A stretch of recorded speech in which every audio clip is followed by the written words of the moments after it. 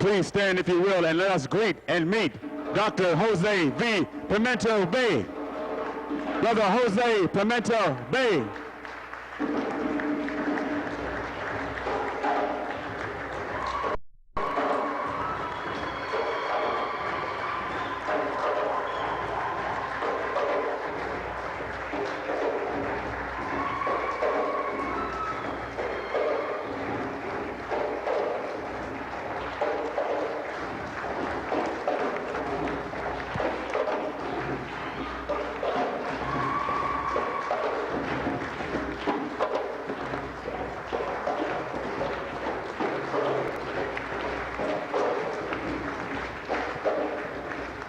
Dr. Jose Pimienta Bay.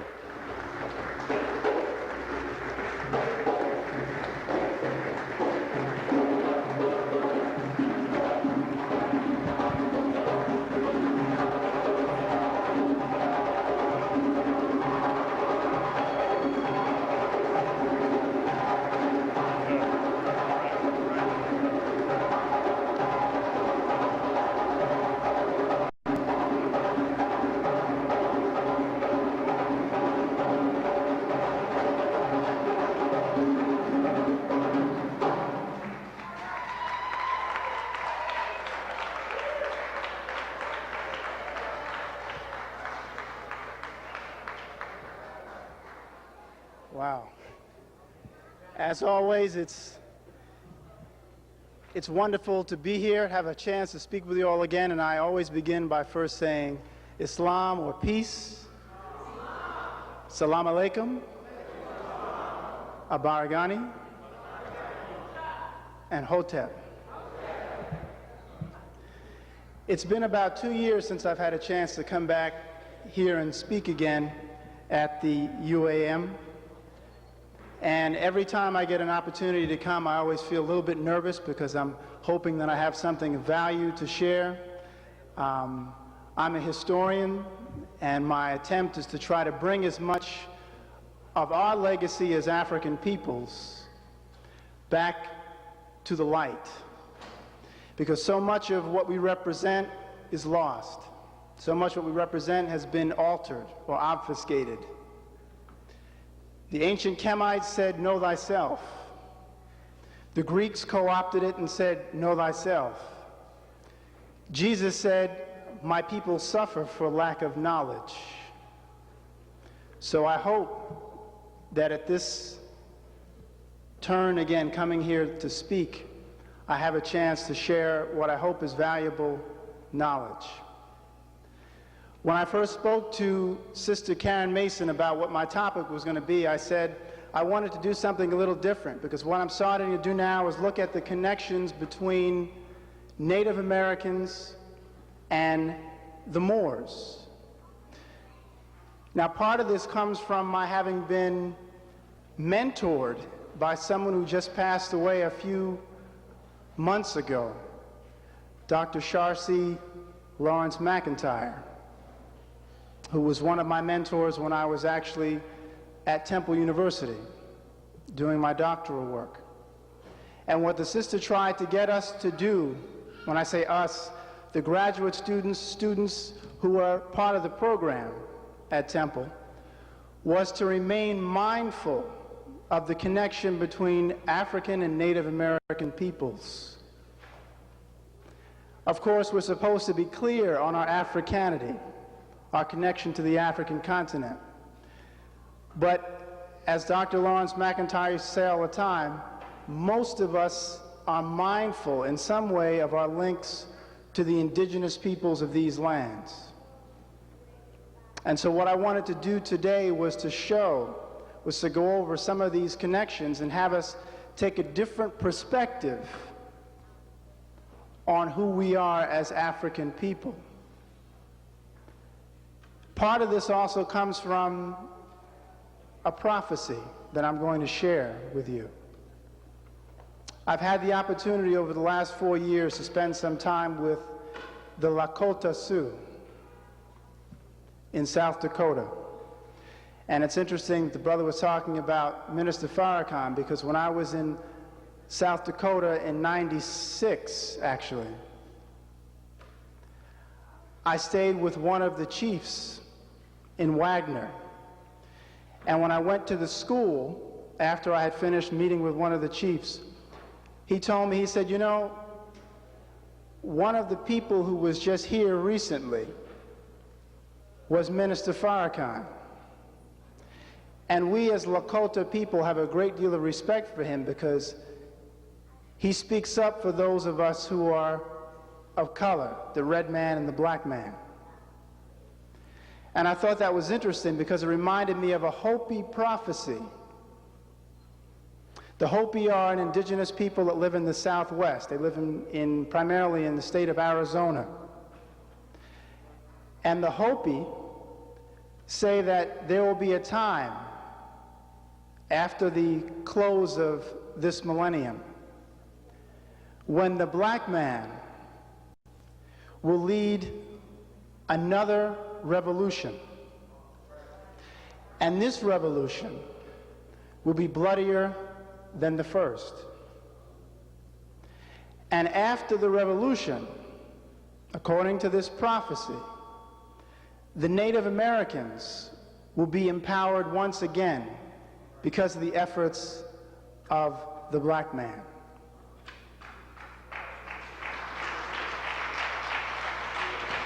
Now that's not my prophecy, that's a Hopi, that's a Native American prophecy. Now, the Hopi are a peaceful people. Actually, so are we when we're unprovoked. But the idea of recognizing that there is this link, there's this connection in our fate is something that we have to remain mindful of. Part of my own understanding of this connection comes from a Moorish science perspective. The brother talked about me dropping some Moorish science on folk tonight.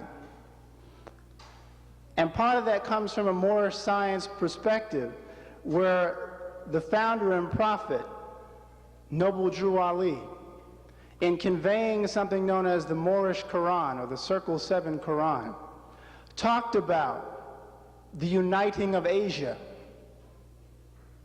Asia represents the whole. Asia represents all peoples of color. Asiatic, in fact, is a reference to the same, much as the Nation of Islam will use the term in a similar fashion. They'll refer to the Asiatic black man. We as Moors talk about Moors being under the umbrella of being Asiatic. So you're talking about people of color. Native Americans are referred to as Canaanites in Moorish tradition. And let me read to you a section from the Moorish Quran that actually got me thinking about looking at this link, so that when I then spoke with Dr. McIntyre before she returned to the ancestors, this was my frame of reference when I first met her back in 1989. It says, their dominion, their meaning Moabite and Canaanite, their dominion extended from northwest and southwest Africa, across the great Atlantis, even unto the present North, South, and Central America, and also Mexico and the Atlantis Islands, before the great earthquake which caused the great Atlantic Ocean. This reference is to an ancient period, pre-Columbian, before Columbus. This reference is to a period before a great shaking of the earth, or a great earthquake, a great shaking which again the Hopi refer to as having occurred before and will occur again. The great Atlantis Islands is a reference to the Caribbean.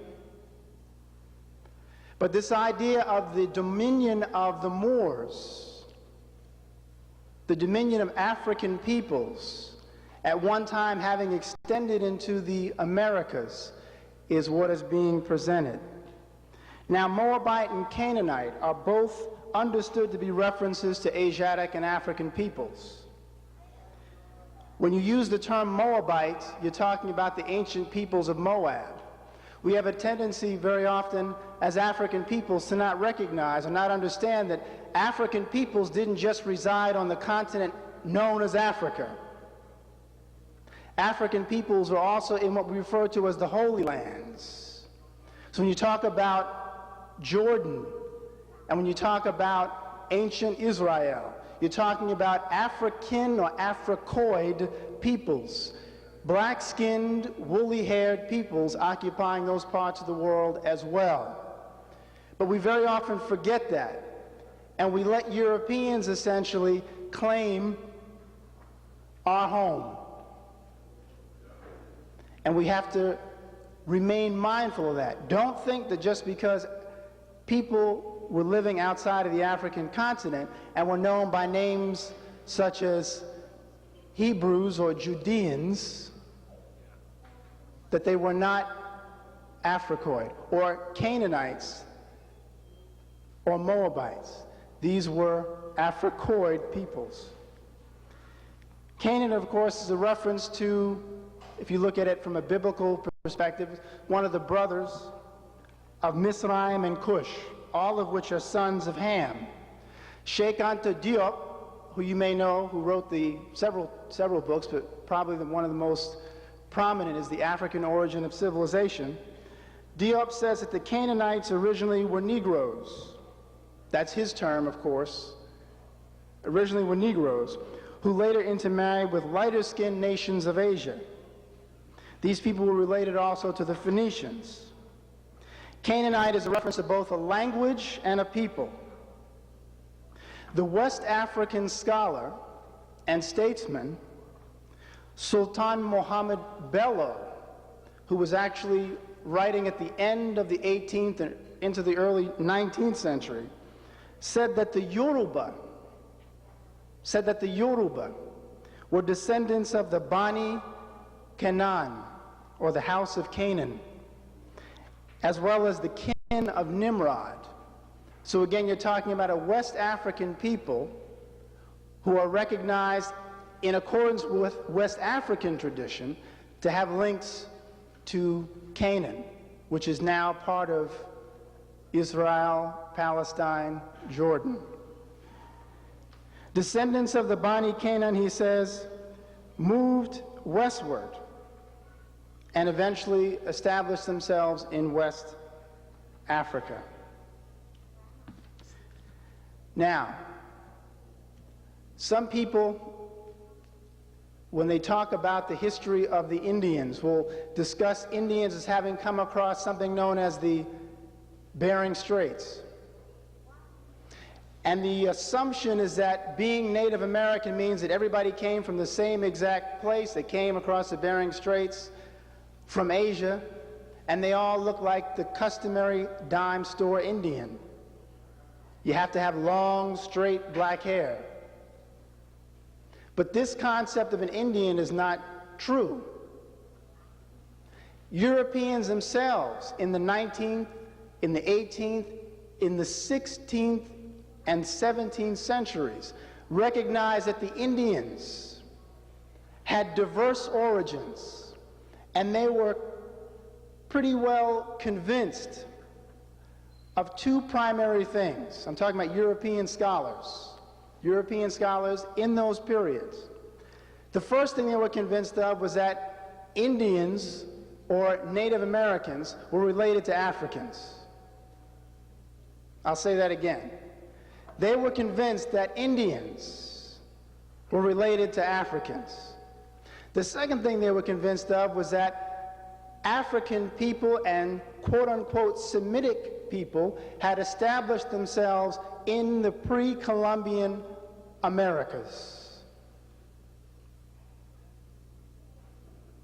Two very important points. A work from 1858 by a man named John McIntosh. The work was called The Origin of the North American Indians. He said that the Indians were Shem's descendants. Who is Shem?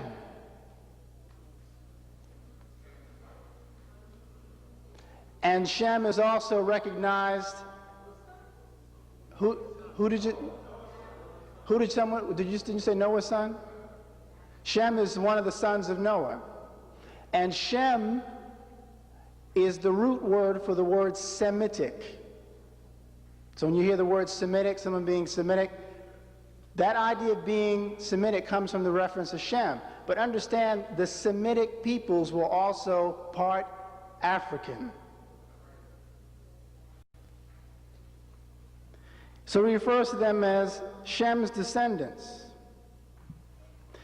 But he also says that at a remote period, North Africans from Carthage came to the Americas. Martin Delany, who had been writing, if you're familiar with Martin Delany, the prominent African-American nationalist, major in the U.S. Army, one of the chief proponents of a kind of back to Africa movement in the 19th century. Martin Delany made the following statement. He said, "The continent of America, an asylum for all the various nations of the earth, among the earliest and most numerous class who found their way to the New World were those of the African race. And it is now ascertained to our mind, beyond a peradventure, a simple adventure, that when the continent was discovered, there was found in Central America a tribe of the black race, a fine-looking people, having characteristics of color and hair, identifying them originally of the African race, no doubt being a remnant of the Africans who with the Carthaginian expedition were adventurously cast upon the continent in their memorable excursion to the great island, after sailing many miles distant to the west of the Pillars of Hercules." Do you know where the Pillars of Hercules are? Around Gibraltar and April Mountain. Yes, sir. Gibraltar, the area right between Spain and Morocco, once part of the Moorish Empire. European writers such as Pedro Martir de Angliera, a trusted friend and a teacher of Ferdinand and Isabella's children, actually wrote in a 16th century text called Decade or Decados of Ethiopian tribes living in Panama. Ivan Van Sertima, who most of us are familiar with, who was responsible for really bringing this information and say out of the closet, the information about the pre-Columbian African presence. Other people had talked about it, but Van Sertima was the one who was bringing it back to the fore. Van Sertima talked about Chinese texts from the 12th century, the Sung dynasty. Chinese texts which spoke of Arab trading ships going beyond the Atlantic coast of West Africa. Abu Bakr II, of course, who was one of the rulers, an empire of Mali, who was both a Malian and a Moor, because the area also fell within what was recognized as Moorish dominions, had sailed for the Americas in 1311 with some 2,000 vessels. So we have, in the 14th century, a West African sailing for the Americas with 2,000 vessels. Obviously, he must have known where he was going. The work of Barry Fell, who was a linguist, shows how the Pima Indians of the Southwest, possessed a chant which they just passed down to their children. When this chant was first recorded in 1908 by the Smithsonian Institute, they called it gibberish. One of the earliest recordings that the Smithsonian would take, they called it gibberish. When they played it back in the 1950s, people started to recognize that this gibberish contained Arabic words. So then they listened to it again and realized they were listening to one of Aesop's fables in broken Arabic as part of a Pima Indian chant. As a result, Barry Fell, who was a as I mentioned, a linguist and archaeologist, European, concluded the Arabic-speaking Nevada people must have been well acquainted with the mathematics as taught in the Mediterranean Arabic universities, as well as other topics pertaining to navigation and astronomy. So he's finding evidence of these Arabic connections to indigenous peoples in the Southwest. Fell also found that several Algonquian words, Algonquian is one of the indigenous languages of North America. It's spoken basically from the North Atlantic coast. In fact, it's actually a series of languages, all the way to the Rockies. And this was also found to possess terms with Arabic roots that were navigation, astronomy, meteorology, medicine, and anatomy. Now, those of you who may have heard me before, or maybe read The Golden Age of the Moor and read my essay or anyone else's essay or heard me speak before, generally what I talk about is what? The profound impact of these African Muslims on these particular areas of science, and how this is the foundation for so much of Europe's ascension in the medieval period. But what is also significant is now we have to address this issue. If you had African Muslims who were able to travel across the water because of navigational skills, then obviously we have to begin to say, well, if they had the ability and if this information is there, we may have to reevaluate who we think some of these Indian people are. Or what is the ethnicity then of an Indian? And how far back should we go to really understand who we're dealing with when we talk about some of the various nations? There's a petroglyph, a glyph, a rock carving, in Inyo County, California, which contains the phrase, Jesus ben Maria, which translates simply as Jesus, the Son of Mary, which is a phrase commonly found in the Quran al-Sharif, or the Quran of Mecca. Barry Fell also informs us of another pre-Columbian Arabic script found in Nevada. The script reads, Shaitan Mahamayan, which means Satan is the font of lies. These scripts, which are found again in the Southwest and in the West, are pointing to this connection to a Muslim or Arabic influence. The question is, who was bringing it? Were these people from Saudi Arabia, or were these Muslims who were from Africa? The overwhelming evidence indicates these were African Muslims carrying this information from across the water.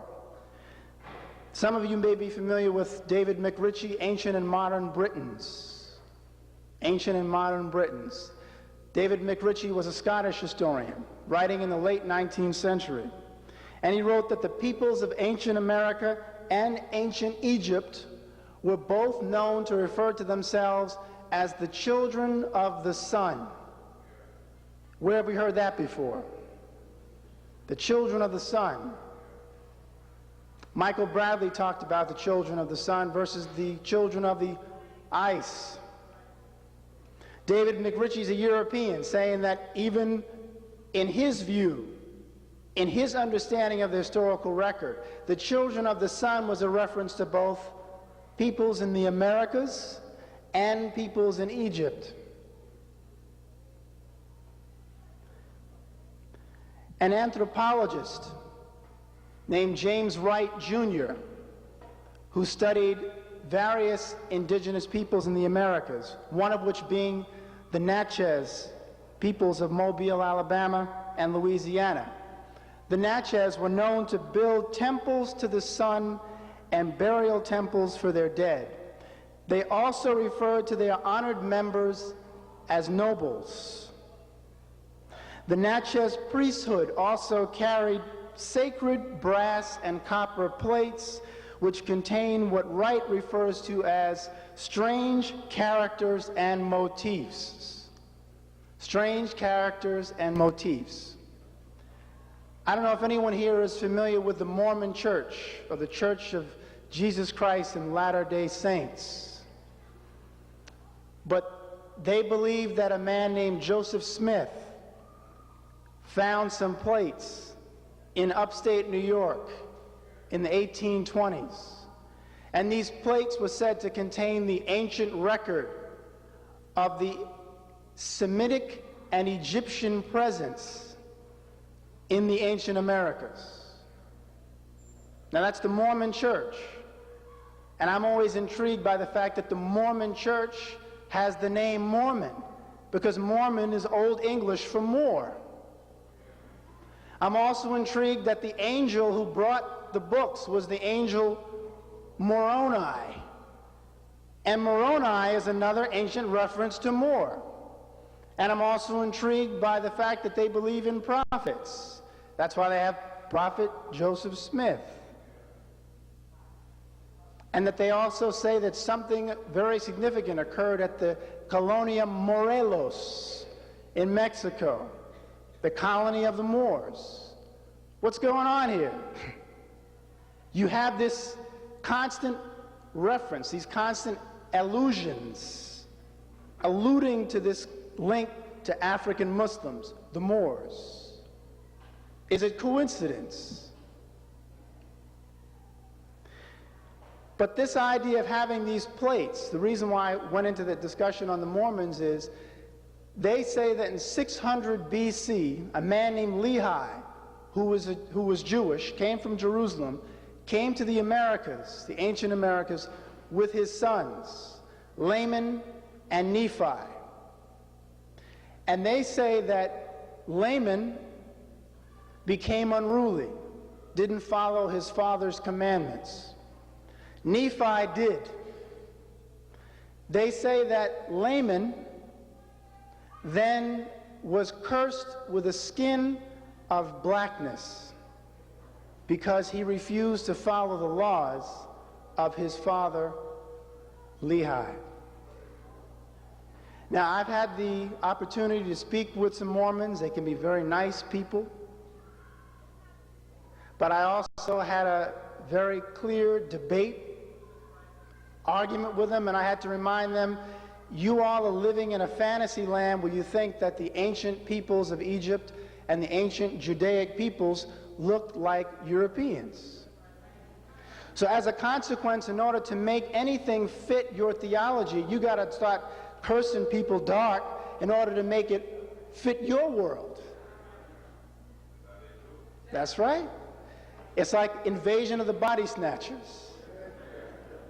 You know, if your history doesn't go back very far, you grab somebody else's.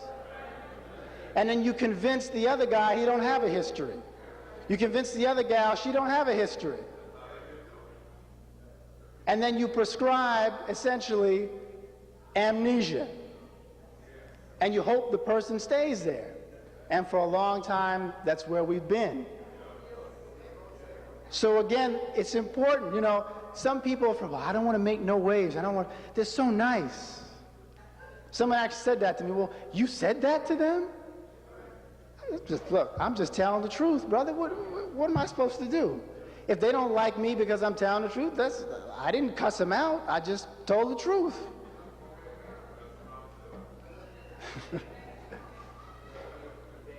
So it's very important for us to be mindful of what other people are thinking and saying, so that we can critique them and come back with the truth. German art historian and collector Alexander von Futenau. Again, it's interesting because I have to say this.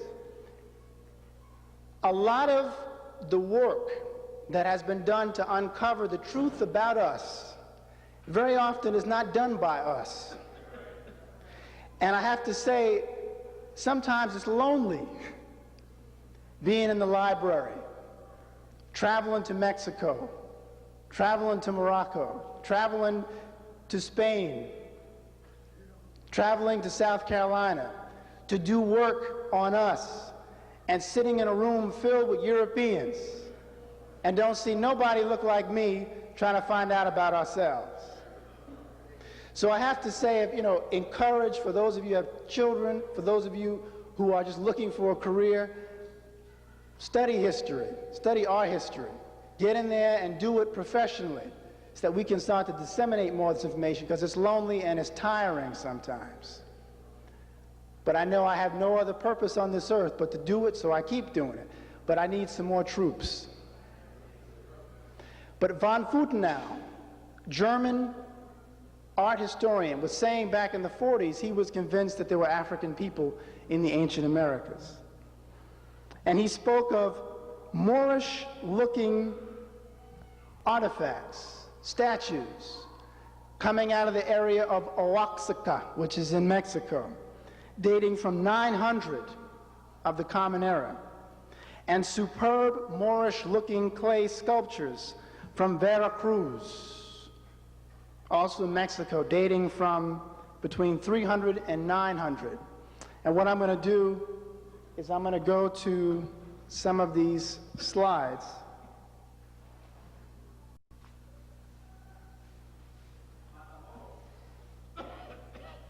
Matamoros, somebody say?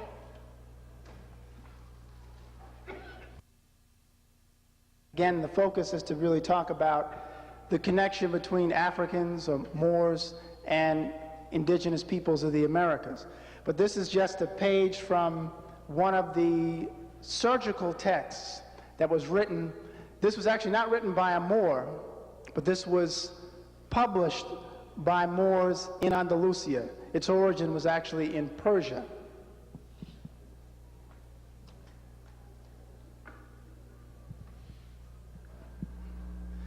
This again is just another indication of the legacy of the Moors in the families. Okay.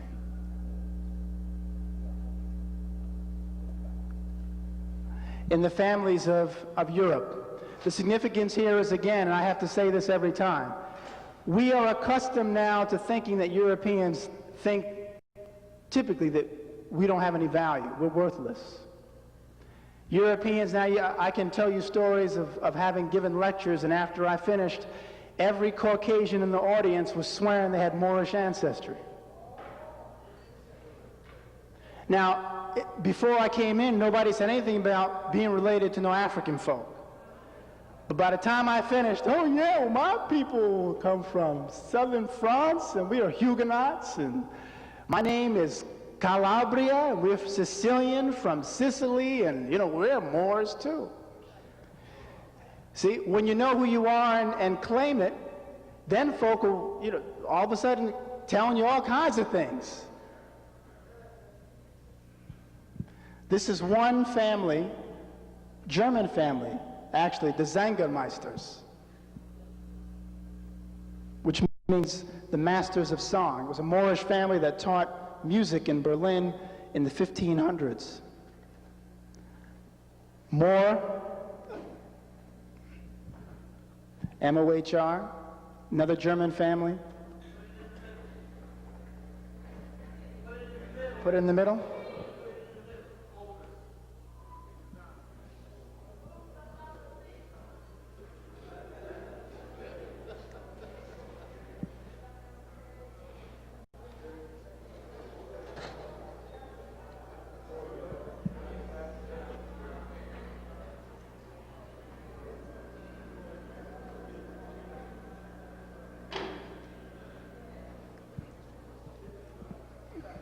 Okay, I'm going to have to kneel here in front of it because I don't have the remote.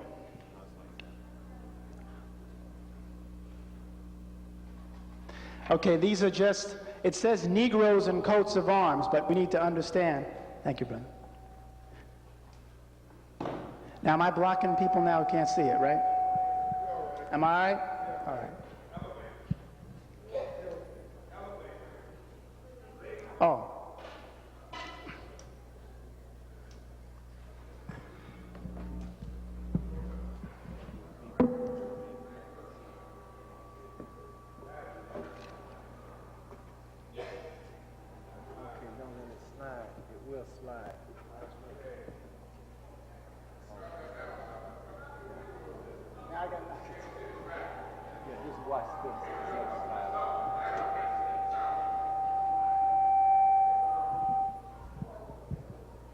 Okay. One of the problems that we customarily have is, again, and I use this example all the time. Think about this. You can sit in a history class or you can read a history text and you'll be reading about Phoenicians, Moors, Carthaginians, the Hamites, the Amorites, the Edomites. You're wondering who these people? As someone just said, they're all black folks. All African people. But we're accustomed to looking for the terms black and Negro to find ourselves, right? So as a result, man, where are we? We're not in here. Turning past every page that talks about your folks, because you didn't realize that those terms refer to us, because we've been given new terms: Negroes, blacks, colored folk. So we're looking for those terms, and of course they always refer to people who are subjugated, enslaved, and devalued. So that's what we find, the history of subjugated, enslaved, and devalued folk. But them Amorites and them Moors, man, they were something else. I wish I was one.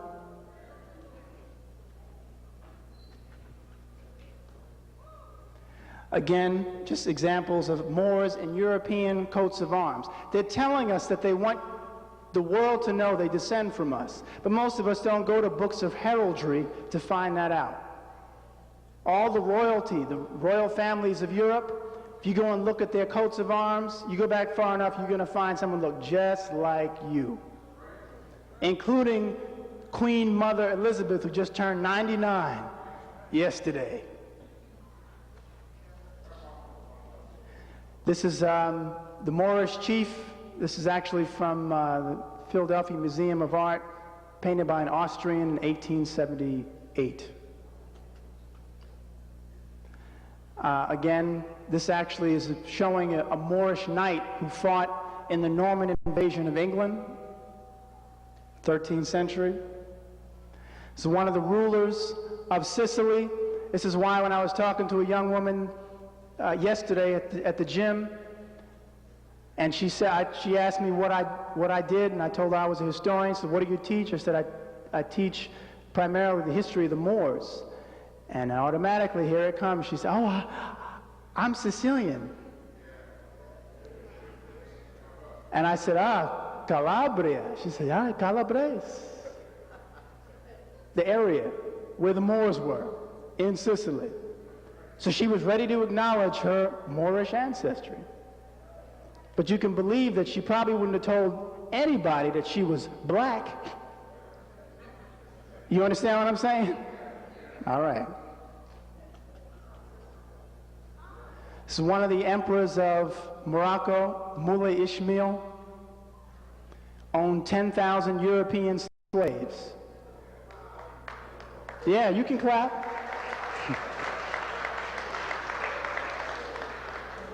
Slavery was an equal opportunity oppressor at one time.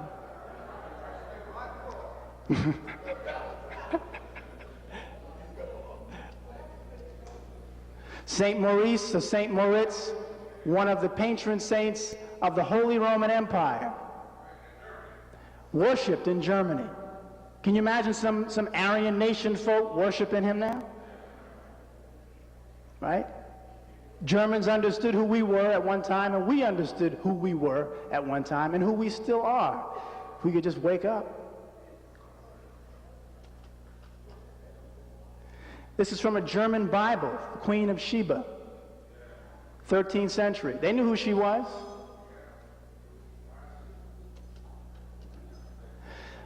This is one of Queen Mother Elizabeth's ancestors, Charlotte Sophia von Mecklenburg. Good Austrian name and good Moorish ancestry. The wife of King George III, the same person responsible for losing the Americas during the American Revolution. good Austrian like Arnold Schwarzenegger, who got the name the Black African, and nobody on anybody's talk show ever asked the man to go into detail, how you get that name? But once, somebody asked him on the Letterman show, someone said back in 86, nobody brought it up since.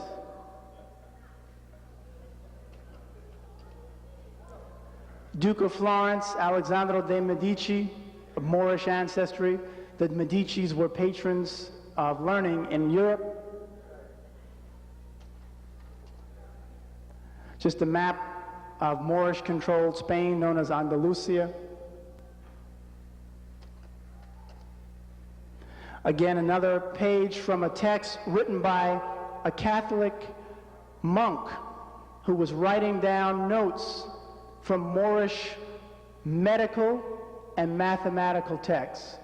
A Spanish historian by the name of Vallecrosa found this in 1947 in a monastery in Spain, thereby establishing that the Catholic Church, Catholic Europe, was heavily interested in finding out as much as they could about Moorish medical knowledge, mathematical knowledge, theological knowledge. They used the theology of the Moors as well to understand their own Catholic theology, to make sense, to make better sense of what they were arguing. Just an example of Moorish architecture. This is a palace in Fez, Morocco. Another page from one of the surgical texts.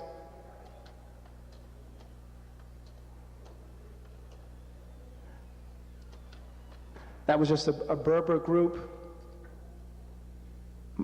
brother in front of his store in Marrakesh. This is a painting from the mid-19th century showing one of the rulers of Morocco. I forget which ruler this is, though. Coat of arms for the family name Moore. Another representation of Saint Maurice, or Saint Moritz, African patron saint of Germany. Obviously on the left.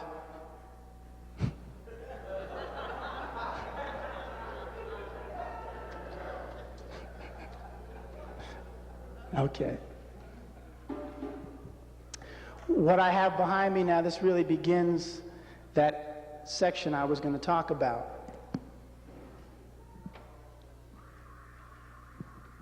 I'm going to get the dates right. Okay. This is from Alexander van Futenau's book, Unexpected Faces in Ancient America. Unexpected Faces in Ancient America. If you can get a copy, get it. It's a rare book. Excellent text because pictures, as they say, are worth 1,000 words. This German art historian, who also collected these artifacts, has a studio in Mexico City. Everybody should take a trip there, if possible, to go see it. Van Futenau. He just passed away about 3 years ago. This old man with hat is pre-Columbian. It's found in Mexico, just outside of Veracruz. Pre-Columbian. What kind of hat does it look like he's got on? Looks like a tarbush or a fez. Now, when people start pulling up stuff like that, you know, something should click inside the head and go, that's odd. But somehow we miss this stuff, and I'll talk later about why. Oh, excuse me. This kneeling man is from 300 BC, found in Guatemala. Looks like an African to me. I don't know, you know. I don't have my glasses on, but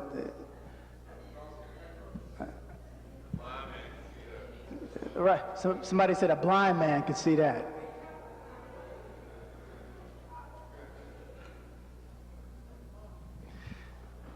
This is from 2000 BC. And this is also from Mexico, from the place I spoke of before, Morelos.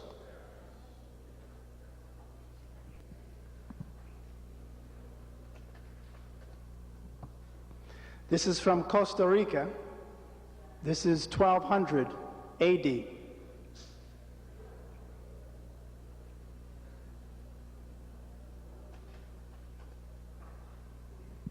This is from Mexico, 300 of the Common Era, 300.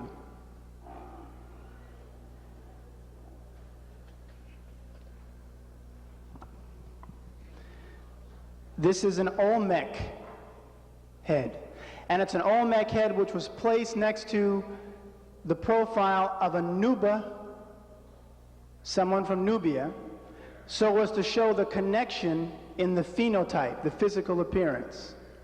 Now again, you know, what is amazing to me is when you come across this information and you ask yourself, how in the name of all that is holy could people not recognize the significance of this and completely change the way they think?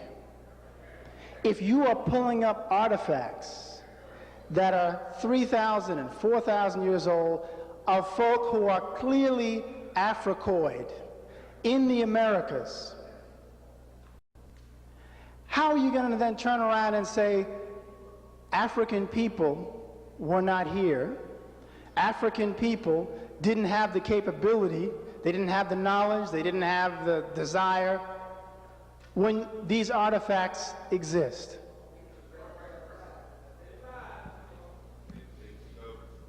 Right. Talking about who controls the knowledge base. Whose education, or as Woodson would say, whose miseducation are we getting? Another example of one of the Olmec heads. By the way, these Olmec heads are something like between 10 and 11 feet high and 9 tons. So you can imagine pulling something like this up out of the earth. That's why they're still there, because if it was little stuff, they might be able to hide it. But when they kept, you know, the Mexican brothers and sisters would be plowing right around it, you know. And people come in and say, well, how are we going to get rid of this? Well, we can't, because it belongs to the Mexicans. And the Mexicans themselves, essentially, those who study their own history, know that we are related to them. It's no secret. But the problem is, again, you know, we're in a situation where we're often competing with one another instead of trying to understand the link that exists. And that's what it's supposed to be about. That's right. Brother said, go to Tijuana, you think you in Harlem. So you go to Cancun, you see some of those Mayan brothers and sisters, and they look, in fact, even hair texture. People sometimes talk about, well, the hair is straight. Sometimes it's curly. It's a Moroccan woman with her baby on her back from the southern part of Morocco. These are Seminole women, Cow Creek Seminole. All right? Seminole are known primarily for occupying what is now the state of Florida. Here's one of the misconceptions that we often deal with. People assume, and again, being in the field of history, when I would talk about this, people say, well, the reason why Native Americans can be found to have African phenotypes is because Africans were running away from the plantations and intermarried with Native Americans. Well, yeah, that's true too. But the problem is that in the face of all this other evidence, why is it you limit the intermarriage to the enslavement period? You assume that, well, obviously the only way that these Africans could have interacted with Native Americans is because Europeans brought Africans over, They were enslaved, and then they intermarried with Africans. But if we've already looked at a whole ocean of statues in books like von Wuthenau, he's not an African, this is a German. People say a good Aryan. And he's telling folk, these Africans were here in the US before, the Americas before the Europeans came. So, if he's saying, you know, come on, this is your own, so to speak, he's part of the West, what's going on? But the idea is, again, most of us don't take the time because we don't think there's anything to find. Because we're always couched within the category of slavery. And we're tired of hearing about slavery.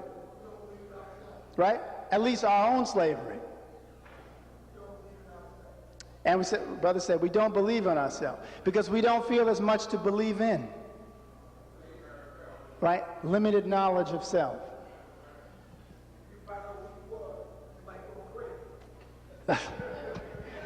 Well, some of us are already crazy, so it couldn't get much worse.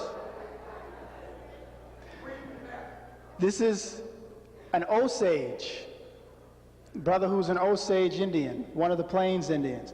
Again, you know, when you look at images like this and you consider the period in antiquity by which Africans and indigenous peoples came into contact, you really have to reevaluate a lot of things.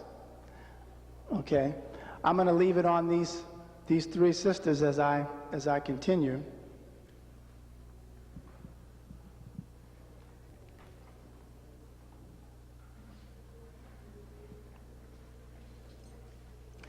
Okay. One of the things that von Wuthenau said is that there was a cover-up. We're used to cover-ups. We hear a lot about cover-ups. That's how a system maintains its power. It basically covers up as much of the truth as it can. And he basically said that there were cover-ups involving people who were directors of the Smithsonian, people who were directors of the Museum of Natural History, to basically hide any and all artifacts which showed the African presence in the Americas. All right? Still goes on. And this is part of what has put us in this situation. But what other evidence is there to be found that exists among the various people?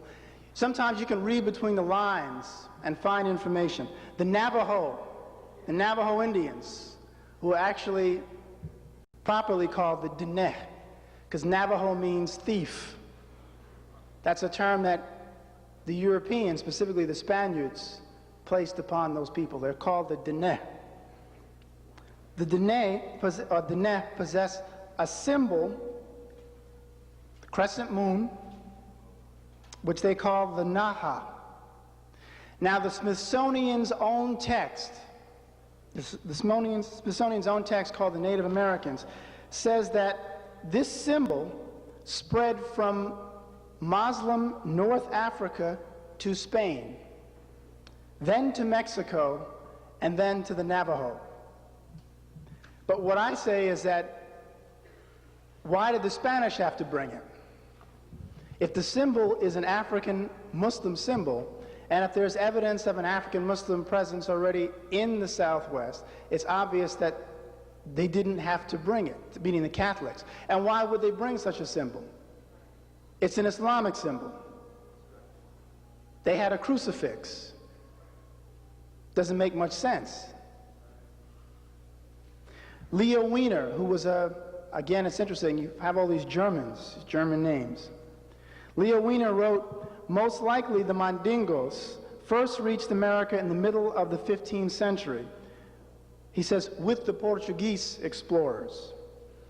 He continues, in either case, one must consider the nature and significance of this Mandinga-Portuguese partnership in the exploration of the Americas. Now, the Moors controlled Spain and Portugal. The Moors are the ones who had created a storehouse of maps. A man named Al-Adrisi had written a book in the 12th late 12th, early 13th century, which is known as the Book of Roger, which already had in the text and in the accompanying globe the American continent. This particular book ends up being used by Catholic European powers to be able to spread into other parts of the world. So this connection to the Portuguese is, sadly, it's implying that the Portuguese were the ones that had to get the Africans here, when in fact the evidence suggests otherwise. Von Wuthenau makes the following point. He says, one fact is absolutely sure. Pre-Columbian artists continue to portray individuals of purely Negroid stock.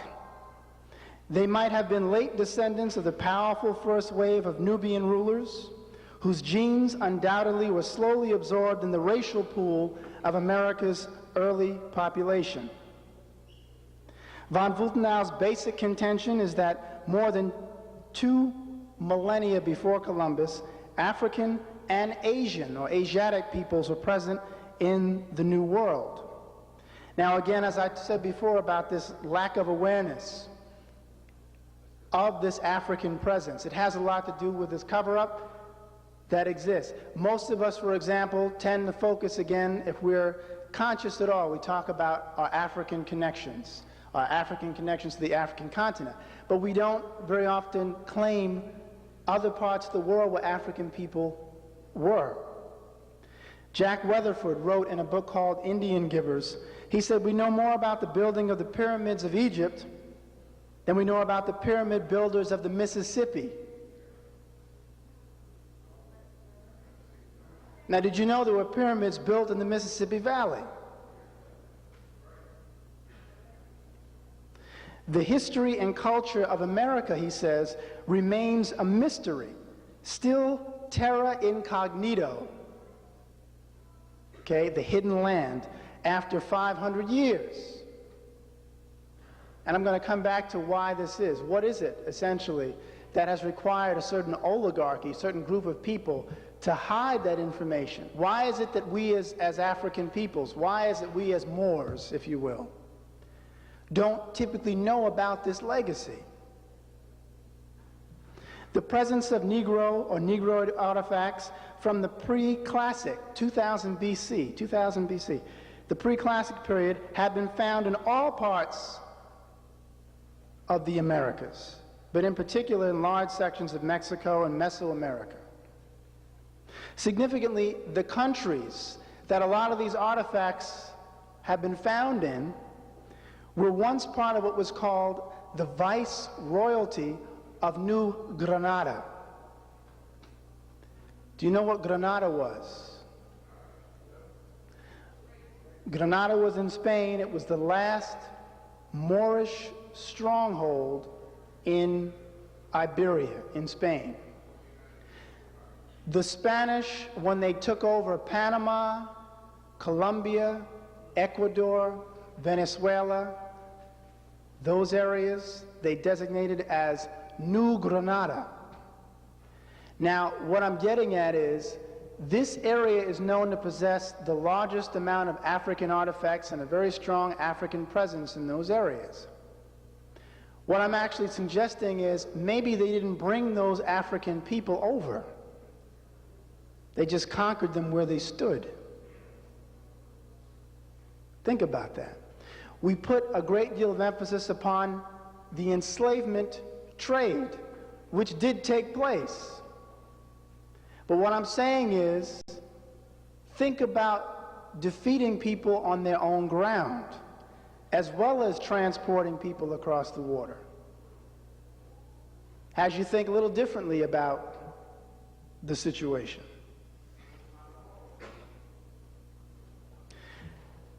A French scholar by the name of M. Brazor de Bourbourg, who was identified as the most prominent diffusionist of the 19th century.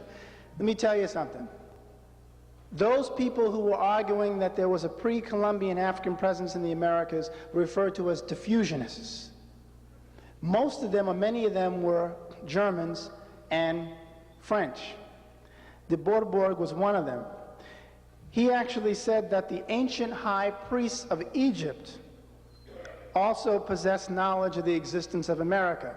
And this was based upon his own research back in the 19th century. He also conducted a study of what is now Panama and Colombia.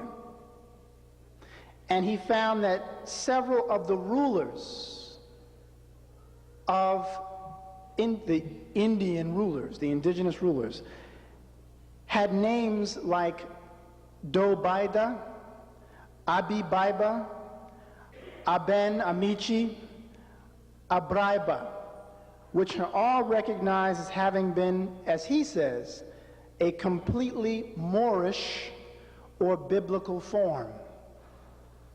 These names, these titles. You're also talking about African Muslims known as Almamis, who resided in Honduras and were found there when the Spanish arrived. Now let's also look at this Judaic or Semitic connection.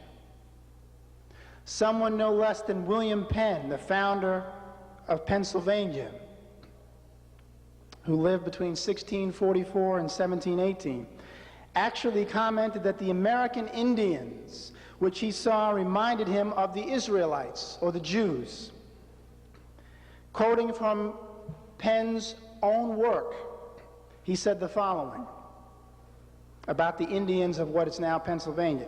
He said, "For their origin, I am ready to believe them of the Jewish race. I mean of the stock of the 10 tribes. I find them of like countenance, and their children of so lively resemblance that a man would think himself in Duke's Place or Berry Street in London."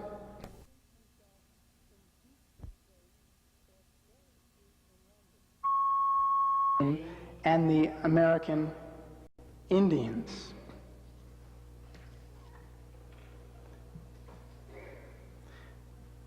Significantly, even tobacco, which is traditionally associated with the American Indians, was once associated with Africa's Moors.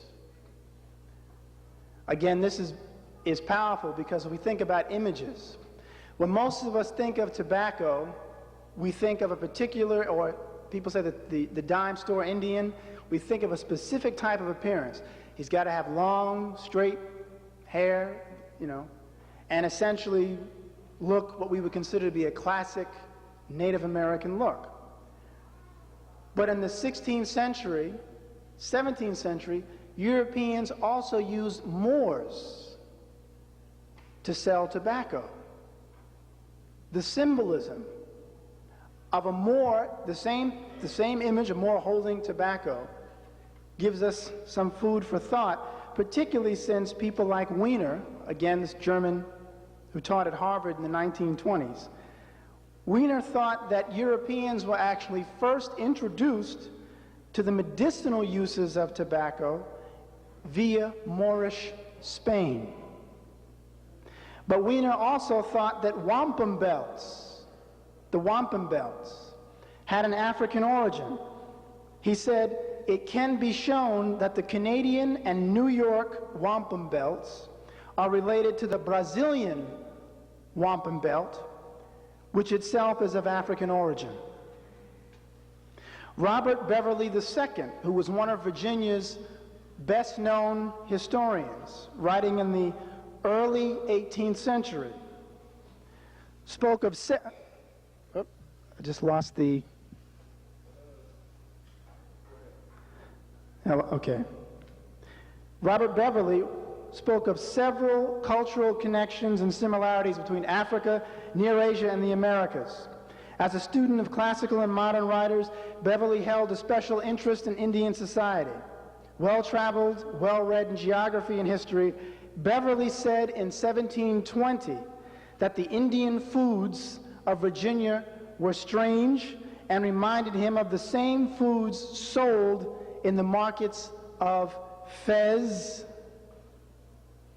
and of the diet of the Arabians, Libyans, Parthians, and Ethiopians. Van Sertima's works, also which have played such a primary role in bringing much of this information out, have also established that various West African peoples have similar names and naming methods that are used by American Indians. Tribal groups are also designated very often by the same titles, differing only in the aspects, he says, of an occasional prefix or suffix. In the 1930s, a French linguist by the name of Jules Cauvet found that the Moors of Northwest Africa, this would include both Morocco and Mauritania, had names which were shared by Indians, American Indians. The names were Atlantis. These are the common names between Africans and Native Americans. Atlantis, Baquetas, Bucoyas, Guiznais, Gualas, Chorti, Guamares, Guanchas, and Juarez.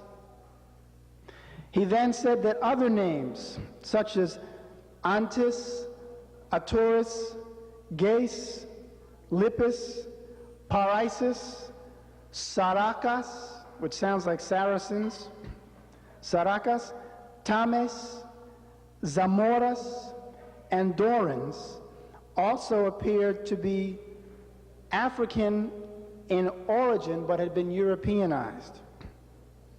Also, a Sudanese ethnic tribal name, Marabitine, was also found to compare with the Marabitinas and Maravitinas of Portuguese Guyana, which is now Brazil, the Marabios of Nicaragua, and the Maravigin of Venezuela. It's highly significant that such ethnic names and national designations like Marabitine, Marabitinis, Marabios, Maravitinas would appear among American Indian names, even though they are all variations on an African name, Marabut and Murabit. The Marabuts, which were Moorish Muslims who had defended the African frontier against Catholic European invasion. The Marabuts or Murabits are also referred to as holy men of the Maghreb, which is northwest Africa. Some of you may have heard of the Seneca, which is one of the indigenous peoples that was said to occupy what is now New York State, the Seneca Indians. The national name of one of the Iroquois League's nations bears a phonetic synonymity with the Senega people and region of Western Africa, as in Senegal. Senega is even referred to in Pedro Martir's work, Decades, I mentioned earlier, from 1503. The text indicated that Senega was one of the regions, and I quote, of the Kingdom of Guinea, Guinea being a reference to Africa, which is occupied, and I quote again, by the black Moors, also called Ethiopians or Negros. Brunson and Rashidi, and Runoko Rashidi, who is coming here, right, next week. Brunson and Rashidi contend that the African ethnic name Zenega is Cushito-Hamitic in origin, meaning its origins are in Ethiopia and Egypt, the Nile Valley region. So think about that. The word Seneca, or Senega, which is equated with Senegal, but also has this link to the Seneca Indians, has an origin in the eastern part of Africa. In the presence of so much evidence suggesting parallels between the continents and peoples of America, Asia, and Africa, it is logical to consider this as indicative of ancient and pre-Columbian contacts. Consequently, let's now take another look at the word Indian. J.A. Rogers had actually told a lot of us who were reading his books back in the 1920s and 30s that the word Indian comes from the Latin term indi, which meant a very dark complexioned person. That's why the people of the Indus Valley, India, are also linguistically, I don't know if you, well, two things I should point out, referred to as niggers. If you go to the international dictionary, Webster's International Dictionary, the term nigger, believe it or not, actually includes the Indians of India. It was understood that they also are related to African and all peoples who are dark in complexion, all peoples of color. So this term Indian, which means very dark complexion, a reference in a 16th century text implies that the Portuguese viewed the Indies, that was the term that was used for the Caribbean islands, or the Atlantis Islands, as I referred to it earlier. The Portuguese viewed the Indies as an extension of Africa. Consequently, we must reconsider, again, the significance of Europeans calling inhabitants of the Americas Indians. All right, I'm going to back up and just try to clarify something here. What I'm actually saying is, when we read accounts given by Europeans of coming into contact with Indians, don't automatically assume that the person has to look like Chief Joseph. Yes, some people, many people look like Chief Joseph, but others may have looked like Lou Gossett. And all those in between. In Hernán López de las Tenaras' book, it's a long title, the first book of the history of the discovery and conquest of the East Indies, published in London in 1582, Hernán López cites the presence of Moors in the East Indies as well. Now that's in the East Indies as well. And let us not forget that the Portuguese certainly knew what a Moor was, because the Moors had ruled there for several hundred years. But a more revealing book published in 1822, which you can actually find right here at the Schomburg. 1822, book called The Negro, a sketch of the birth and education of an African Indian, is an account of a young African man from Gambia. Yet he's referred to as an African Indian. And the book is dedicated to his life story. The book continuously uses the terms Indian and African interchangeably. Since the Gambian man's biography was written in English, it should be clear that he was writing for an English-speaking audience whose sensibilities would have to be taken into account. If sub-Saharan Africans could not be referred to as Indians, quote unquote, then the book would not have clearly implied such synonymity. Do you understand what I'm saying? You can't use the terms interchangeably to an audience who would not have accepted that the terms could be used interchangeably. So what they're telling us in this 1822 work is that Europeans still saw a connection between the two peoples. In the Dublin Gazette of 1730, there's an important descriptive of a group of American Indians who visited England. It stated, and I quote, "On Monday, when the Indian king and the prince and 5 of the chiefs of his court, all blacks, were introduced to His Majesty at Windsor." So now what did they just call the Indians? Blacks. Blacks. And these were Indians, because then it goes on to talk about how they wore horses' tails, which were down their back, their faces and shoulders were painted with green and red and blue, and painted feathers on their heads.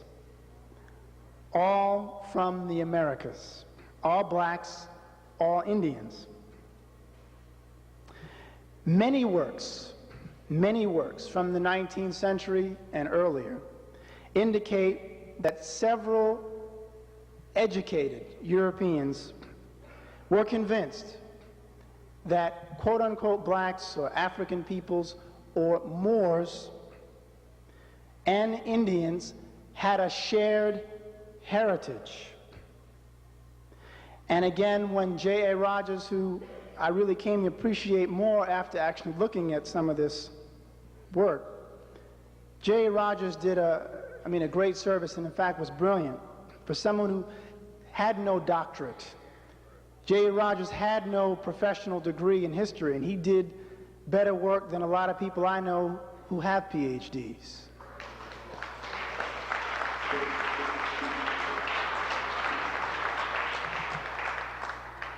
And so that's why I say again, if anyone has an interest, there is a certain technique and approach to analyzing information, but it doesn't take letters behind your name to have sense. J.A. Rogers said, in certain parts of the Southwest and in the Middle Atlantic, an Indian is more mulatto and Negro than anything else. In certain states, as with Virginia, an Indian is only one, meaning only an Indian, while on the reservation. Away from it, he is a Negro. End of quote. What he essentially was saying is, Europeans couldn't essentially tell the difference between someone who was recognized as an Indian and someone who was recognized as black, because there was so much of a synonymity between the two. But you know what begins to happen, and this is my hypothesis about where the confusion comes.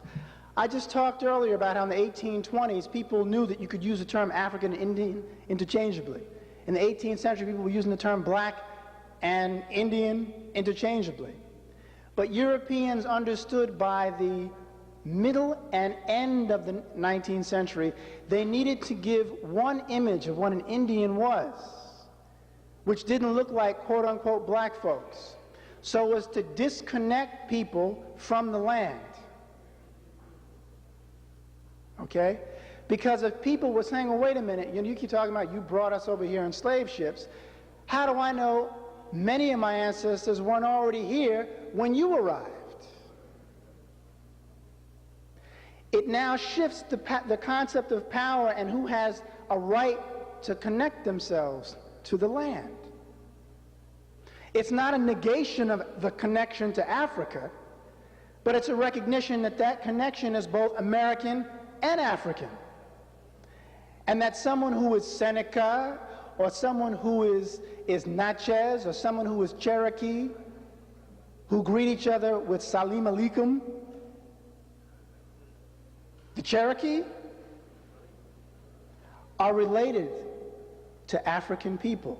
And there is an African-Muslim connection. But even more, the African connection is pre-Islamic. And when I mean pre-Islamic, the religion of Islam. It's before the religion of Islam that's introduced in the 6th century. The late 19th century Scottish historian McRitchie makes a rather matter-of-fact statement. This is where I'm going to close this out. He makes a rather matter-of-fact statement, like, who doesn't know this? About Moors being in North America.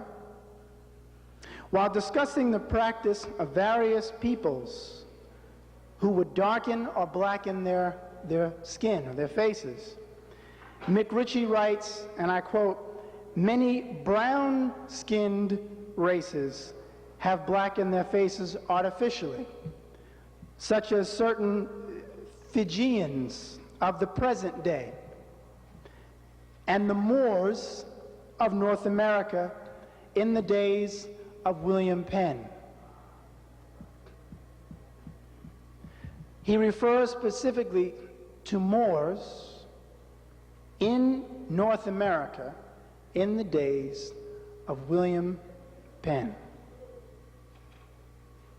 Of course, one could ask the question, what was it that had people engaging in the practice of also darkening their skin?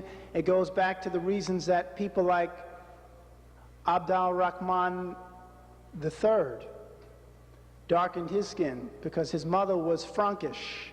She was part European, and he thought he was too light. And during the time of the Moorish control of Spain, people wanted to be darker, and so they would darken their skin.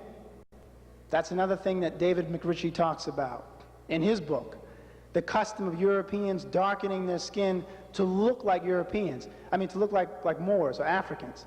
It wasn't a minstrel show. This was a recognition that these people have power and value. I want to look like them. And that's why I'm putting you all in my coat of arms. So even if I look like Roger Moore today, you can see that my great-great-great-great-great-grandmother or grandfather looked like Lou Gossett. So the recognition of this connection between Native Americans and African peoples, I think, needs to be given more attention. And I say this because I do believe, when I listen to that Hopi prophecy about the connection, I do believe that something like that could come to pass. I don't know if you ever heard of the Ansara Set. I think the leader is called the Shechem. I believe he said back in like 90, his prophecy was that the Civil War in the U.S. would actually be started by disgruntled Europeans who were upset because they feel they're losing ground. And he left it there.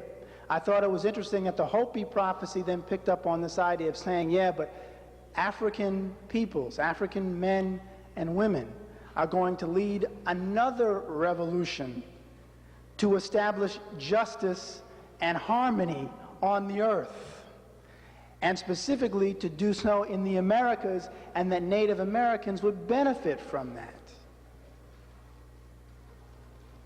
I believe it was last summer, the Million Youth March, was that what was here in Harlem? And one of the sisters that spoke was a Native American sister, warrior woman, who got up and if there was a roof, she blew it off by the time she finished, in terms of talking about the connection between the struggles of African and Indian peoples. So we need to think about that. Okay? It's very important. We need to recognize that we do need to unite, whether you want to look at it from the perspective of the Moorish science movement, the uniting of Asia, or whether you want to look at it from the perspective of peoples of color needing to act like we are the majority, which we often forget. I can't tell you how many students I have who come to me and say, well, you know, white people, you know, are the majority of the world, so how could we ever get control? Again, you're talking about miseducation. You're talking about people being convinced that when they hear about the Moors, the Phoenicians, even the Native Americans, some people think that some of the Native Americans were Europeans. And although there's evidence that there were some Europeans in the Americas, the Native Americans were largely an Asiatic people with connections between East Africa and Near Asia. So I'm going to stop there. Thank you very much for your kind attention.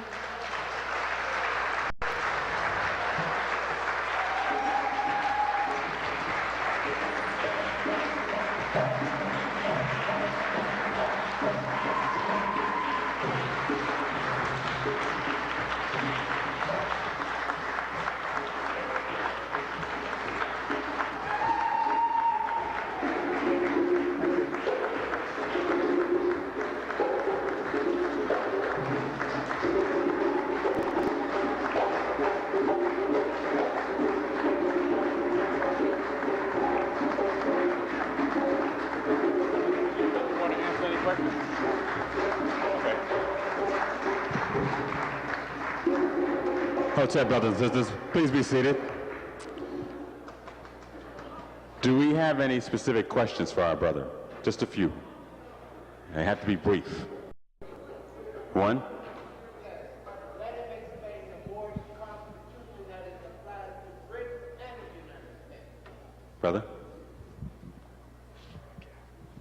Okay, the question that I was just asked was to explain the Moorish constitution as it explains to both Britain and the United States. I don't know if I understand the question unless we're talking about the treaty. You talking about the treaty between Morocco? Oh, yeah, okay.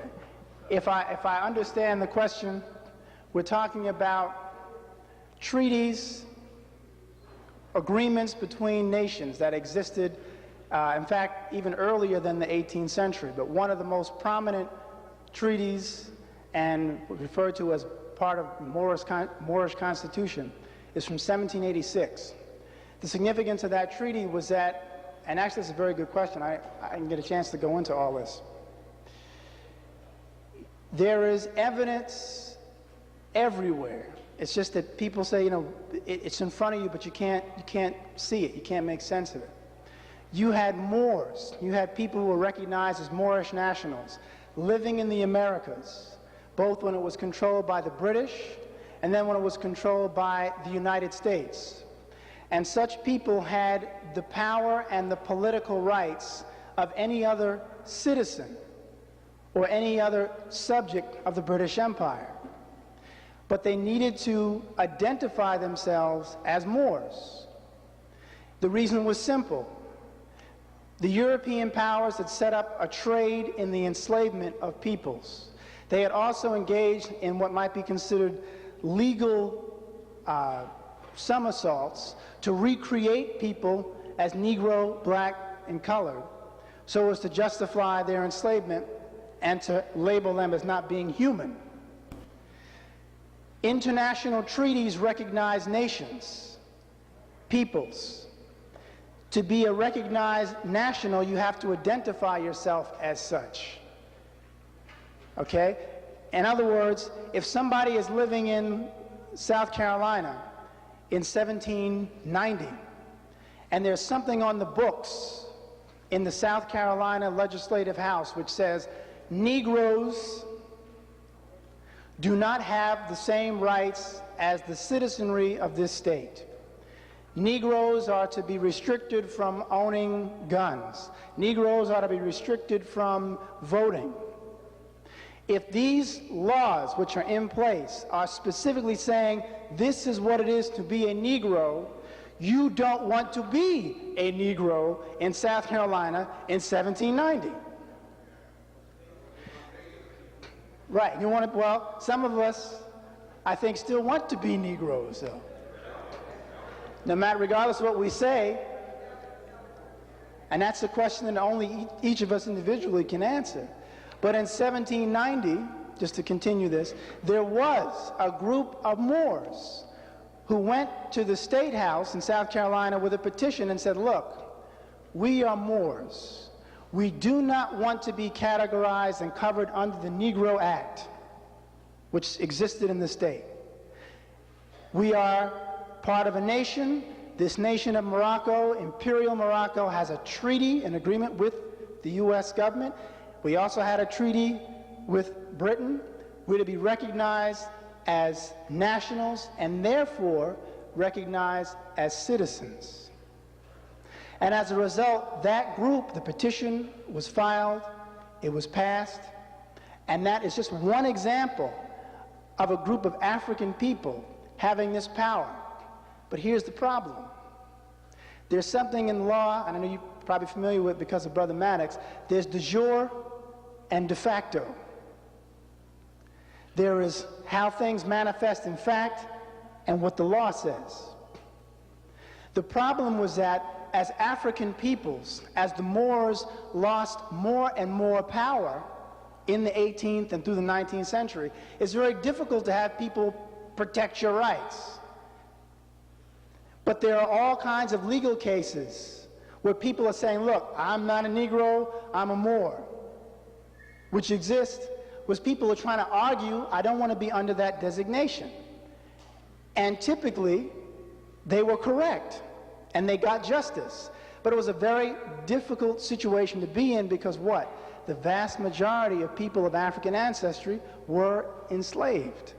So people automatically, it was say guilt by association. Most people who look like you are enslaved. Therefore, you must be a slave. So you got to keep proving yourself. You have to keep defending yourself. But that was in the 18th and 19th centuries.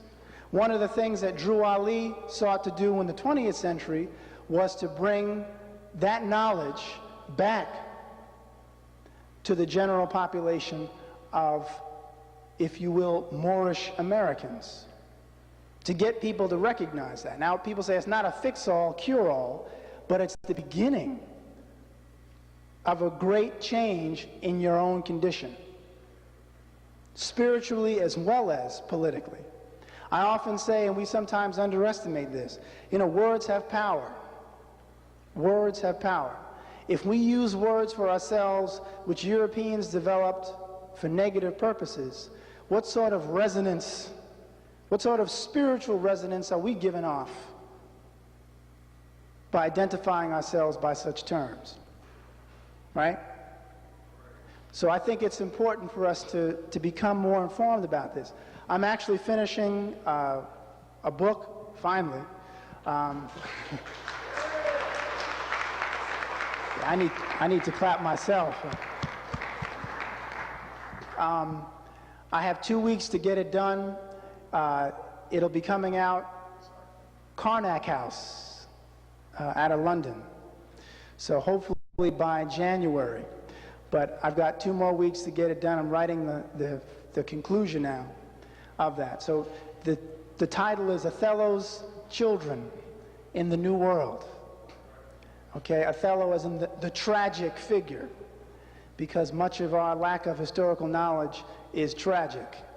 And New World is in quotes, because this is not new, because we have been here for millennia. Okay. Any other? Is there one other question?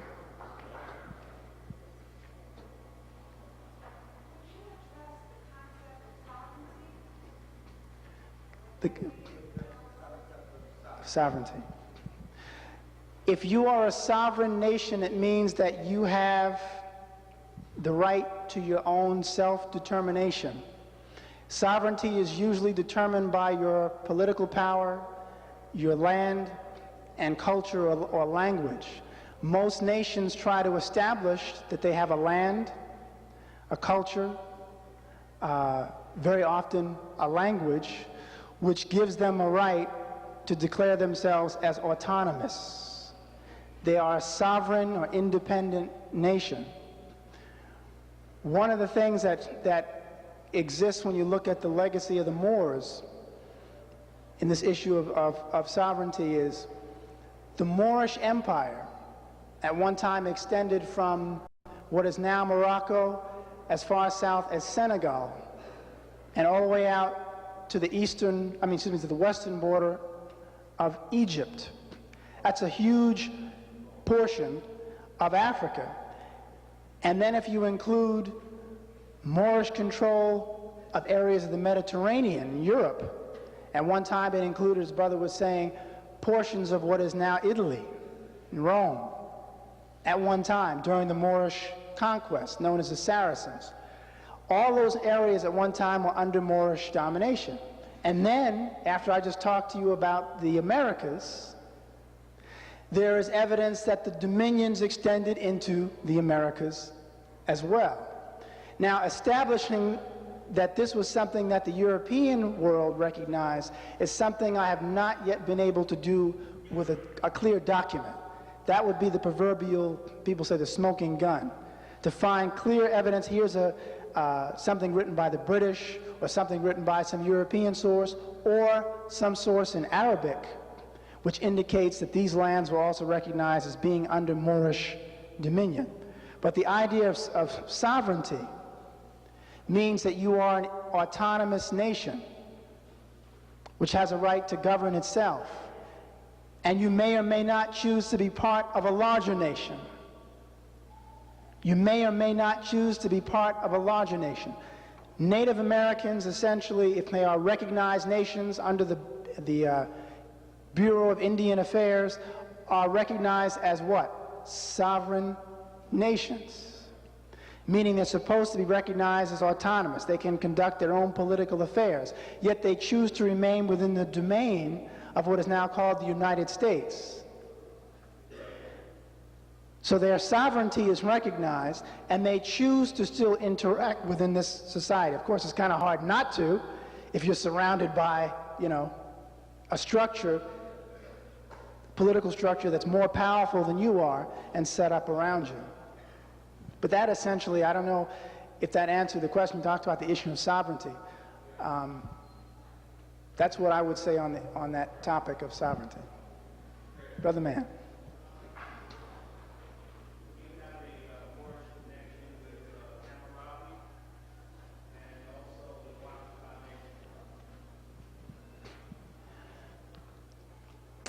Do I have a Moorish connection to Hammurabi? Hammurabi is part of the old, well, it was actually what's often referred to as Mesopotamia, which again is customarily said to be part of Europe's history. Because when you hear Europeans or Westerners talk about Mesopotamia, they generally claim it as an extension of Europe. But in fact, as Diop and others have pointed out, that part of the world, when you talk about the region between the Tigris and Euphrates, the Chaldeans, you're talking about places occupied by people of color. Semites and Hamites. Hammurabi is responsible for developing one of the first legal codes. And this is a code of laws. His name, certainly, Ham, H-A-M, etymologically, Chem, is a reference to Africoid people. So automatically we should take notice of that. Names can tell you a lot. That's why I'm interested in names. Schwarzenegger and Hammurabi too. Chem. In terms of the Washita nation, which is down in Louisiana, there's a sister who's I know she's referred to as the Empress, who recently got land back from the federal government that she said belonged to her Washita ancestors. The federal government obviously agreed and returned the land to her. The Washita are also, and this is where it gets, to me, why I remember and why it's interesting. The Washita name is also the same name that was anglicized as Washington, as in George Washington. Now that's a fact. Now the question, when people often talk about old George's European or English ancestry, yes, he had English ancestry as well. He was, as they say, mixed, or so it would seem, based upon his name. But the Washita Indian people, the Washita word, the name itself, is the origin of the word Washington, which again should have people beginning to look again at this person referred to as the first President of the United States. But I don't know a whole lot about what the Empress of the Washita Nation is doing now, so I really can't speak to that, beyond that. Okay. Islam.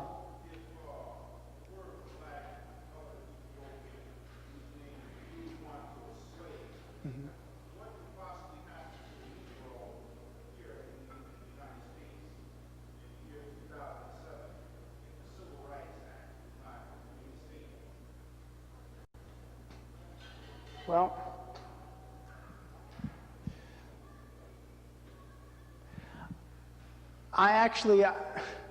that's an interesting question, but I would actually just say I'm not so concerned about whether the Civil Rights Act, is reinstated so much, because your point is that that would affect certainly those who go under those categories.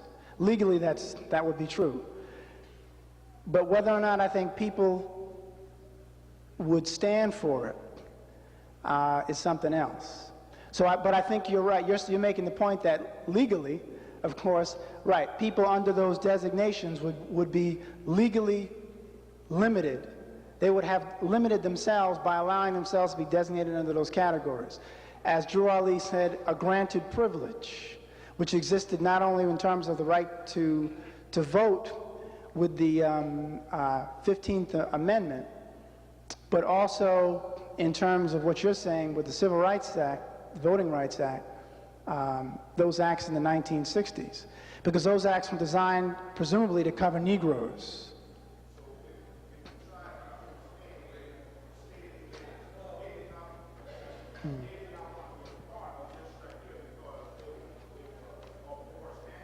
Right.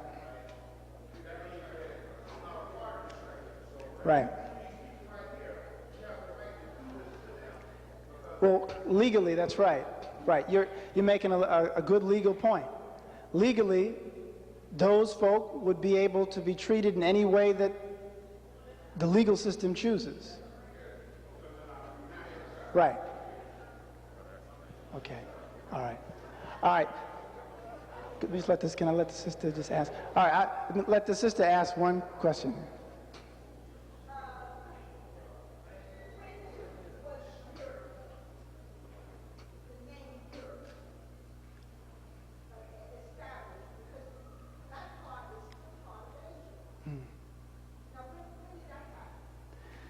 The idea of separating Europe from Asia really begins around the time of the Greek and the Roman civilizations.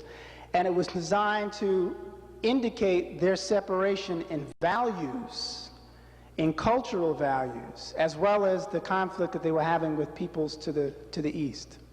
So to my knowledge, to my understanding, it comes out of that period of Greece and Rome. What Diop would probably also say is it's really based upon the separation in, like I said, the value system. In the African origin civilization, for example, he talks about Europeans emphasizing a nomadic lifestyle where strength and theft become part of their value system because they came from an area that was resource poor. And those peoples who occupied areas of Asia and Africa who were resource rich had a value system which was much more sharing and open. And so the idea of the separation of those known as Europeans from those known as Asiatics or Asians really begins with the value system. Because the fact of the matter is, if Europeans began to act as Asiatics in their values, then they become Asiatic. If we recognize, as the sister just pointed out, that that whole area was part of what was called the Asiatic world. So the separation is based largely upon how they act, the value system that emerged in the face of limited resources, the value system that emerged when they started to worship themselves, when they decided to put up an image and say, this is God and he looks like me. And that focus upon the worship of self and the justification of taking from others is what separates them from the rest of the human family. So that's an excellent point. Very, very important point, because people often get into the idea of how do you identify the enemy? We can't necessarily identify the enemy all the time on the basis of them not looking like us. If it was that easy, we would probably have gotten out from under this condition a long time ago. Thank you very much for your kind attention, and I say peace. Brothers and sisters, Dr. Jose V. Pimienta Bay. A round of applause, please. Yes. Thank you. Dr. Jose V. Pimienta Bay.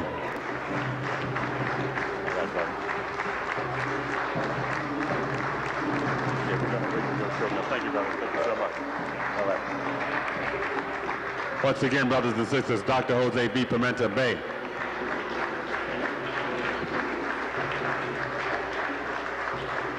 Okay, brothers and sisters, we need just a little more of your time. Please hold on, just be seated a few more minutes. We want to bring up some young people who are going to assist us in the raffle that one of you may be a part of in terms of winnings. And we're going to have Sister Leola Maddox come up and do that right about now. I'm sorry. Correction.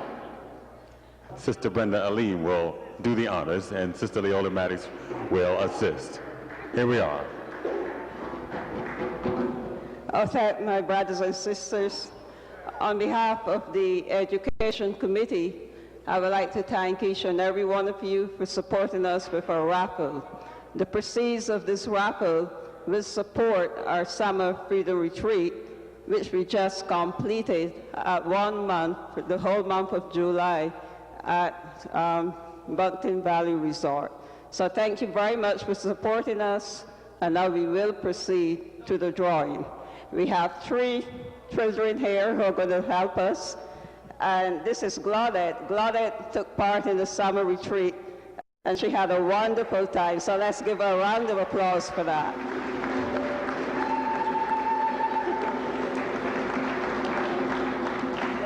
And this is Claudette's sister, and I know her mother and father will be sending her as soon as she comes of age. So let's give her a round of applause too.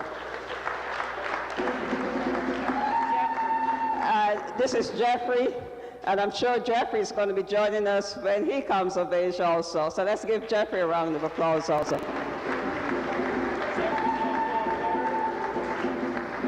We had a great time at the summer retreat this year. It really was great. The children enjoyed it. They really had fun. And we want to thank all of the parents for really having confidence in us and sending the children with us. And we look forward to our next summer retreat and also our Kwanzaa festival, where you will see some of the results of our hard work. So once again, on behalf of the Education Committee, thank you very much for supporting us. Now, Sister Leola will proceed with the drawing. Okay, Jeffrey has volunteered to pull the 3rd prize, which is a web TV. The African image favorably. So, I know that Reynalda Dassel and Otto Freising were considered to be great thinkers. Now, obviously, what they were thinking about is of great interest also, to have them, view African people favorably. I want to kind of shift directions a little and begin to look at, well, before I go into that, the Inquisition, just in terms of what it was. We know it was the defeat of the Moors, but it was the church. Just kind of give a synopsis, a closeout on that, and then I want to look at what that meant to Africa, the rest of Africa. I want to talk about for a while the defeat of the Moors. The Inquisition was set up by the Catholic Church in Catholic kingdoms. It's most often remembered for having had the greatest power in Spain, the Spanish Inquisition. Torquemada, who was in charge.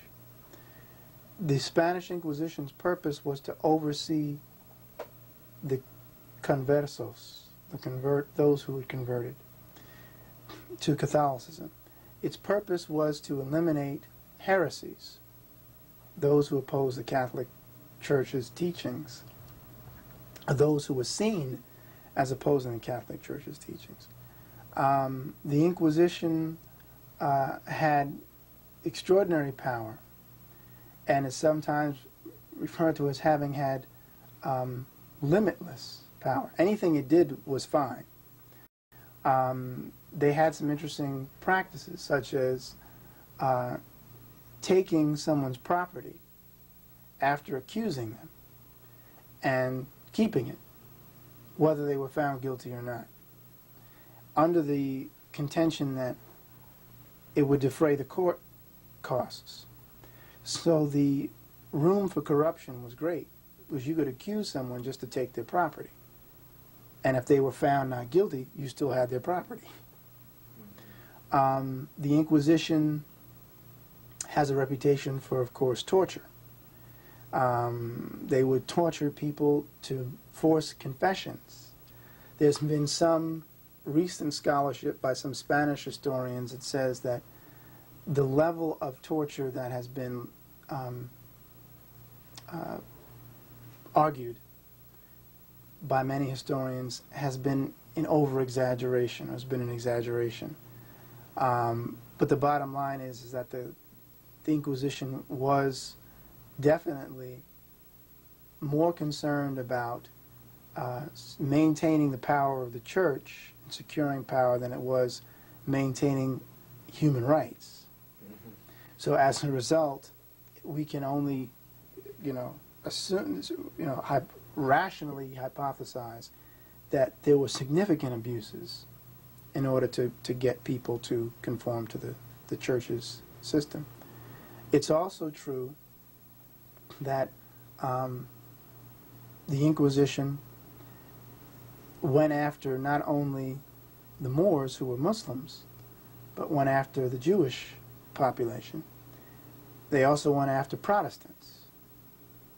Once the Protestant faith starts to emerge in different parts of Europe. And they again resorted to whatever means necessary to subdue those who they saw as a threat, those who they saw as heretics, those who they saw as a danger to the maintaining the power of the church. That's the Spanish Inquisition, basically. And it functions from about the 15th through the 17th century. So it's almost like the mop up after the Spanish, Right. after the Moors have been driven out Right. of Spain. It goes after the remnant. And the reason is because the final what's sometimes considered the final expulsion, the final mass expulsion of the Moors, doesn't occur until 1609 under Philip III, where more than 1 million Moors, Moriscos, are forced to leave. 1609 is 120 years, something like that, after the expulsion from Granada in 1492. So you still have large numbers of Moors who are still living in the country even after that expulsion, even after the conquest of Granada. So 1609, when Philip III removes more than 1 million Moors, that's telling you that there are still large numbers of Moors living in the country.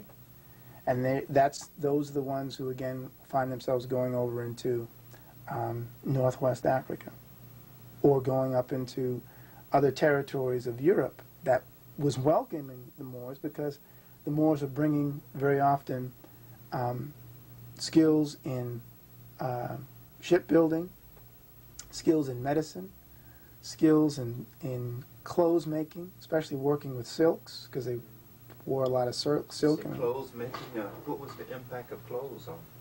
What kind of clothes did Europe have? Well, Europe had, cotton that had been introduced by the Moors. I didn't get a chance to mention that.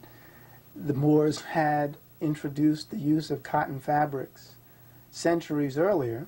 The word itself, cotton, is Arabic in origin. And silk, which was very popular. The Moors were known for wearing silk, so much so that one of the restrictions on the Moors was to not allow them to wear silk, because it was an indicator of their culture, right? They were seen as tantamount to, telling a Scotsman he can't wear his kilt in order to subdue the expression of Scottish nationalism or Scottish culture. So you have the Moors being masters of, master tailors, okay? And those skills they would then carry into other parts of Europe. Shipbuilding, of course, which is very important. Medicine, which is, of course, very, very important, because those who were considered to be the best physicians were typically those who were trained in Moorish medicine. And, of course, those who were Moorish physicians, period. The Moors also are going into other countries which are Protestant, because they're seen as allies. That's why I mentioned the Huguenots. The Huguenots were oppressed by the Catholic Church. The old saying, my enemy's enemy is my friend. So the Huguenots now are welcoming or aligning themselves with Moors because they both despise the Catholic authorities. And the same is true to a large extent then with England, because when Henry VIII breaks away from the Catholic Church, and then one of his descendants, Elizabeth, takes over after her father, and she is a Protestant, and you find large numbers of Moors living in London during her reign. So many, in fact, that there is a request, and it's passed, but it's not followed. There's a request to try to contain the number of Moors who are living in London. That's in 1599. Many also were there because of arrangements or agreements between the English merchants and Moorish merchants, something called the Barbary Company, which is set up with agreements between Morocco, the Empire of Morocco, and the English. So these alliances exist, and the shared attitude is a contempt for the Catholic Church, which was known for being very oppressive, and manifest that oppression in the form of the Inquisition. And the Inquisition, as I say, holds power for quite a few years. It leaves a bad taste in the mouth, of course, of a lot of descendants of the Moors, who then commit themselves to attacking Spain. And it results in piracy. It results in Barbary wars, the taking of Catholic Spanish captives, who were then ransomed in markets all along the coast of the Maghreb, coast of North Africa. Millions of Europeans are enslaved, which is never talked about, customarily. Thousands, over the course of time, are ransomed. They're bought back by different Catholic orders or brotherhoods, or bought back or ransomed by different royal houses, because they were family members or, people who were associated with them, who were trying to get them back. The man of La Mancha, we talk about, and I forgot, his name just jumped. I knew that was going to happen. His name jumped right out of my head. Cervantes.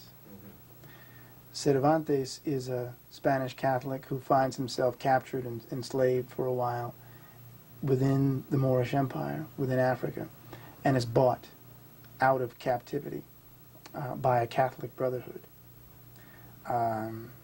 So this is something which, again, it's an example of Catholic Europe having the wisdom to consolidate its power and to protect its own, and putting its money up to do that by saying, if you take a Catholic, we're going to get a Catholic back, we'll buy him back. Something that is not done as universally as is done, universally among the Moors or other peoples as it is among Europeans. And maybe it's because the Europeans understood they were truly in the minority. So they had to consolidate themselves, you know. Whereas the tendency was, again, people just looked out for their immediate own.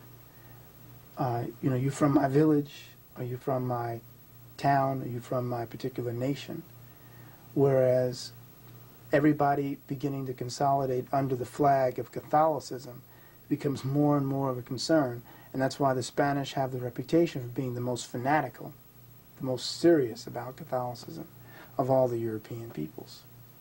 I'm going to come back to that, but because we're fixing to move into Africa and the enslavement of African people, you mentioned Europeans having been slaves by the thousand. Maybe we can give a backdrop so the viewing audience will have a perception or an idea that Africa was not the first enslaved. Matter of fact, this may have been the period of the most enslaved Africans in history. But before that, it was not. I mean, the Arabs enslaved Africans, and we're going to talk about that. But looking at European enslavement of themselves, of selling themselves, even the Children's War. But look at explain the European enslaved period. Well, slavery's been going on for thousands and thousands of years. It's nothing new. The idea of Europeans being enslaved is again as old as Europe. In the case of Europeans finding themselves enslaved in the medieval period during the same time of the Moors, that was also quite common. It was the Moors and other Asiatic and African peoples would capture Europeans off the coasts of places like Denmark, Britain, France, Spain, Italy, Greece, and they would sell them in the markets of Africa and the Near East. They sold them ultimately not by the thousands, they sold them by the millions. The difference is that the emphasis in the historical tradition of the West is now on focusing on the last great enslavement, which was the enslavement of African peoples. The Arabs also, of course, coming from Saudi Arabia, sold Africans, sold Europeans, and sold each other. Every people have engaged in the enslavement of other people for the purpose of profit. Greed goes across ethnic and cultural lines. Insensitivity goes across ethnic and cultural lines. It didn't make any difference. If you were, even the Bible talks about somebody's brother being sold into Joseph, right? So the idea of slavery being, we seem to assume this was something new. Slavery is as old as dirt in terms of, she's as old as man, probably, in terms of someone deciding that they're going to snatch someone else up and make them work for free, or snatch someone up and force them to give up labor that they would otherwise not have given if they had their own free will. And custom has often produced slavery after war. You take your captive and then you put him to work. Now, how people treat the captive is more revealing, I think, than just the idea of having slavery at all. People have often said, and I've had students who will say, well, you know, slavery existed, everybody's been enslaved, which is true. No nation on the earth has escaped the enslavement of at least some of its people. And I agree and say, well, yes. I said, the only thing that I maintain is that the difference in the system of slavery is what needs to be noted. Africans, for example, traditionally enslaved people who were prisoners of war, criminals, debtors, orphans, or wards. And the idea of being a slave meant that I owned your labor. I didn't own you physically. I could make you work, but I could not argue your non-humanity, nor could I tell you you can't wear the clothes that you're accustomed to wearing in your culture, nor could I really justifiably tell you you can't you can't speak your language. Diop talks about the custom among the Moro Naba in Burkina Faso. I think it was some of the old kingdom of Cayor, where he says that even the slaves had a representative in the council. So if you have a situation in traditional Africa which has slavery, where the individual who was enslaved has a representative in the political body, that's tantamount to sending a slave to Washington, D.C. in the 1850s to discuss the conditions of slaves in Mississippi or Virginia. It's unheard of. In the Western mind, you're a slave, you have no rights. John Blassingame, historian, talks about the enslavement of Europeans and how, again, it was done by angry Muslims who were remembering what happened to them under Catholic domination. Talks about how the Spanish, the Italians, the Portuguese were the primary victims. Talks about how, ironically, he says Africans treated the enslaved Europeans better than the Arab Muslims did. Which speaks again about the humanity, and maybe is an issue again of resources in terms of outlook, and clearly an issue of anger, in terms of who you had recently engaged. I just finished fighting you a couple of months ago on the coast of Africa. I just finished looting you. I was formerly a resident of Andalus. We lost our property. We were thrown out of Spain. So the resentment for the Catholic authorities of Spain would certainly have been great. And the desire to go and to fight and to enslave and hurt those who hurt you would be make a lot more sense under those conditions. And there are many references to Europeans being sold in the markets in Salé, in Ceuta, in Tangier, Tripoli, and various other parts of the coastal regions of Africa. And also sold somewhat in the interior. Africans, though, and African Muslims tended not to purchase slaves for purposes of setting up a system, economic system, predicated on slave labor. Slaves were customarily taken as symbols of power and done for reasons of honor.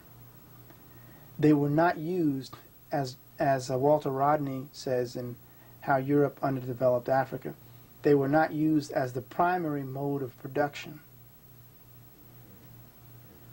So even as millions over the course of years and years, even as millions, perhaps 10 million, over the course of 5 or 6 centuries, millions of Europeans being enslaved didn't result in them being the primary mode of production, so that the whole social, political, and economic structure had to be predicated upon the maintenance of slave labor. But we got to keep capturing and bringing people in here to run this system. And it was more difficult, of course, to do also with the Europeans, as Europeans sought to improve their own power base. Because as I said earlier, what did they focus on? Military technology. They were creating a condition by which fewer and fewer Europeans could fall victim to slavery. And what was the unifying factor? Catholicism. Christianity, essentially, becomes a great unifying factor. It was true for a while also in the Islamic world, and will be true again later, and certainly it's a periodic thing. But the Catholic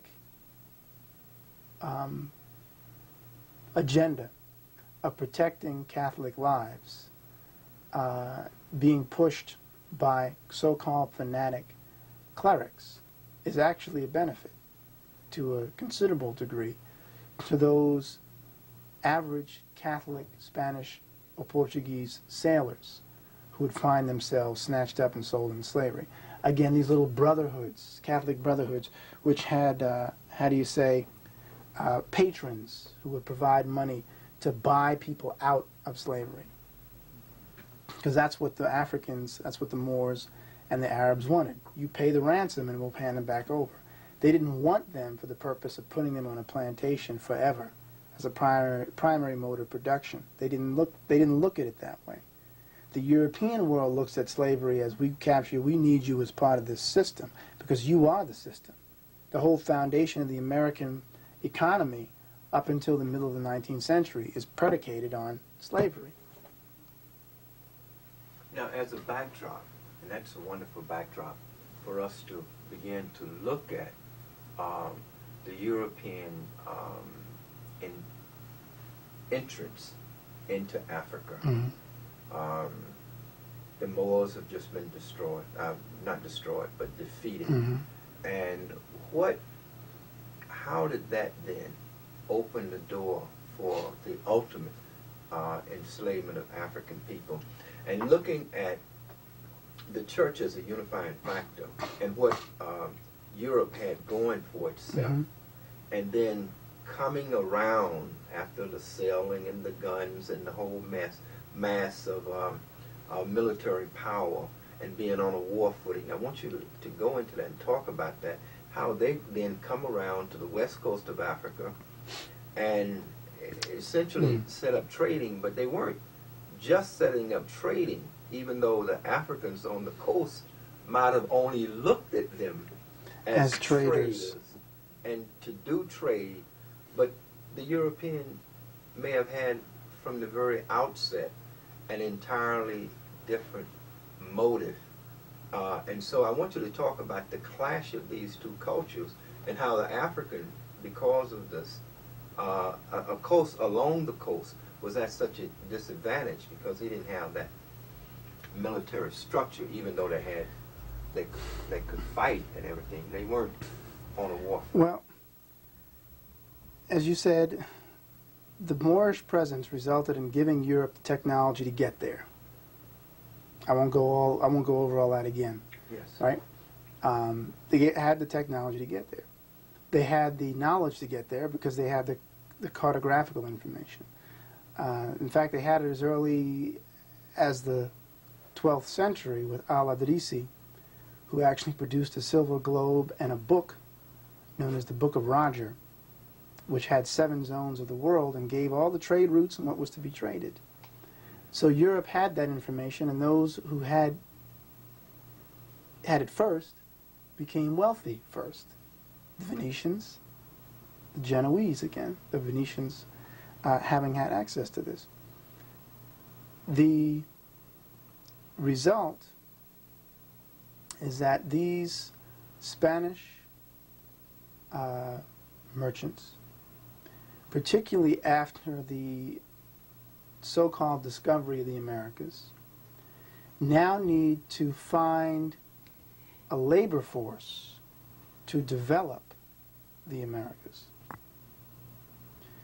The labor force at first is the Indians, but for reasons that involve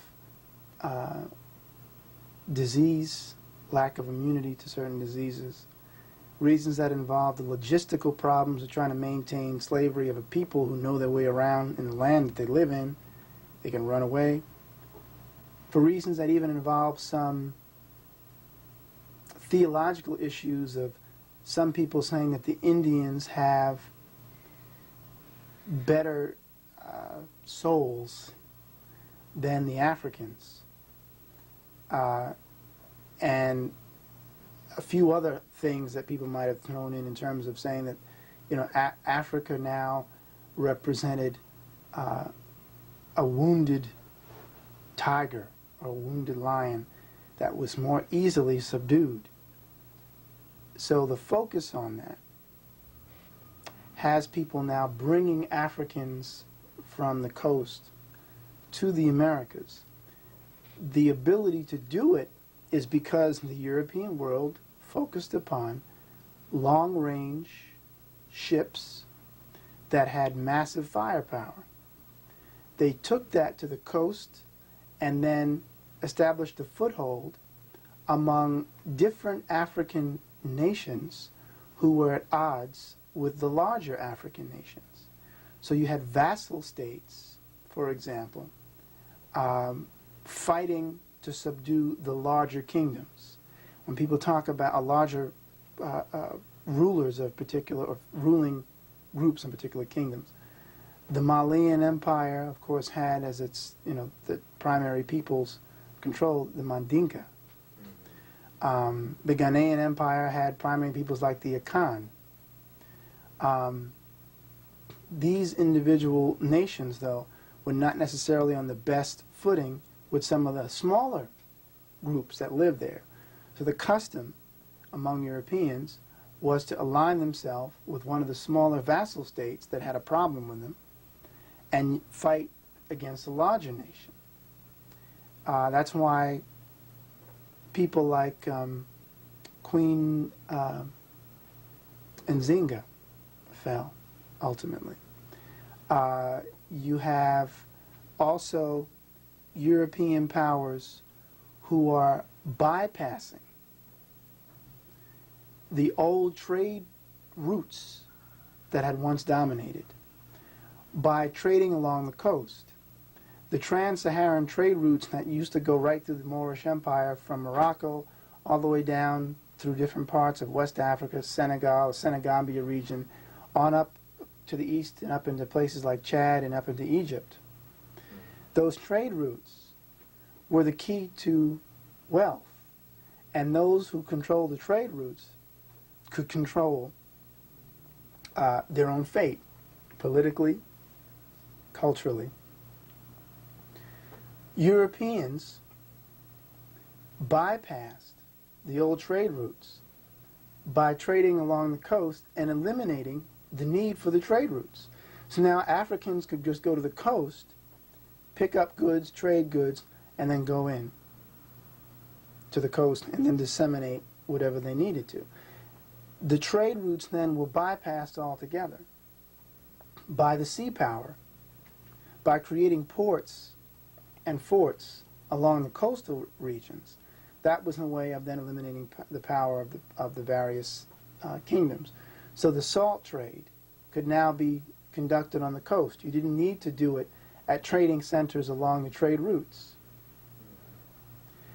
The cowrie shell trade, that was so important, is taken over by the Portuguese. The salt trade is taken over by the Portuguese. Where are they bringing it? Where are the Portuguese getting the salt? They're getting it from other vassals who are vassal states, vassal kingdoms, who are just bringing it in from the interior right to the coast and giving it to the Portuguese. And then the Portuguese take it to another part of the port, another port, and sell it to other Africans. Okay, now I begin to see. Which means that they're bypassing the existing system, economic system. Because what you have happening is tantamount to countries coming into the coastal United States and saying, we'll sell you cars that normally cost you $10,000 for $4,000. And so you go to the coast and buy the car, and what happens to the whole structure that was already in place, that had been maintained for however long, to keep people employed and to keep the economy strong. So it begins to whittle away at the economy. It begins to whittle away then at the political structure, because now people are raising hell around what's going on. But if you can't do anything about it, if every time you try to go to the coast to stop it, the people take off, or they're fighting or whatever, they're firing on you, you're increasingly helpless to prevent it. And so it continues until you lose power. So the Europeans will fire these cannons, and they got guns, and they are stable. Yes. Well, the Europeans are emphasizing military might to allow them to maintain control of whatever they want to trade by bringing it to the coastal areas, and there are always Africans who are willing to get a bargain. It's the law of economics. Come to the coast and trade with the Europeans who set up trading routes along the coast pick up all the goods and trade along the coast and collapse the economy Right. from the inside. Right. And so then you get more chaos Exactly. in the interior of Mhm. Africa. Okay, please continue, Mhm. because I hadn't quite saw that. Yeah. And then what also, of course, happens is as the chaos increases, what are Europeans increasingly requesting? Because they need labor. They're requesting captives. You want certain goods? Give us some people. So now Africans are increasingly turning to taking African captives to bring them to the coast to sell to Europeans, which means they're draining their population. And the means to survival is now increasingly based upon who owns guns. Interior Africans are not producing guns. Moors in the northern parts of the country do, and this is one of the things that I say is that the Moors are able to withstand the encroachment of Europeans longer because they did begin to emphasize a little bit more military technology because they saw what was coming. But of course, who would know better how to fight a European than Moors who had lived among Europeans for how many centuries? So they knew this is what they had to do. Africans in the interior didn't know what they were up against. So the Moors are saying we need to make more guns, more arquebuses. We need to develop a more militant society so that we can protect ourselves. The marabouts, or the marabouts, are the frontiersmen. These are Moorish soldiers who sought to protect the frontier from Catholic encroachment, because the Portuguese and the Spanish and others were invading Africa to try to secure control, and these, if you can call them elite groups of Moorish soldiers, who were also like Moorish soldier priests, are there to try to defend, and not try, were there to defend as much as they could the area of the Moorish Empire from being overrun. But further south and in the interior, those African kingdoms are not as successful because they don't know, and I just put it that way, they don't know what they're up against. The Moors knew because they had been engaging Europeans for centuries, the Catholic Europeans for centuries. They knew what they were facing. They knew increasingly that they couldn't necessarily trust certain folk, whereas many Africans in the interior, again, did. Greater degree of naivete because of a different value system, different worldview. They did not know who they were engaging. I wish you would talk about that value system for a moment so we'll get a perspective on the value and the culture, and just to propose that to the European in the Americas needing land, and did he actually set up a planned system? Did he really know what he was doing when he began to collapse? Was this a part of the plan? Talk about that. That is a good question. And I'm not sure I can answer it. I don't know if the ultimate end was no. I would even say, what I would say is no, because it took centuries. And unless there's some European who's 600 years old who was directing traffic, so to speak, the idea of that, you know, like the Emperor or something in Star Wars, you know, I would say that it was just a manifestation of the value system that had been passed on generation after generation, and the need to consolidate power because of an awareness of being in the minority. Kind of Cresswellsian concepts there. We know we're in the minority, so we know we better unify. We know that we are outnumbered, so we know we have to be a little bit better organized in subduing these folk who outnumber us. We know that we have limited resources, so we have to, if we're going to thrive, get somebody else's. We know that if we're going to maintain someone else's resources, we have to be really insidious and slick and create a structure that will be able to maintain itself over time, even after I'm gone, so that even I may be the administrator, but after I'm gone, I want to make sure something's in place that those who come after me will still have something in place that will allow them to maintain domination, because they'll still be in the minority. So that value system, which is among Europeans, is juxtaposed or contrasted with Africans who look around them and see nothing but resources, and who look and take the resources to some degree for granted. If you don't like a situation, you pick up and you leave and go further in the interior. The richness of the resources affects the attitude towards themselves and towards others. And the result, I would say, and this is Diopian, is that the European world becomes more materialistic. The African world becomes, or is, less materialistic. And when the two clash, you have someone who's naive in terms of so-called, business arrangements, and someone who is real slick in acquiring what you have because they have to. You have more to lose, I have more to gain. So I'm gonna think in that fashion, and I may take greater risks to get it too, because I need to, because I got to survive.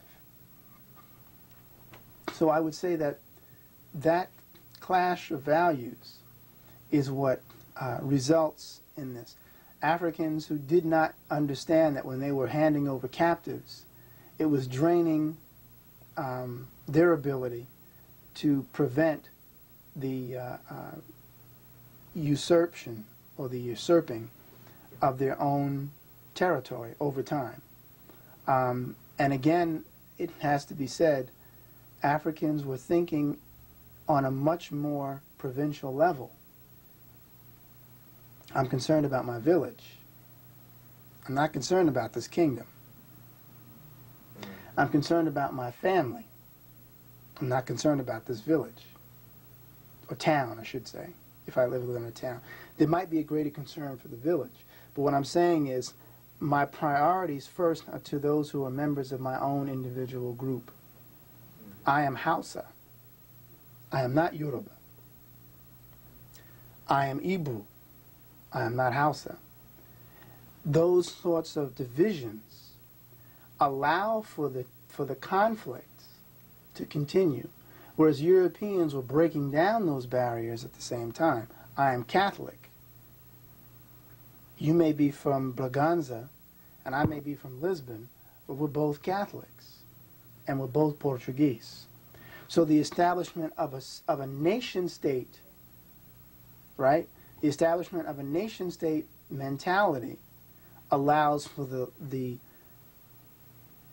greater ability of the European world to operate cohesively, while the African world is fragmented. The African world that fares the best are the Africans who are unified by a singular religion. Hence, the Muslims, hence the Moors, are able to prevent greater incursions for a greater period of time. Because many African traditions are very provincial. Religious traditions are provincial. We have our own unique gods and concepts that's right here. Your viewpoint is not mine exactly. There may be a commonality in ancestor veneration, but I don't know your ancestors. I'm worshiping my ancestors. You're worshiping your ancestors. The link spiritually is not as great as if there was something tying us together. I'm a Muslim, you're a Muslim. You believe in one God, in Allah, I believe it. We pray the same. We share a common worldview. That essentially exists, while at the same time I probably still venerate my ancestors. But that's secondary. So I venerate my ancestors, but I'm still praying to Allah.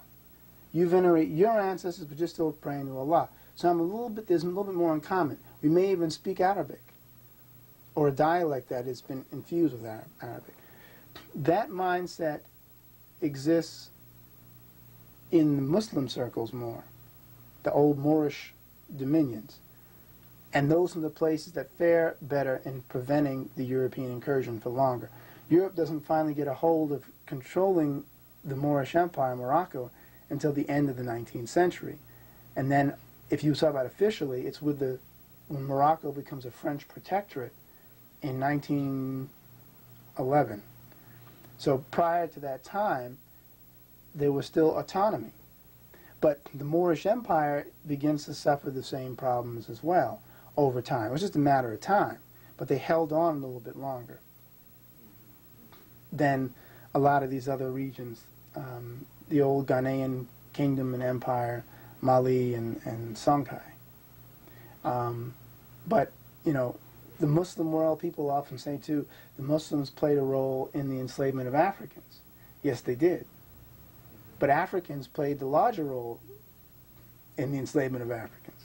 Well, let's talk about the Muslim enslavement of Africa, because Dr. Clark often says that had it not been for the Muslim slave trade, Africa would have had a better chance and perhaps would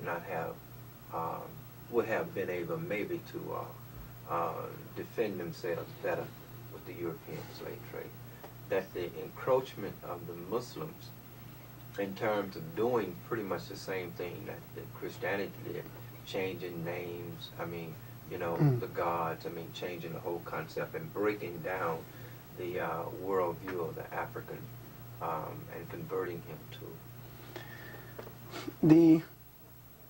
The spreading of the religion of Islam in Africa is largely done through trade, and then is largely done through appealing to the rulers of African kingdoms.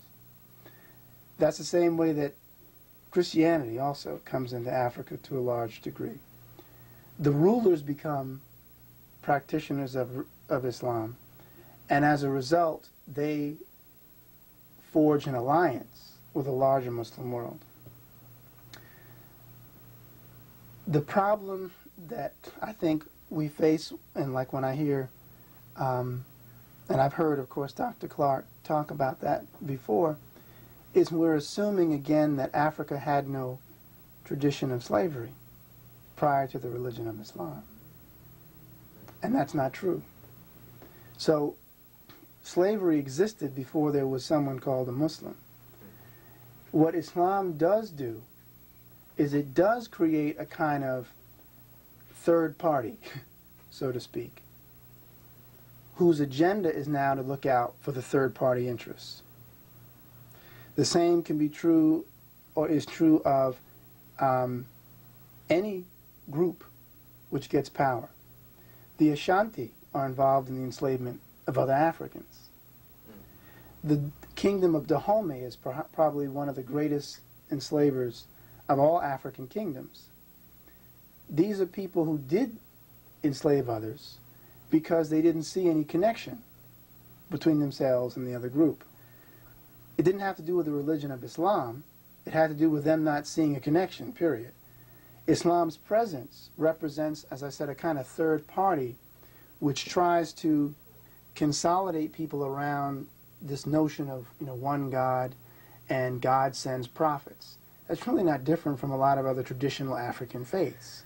The Yoruba talk about Olodumare as one God, and yet there are different orishas or gods, mini-gods, if you will, that exist within it. The problem is that most people were not looking at the cosmological links or the parallels. They were simply manifesting a very simplistic understanding of their faith. And they did it at a time that was very difficult to get, to get away with, because the European world was on the march. And the European world was consolidating itself, while the African world was increasingly becoming more of a cow to be milked by an ascending Europe. And what I mean by that is, if you remember Mansa Musa, Mansa Musa begins to really get what might be considered undue attention by displaying the wealth of West Africa. Rex Melly, as he's called. Yeah, talk about that and how he brought that. Right. Mansa Musa goes to Cairo on his Hajj, brings something like 80 to 100 camel loads of gold, distributes the gold throughout the journey, and when he gets to Cairo, in Egypt, distributes more gold. People from Southern Europe, people from near Asia, and of course Africans are all conscious now of the great gold wealth that this kingdom possesses. And it puts him now at the forefront. And when I said before about King of the Hill, all of a sudden everybody now knows now that you're the one with all the goodies. People don't have it and now pursuing you. So now you've got all this attention. It's like the guy who comes out of the bar with the check saying, I just won the lottery. And he's walking up the street waving it in the air. Now, that isn't to say, and doing this as he walks past brigands and thieves. Obviously, he's going to get a whole lot of undue attention. And that isn't to say that Mansa Musa should be condemned. I'm not condemning him for his generosity. That's the African way. Distribute the wealth. But what I'm saying is that it was just bad timing, okay? Because it was at the same time that the European world was on the move. It was ascending. And it was at the same time that the European world had acquired the ability to extend itself as a result of their tutelage under African Muslims, under the Moors. So the timing resulted now in them saying, this is where we got to go. We got to go in here and get this stuff, get these goodies. And the chaos that ensued is more complicated than just saying that it was the fault of the Muslims who were part of the enslavement trade. The Muslims are part of the enslavement trade just as traditional African faiths were part of the enslavement trade. To me, it's ridiculous. And with all due respect, and I'm not saying Dr. Clark was ridiculous, but I think it's ridiculous if we think that it's very simple to just say this was the result of the Muslim presence. Did the Muslims contribute? Yes, they did. Did other individual African peoples contribute because they had their own provincial interests? Yes, they did. So it's not a case of saying that the Muslims did something that others hadn't already done. The only difference is because Islam was a religion that crosses ethnic lines, it becomes, it's bigger. You generally didn't have a Hausa becoming Yoruba, right? You generally didn't have Igbo becoming Hausa, or Ashanti becoming Kikuyu. What I'm saying is those were your ethnic roots with your own culture, your own spiritual practice. Islam is different because it's unifying different ethnicities under the banner of one faith, which then means that this faith is going to act out its own interests as a faith. But it's not that, Muslims said we're out to get let's face it, the vast majority of Muslims in Africa are Africans. So Africans were doing what Africans had always done, serve their own interests. Unless what? Unless they were more conscientious about what the result was of their actions. So self-interest. It goes on. Europeans do it. Europeans didn't, at one point, Europeans didn't care if another European was enslaved. I'm a Spaniard. What do I care about you as an Englishman being enslaved? In fact, you're an English dog as far as I'm concerned. Right? And the English are saying the Spanish were, low lifes or pompous or whatever the case may be, so they didn't care about the Spanish. So if they could, you had English privateers selling Spaniards into slavery to Africans. You had, if they could, Spaniards, and they did it often, handing over English captives to be sold in the markets of Africa because they were looking out for their own self-interest. But what was happening was that Christian authorities, Catholic powers, were working more and more to eliminate such practices and saying, look, we're all Christians, we gotta stop this. We're all Catholics, we gotta stop this. They did that, and they were able to do it because their structure required it. They were also smaller. Africa's vast. It was harder to establish that kind of a unity. The Moors tried, and you find examples of that at different points. meaning I find examples of envoys, agents, representatives of Moorish imperial power trying to tell people, look, we need to serve the interests of the state. You can't simply just do whatever you want. Do you realize that the Catholics, as they say, or the Christians, Europeans, those two terms were synonymous, are right on the coast. They're destroying the infrastructure here. You're going to lose all this. We're losing control. Look, I'm going back to my village. I don't need to worry about this. So the idea of not being able to see the big picture was more apparent, as I understand it, in the case of Africans who didn't know. That's why people can talk about slavery. Did Africans know what was happening to those who were being sold into chattel slavery in the Americas? No. They didn't know. They assumed that slavery was going to manifest wherever they were sent the way that it manifests there. Yeah, we own your... Talk about that, because that's important for people to get a concept of why they were kind of nonchalant or blind or didn't Right. take the real interest. Africans who would hand over other African captives did not know, for the most part, what was happening to the people that they handed over.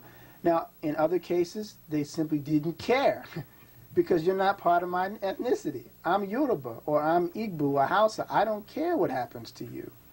But beyond that, they assume that, well, it's not that bad. Look, part of my family was the slave to this person. We got out of the slave. In fact, this person was a slave, married daughter of his master, so to speak.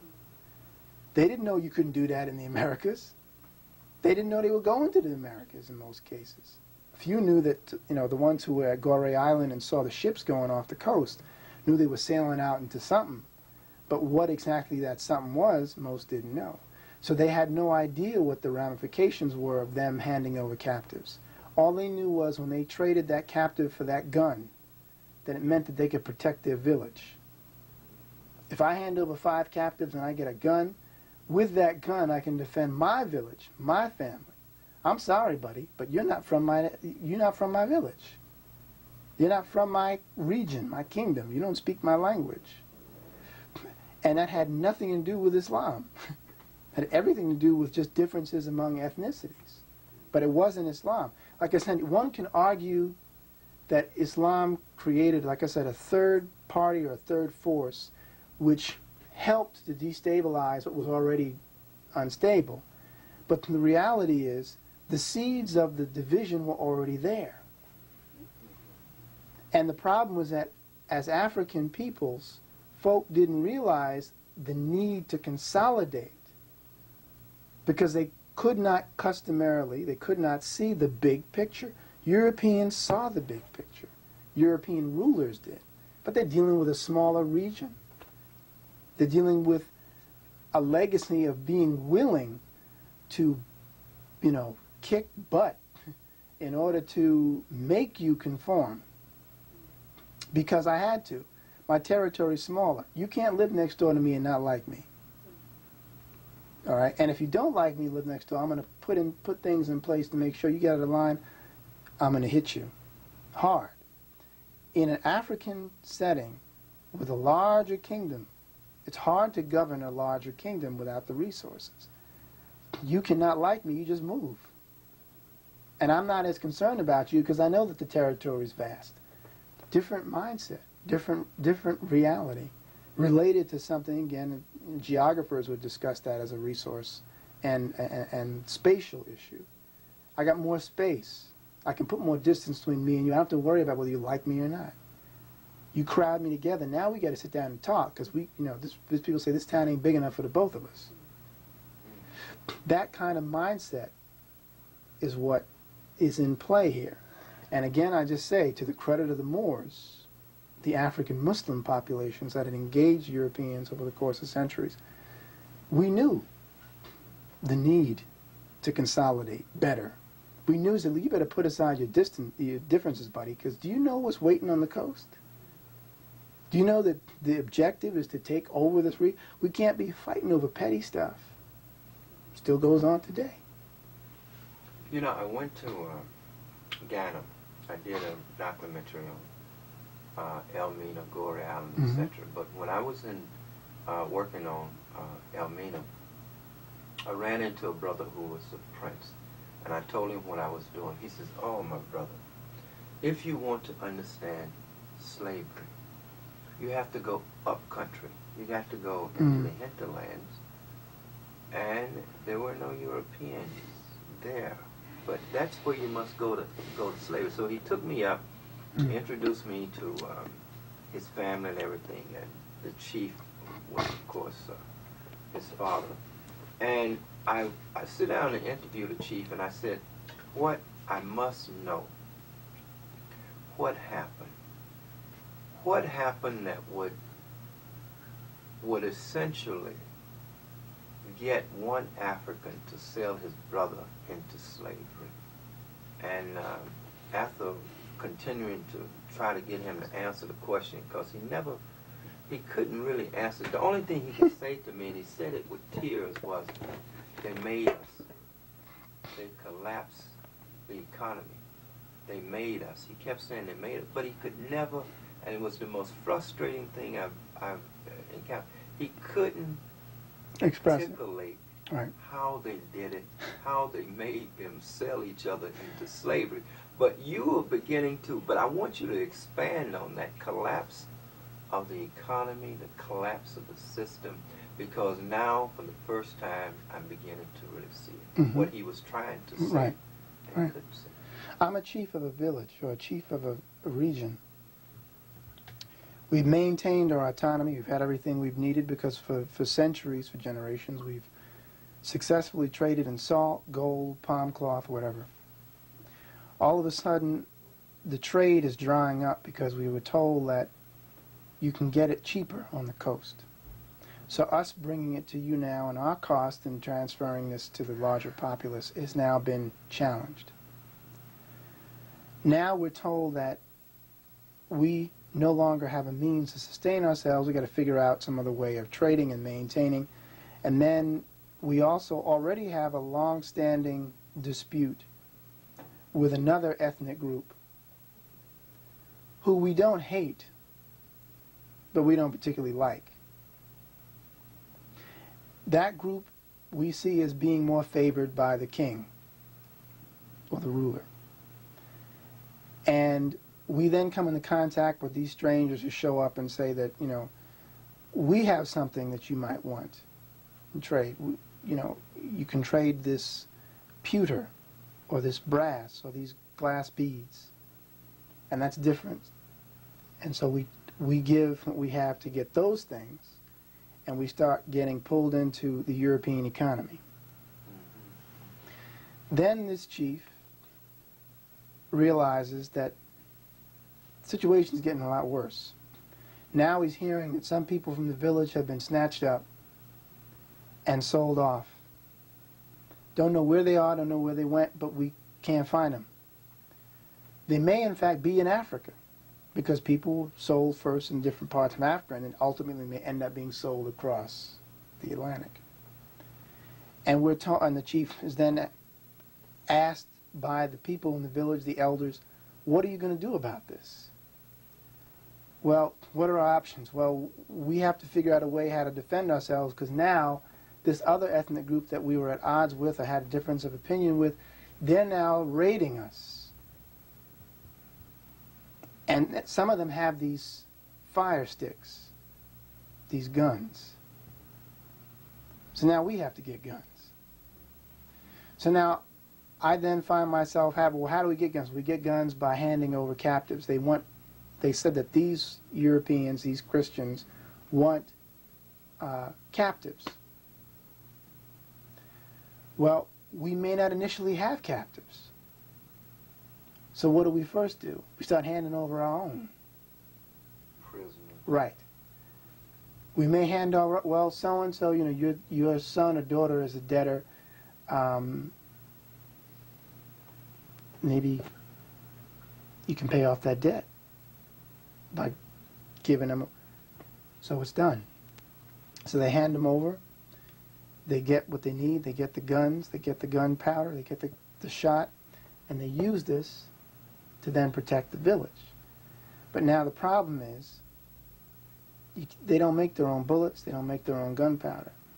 Europeans show up again and say, well, you need guns, you need bullets now, you need gunpowder. Where are you going to get it from? Well, what do you want? You know what we want. We want more captives. So you say, oh, well, what are you going to do? So you hand over more captives. Now you're caught in the vicious cycle. And you're doing it to protect the village, but what you're doing is you're either giving up your own directly, right? Or you are inciting more division between yourself and the surrounding ethnicities because you're snatching up other folk.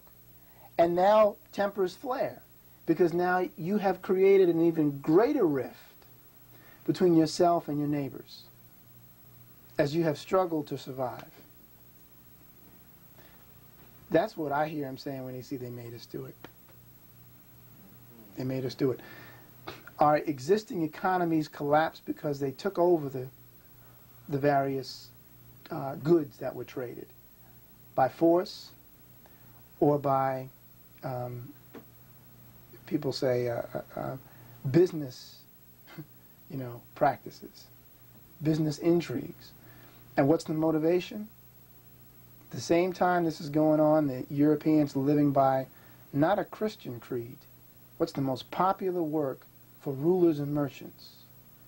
The Prince by Machiavelli. The Prince who says the ends justify the means.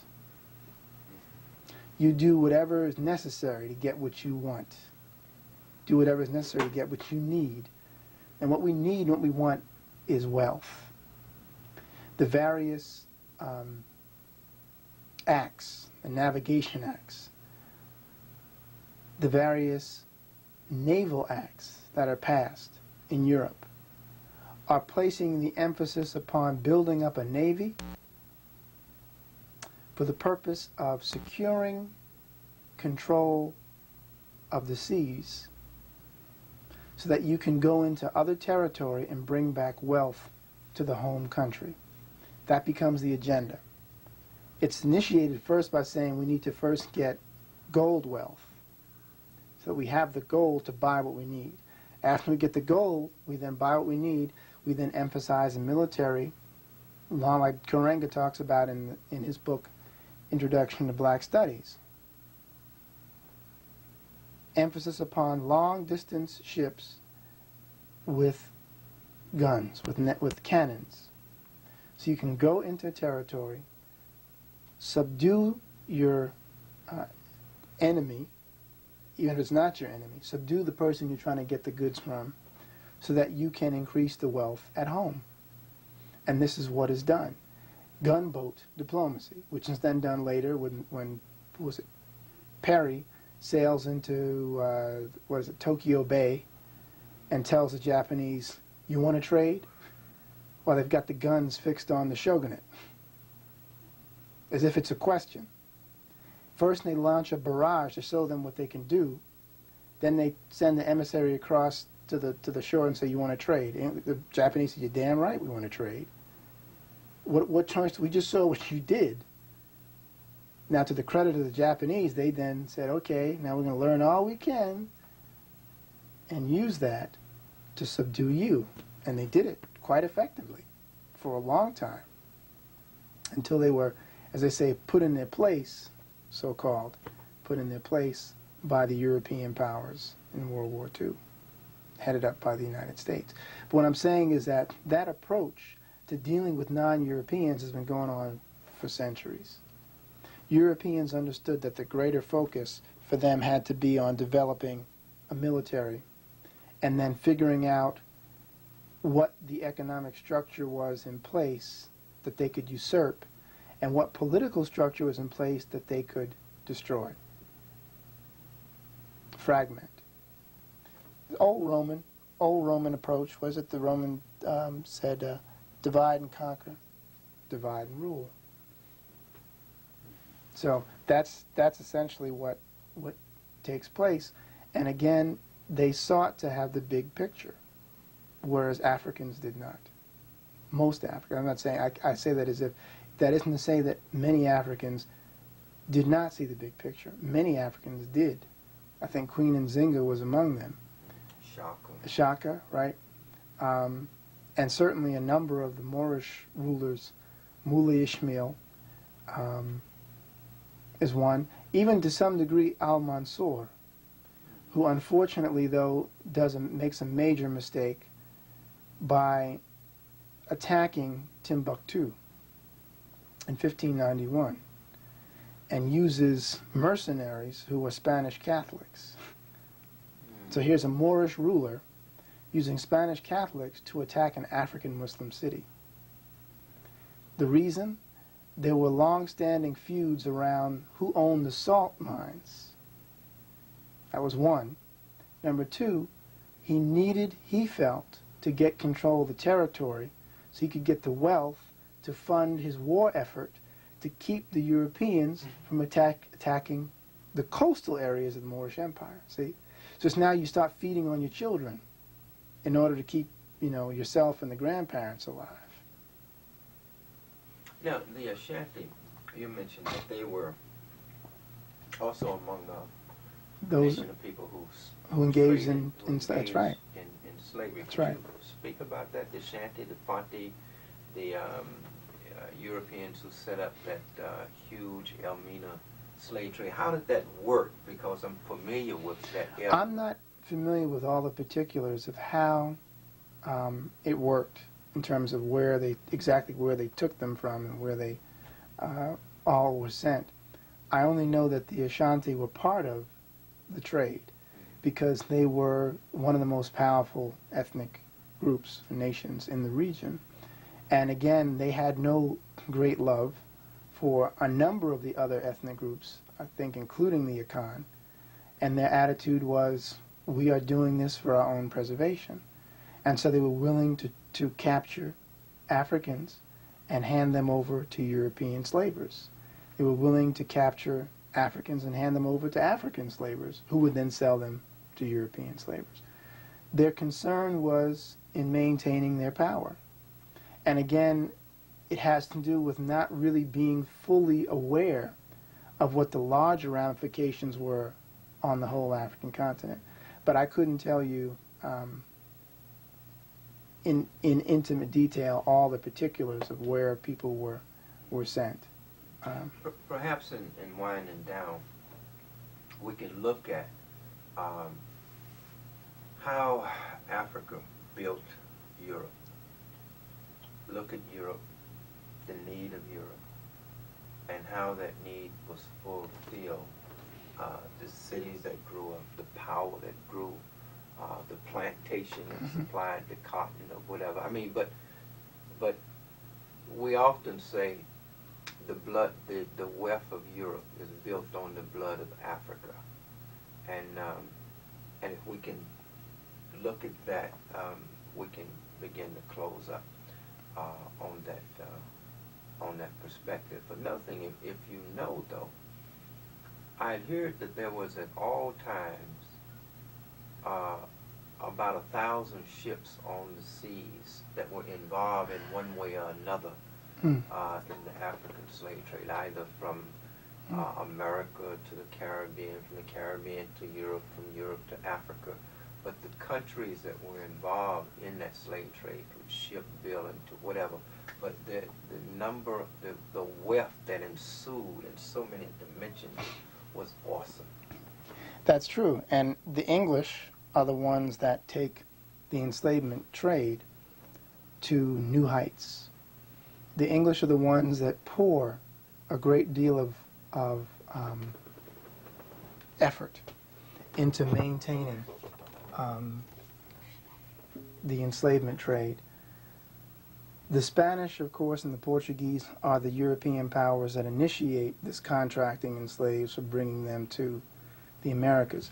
The English pour considerable resources into the process and make it more productive than the Spanish.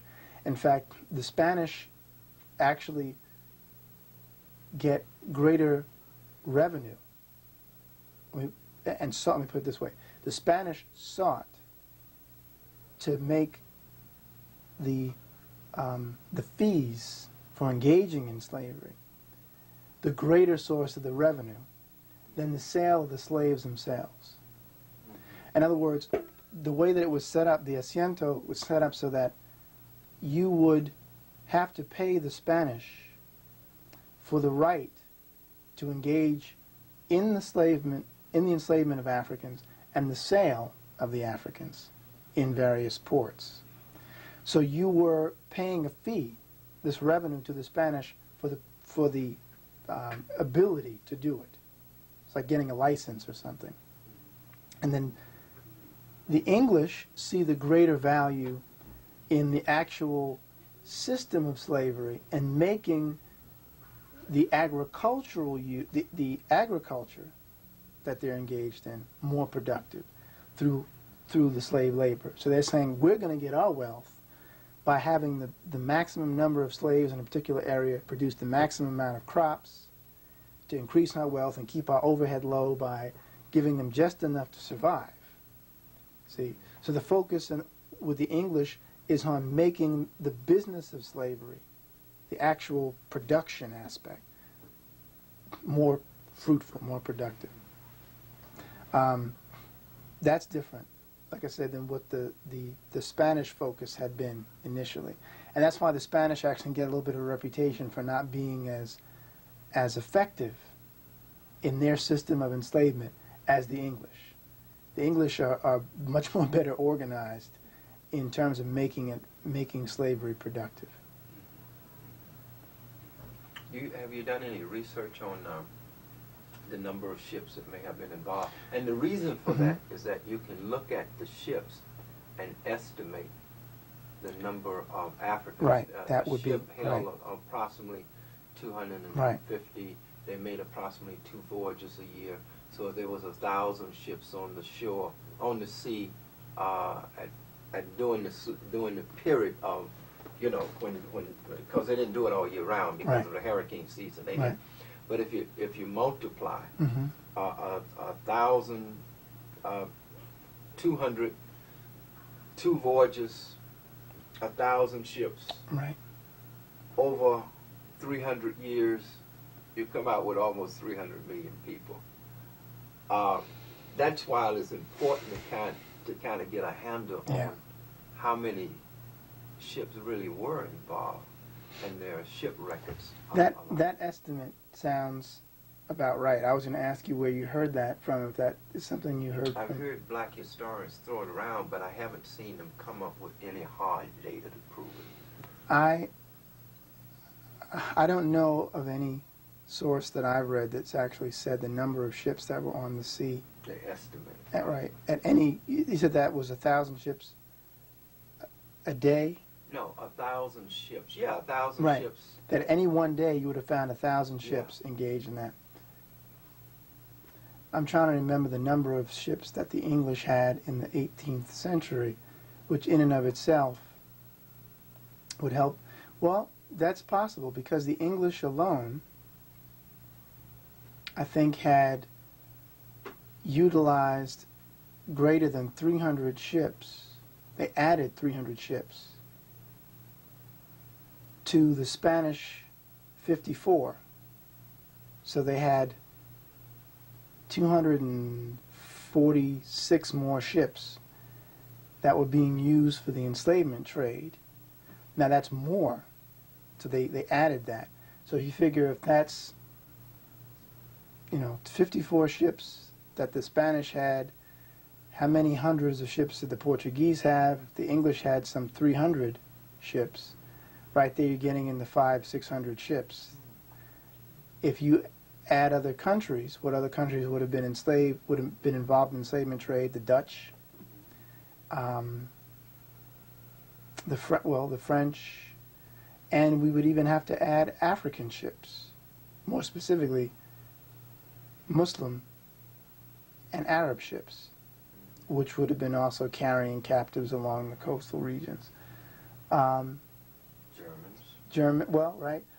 Germany was not. Well, Germany didn't exist as we know it today. There was no Germany. There were Germanic kingdoms. But you would have had some Germanic kingdoms involved in the enslavement trade. Some of the Swedes and the Swiss were involved in it. But like I said, the lion's share was the English and the Portuguese, right?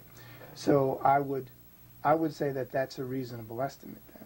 I'd never actually thought about it the way you just put it when you mentioned the 1,000 ships, but that makes perfect sense to me. Now, we added that up, and that at two voyages a year, at an average of 200, some ships have more, but we took the low figure, 250 people, Africans per ship, 500 per ship per year, times 1,000, and then multiply that times 250, say 250 years. You come out with over 200 million people. We cross-reference that with the slave dungeons. Right. In Ghana alone, there are 40-something slave dungeons along the coast of Ghana.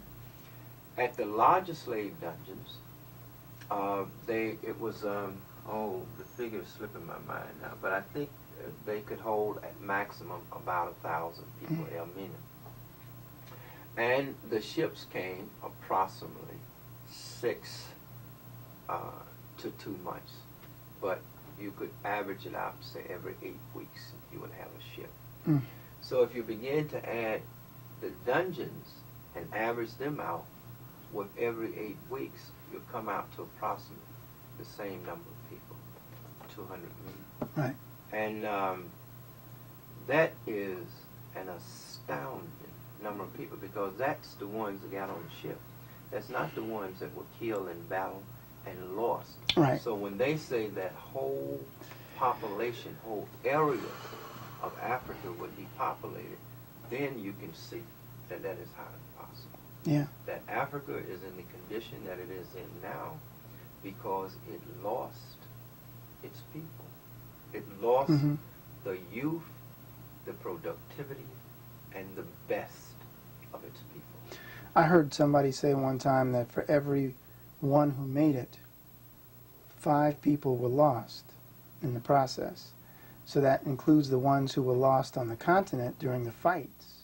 The fighting took place, as well as the ones that didn't make it because they died during the Middle Passage.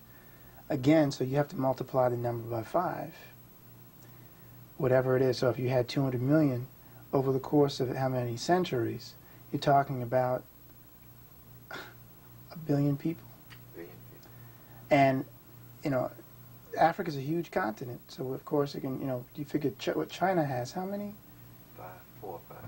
Well, no, 1.5 billion. Oh. 1.5 billion people, right. Right, China. I'm giving China all the people. Right, that's right. China has 1.5 billion people, I think. So you figured 1.5 billion people. 1 billion people were lost, presumably, over the course of those number of years, as a result of the enslavement trade. Not at once. You know, people say, that's a lot. You got to be kidding. Over the course of centuries. That's amazing. And seeing what people get confused at, they say, well, you know, it couldn't be because after emancipation, during the time of emancipation, there was only 4 or 5 million slaves in America. But that's how many was in America at that one particular time. But you had 300 years or 200 years of people dying every day. Exactly. Of every day. So you can't just look at the... And that 4 or 5 million was actually only in the United States. I'm not even talking about Central and South America. And it was only 4%, I think, came to America. 38% was in Caribbean. No, in Brazil alone. No. I was going to... Well, yeah, 38%. You're saying the majority were in Brazil or in South America, right? Because that's where the largest population of African people are outside of the African continent. Yeah, the majority of all of them went there. But they were dispersed throughout all of the islands. So we had 4 million here. If you add them up, you had 100 million Africans in America at that time. That's right. Throughout the Americas. Brother Bay, this has been a marvelous and wonderful interview, and we cannot thank you enough. Your information, I think, has been extremely clarifying, and we just thank you. Thank you. We thank you more than you ever know it. I think people around the world who get a chance to view this program will be blessed and enriched by your work, your research. And again, we want to thank you very much. There's always too much, and I say this, you know, they have a saying that speaking of the devil, well, that's not really a correct saying, but let's give them one round.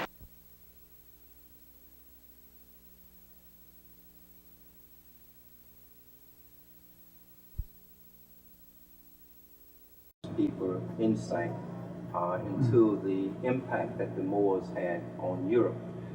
Dr. Bay, if you would begin by giving us some background of both the Moors and the Europeans and kind of a time frame that we may begin and progress through this dramatic period of history. Well, generally when we talk about the Moors, and I should say that I appreciate your introduction referring to me as a world authority, I can only say that I've spent a little bit of time, about 12 years, researching the legacy of the Moors, the history of the Moors. The Moors are a somewhat difficult topic because there's so much confusion around the identity issue. And the reason for that has a lot to do with the presence of these people in Europe. And they play such a profound role in the history of Europe that to allow them to be recognized as an African people would result in the alteration of the West's image of itself. The Moors are recognized by most historians as having been a predominantly Africoid, African people who entered into the Iberian Peninsula of what is now Spain and Portugal in the 8th century from northwest Africa. And these peoples spoke Arabic, various Berber dialects from the continent of Africa. They brought into Europe not only their own cultural attributes of being Africans, coming from various parts of the African continent, parts of what's called the Maghreb, Northwest Africa, West Africa, but they also brought much culture from areas of Asia, because as a Muslim people, they were carrying the accoutrements of ancient Persia, China, India, parts of the Asian world that had either been Islamicized or had been in extensive contact with the Islamic world through trade and or conflict. So the Moors represent an African people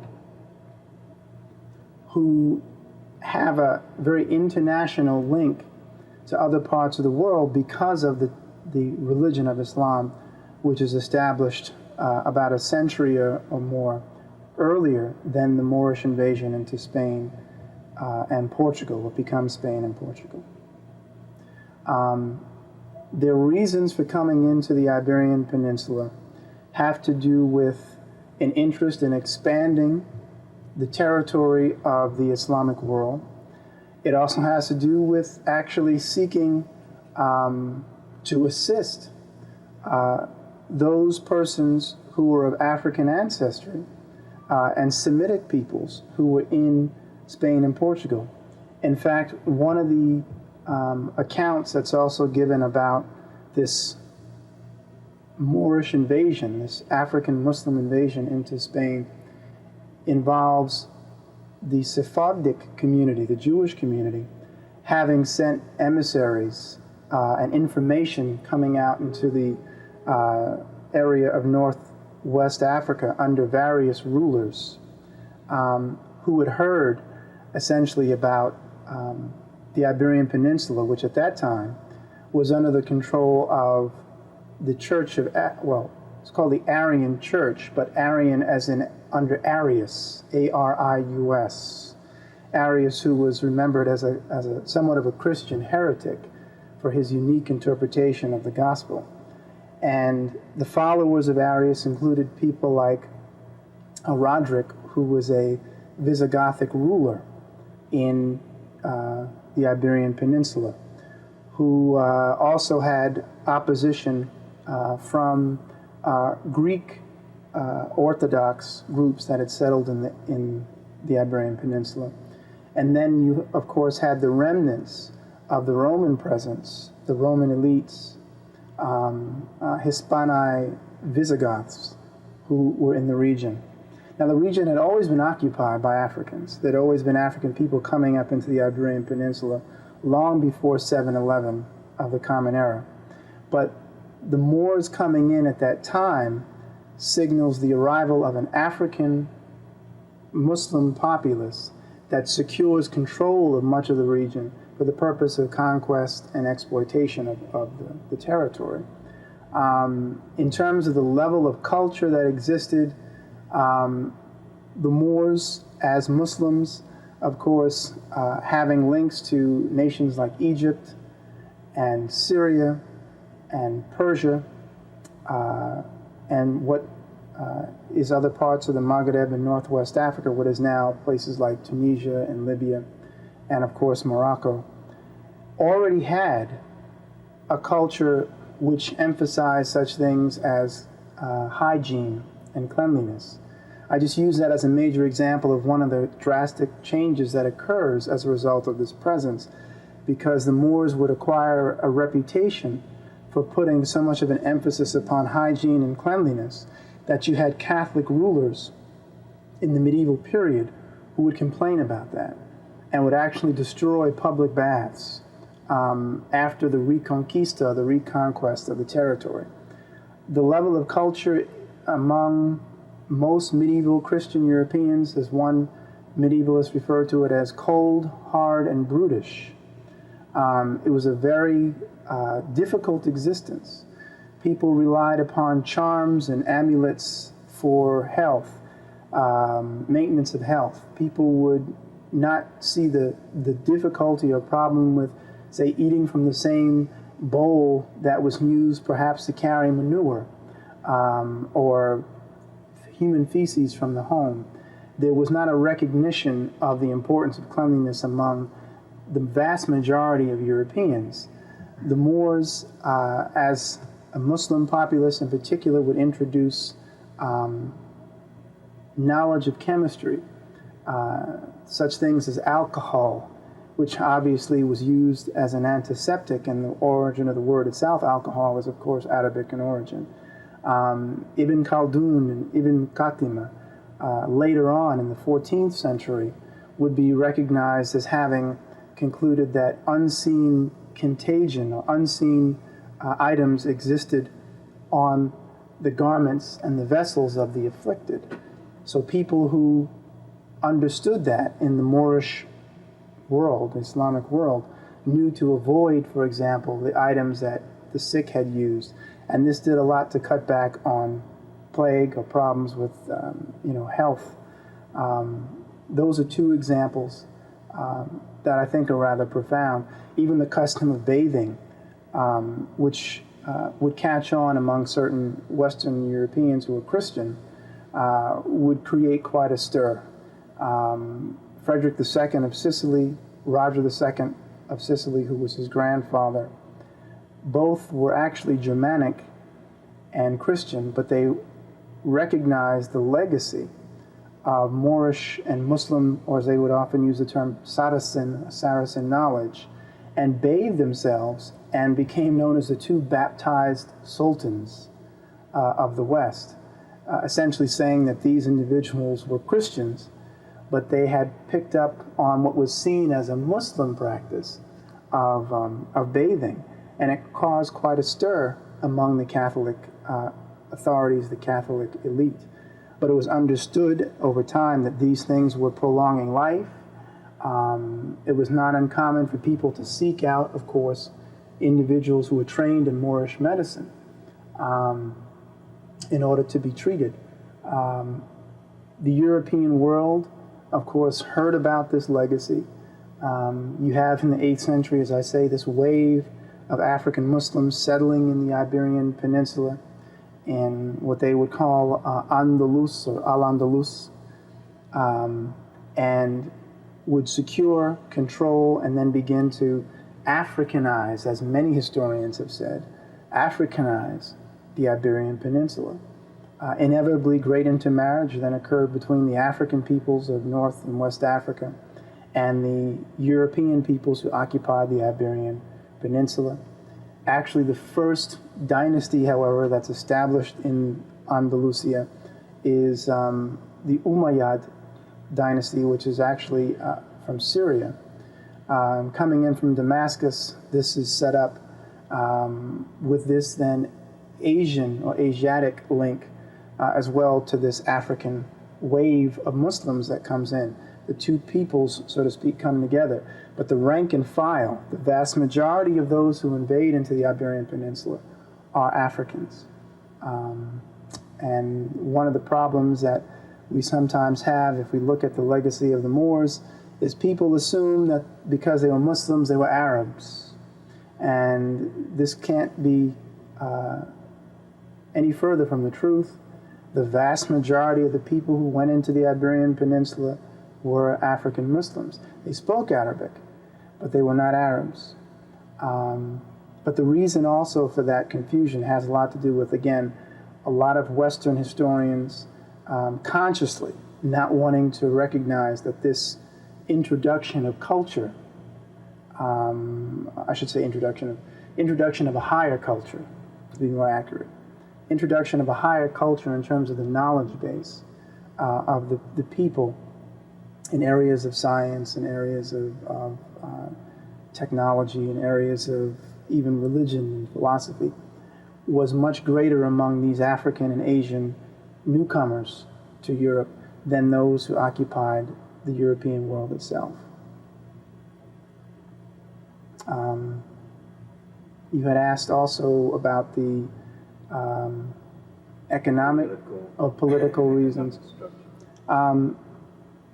Because the Moors were Muslim, the structure was essentially governed by Islamic law or Sharia. But the African Muslim interpretation of Sharia or the religion itself was much more eclectic. And Diop would often write about how Islam in Africa typically has represented a living religion, something that is not static and that has become, it's dynamic, it's changed, it's adapted. And so even though you had a structure where you had an independent Umayyad emirate at first, an emirate after emir who was one of the rulers, and then there's the caliph or the caliphate who was both a political and a religious leader. You have this dynastic control, the Umayyad structure, replacing the old Catholic, Arian, as in Arius, and Greek Orthodox structure that had been in place prior to that time. And one of the things that people said during this era who occupied the Iberian Peninsula, from the medieval sources that we have, one source is Christians and Moors, which is a primary source, collection from the 8th century through the 15th century. And it's edited by Colin Smith. And it talks about how most of the Christians, the Catholic occupants of the country, saw themselves as being oppressed by the lords or the burgesses, those who were in positions of power. who were coming out of the Catholic Church, who are linked to the structure that was left in place after Rome fell and after the Roman domination of Spain and Portugal, or the Iberian Peninsula, had collapsed. You had something called the Ius Malatractandi, the evil usages. And this was something that was put in place by the Catholic structure, the Christian structure, to really take advantage of those who were poor, the peasants. It basically said that crimes could be overlooked by paying a certain fee. So there were literally crimes that had a certain cost attached to them. So if someone committed a certain crime, they would simply be required to go to the royal authorities and pay the fee for what that was, whether it was theft, rape, murder, or what have you. And it meant that the greater power politically was, of course, not only just in the hands of those who were royalty, but those who were very, very wealthy, or those who held the wealth. The abuses that were seen to be taking place also against the Jewish population, the Sephardim, the Sephardic population, had a lot to do with encouraging people in the Iberian Peninsula to actually go along with the invasion. So that when the Moors invaded under Tariq, Gibraltar, which is named after Tariq, and Tarif, who was actually the primary commander. And when they entered into the Iberian Peninsula, many of the locals, many of the people who were the quote-unquote natives, went along with the invasion because they themselves had been so badly treated by the Catholic or Christian structure that had been in place, the remnants of the Romans and even to some degree the remnants of the Greek Orthodox church residents who lived in different parts of the country as well. In fact, Rodrigo or Roderick, who was the ruler, the Catholic ruler, part of the Arian Church, is, and this I have to say, Arius is not to be confused with Aryan, as in Aryan nations or the concept of Aryans who come off the Eurasian plains. Arius is this person's name, who actually was from Hellenistic Europe. But Rodrigo had allegedly, according to the tradition, taken advantage of the daughter of one of the Greek rulers. And as a result, this Greek ruler is said to have then not only invited the Moors, the African Muslim invasion, but assisted it so that it would be more successful because of his contempt again for the injustices that were taking place within the social and political structure. The Moors replaced this with a greater degree of equality, a greater degree of equity that is not uncommon for a religion which is new. The kind of zealous outlook, the kind of fanaticism that people may associate with Islam at this time was for the most part positive, and that people were trying to set a new and better example for what was supposed to be, eliminating the injustices, that freshness of saying we're going to bring justice, we're going to eliminate the poverty if we can, we're going to eliminate the corruption if we can. That becomes a priority, and it manifests. And so it's not a shock then that within 2 centuries, you have the vast majority of the people in the country now as Muslims, particularly in the southern region of Spain. And this then has an influence on other parts of Europe, because now you have an African Muslim Eastern population on Western soil, on European soil, which is now allowing this information to filter into other parts of Europe. Now, if you have a situation in Europe where the primary focus is on, is on the church, the Catholic Church controls, for the most part, the social and political and economic structure of Western Europe, this is challenged by this African Muslim presence. And as a result, people in Western Europe, in places such as Saxony, and of course in Great Britain, are hearing about this presence, and people travel from all over Western Europe to take advantage of the fruits of this new civilization that is now on European soil. So you have people like Michael Scottus, who comes from Scotland. You have people like Adelard of Bath, who comes in from England. You have people like Roger Bacon, who also studies among the quote-unquote Arabs, as it's referred to in some of the writings, who are essentially Moors, African Muslims.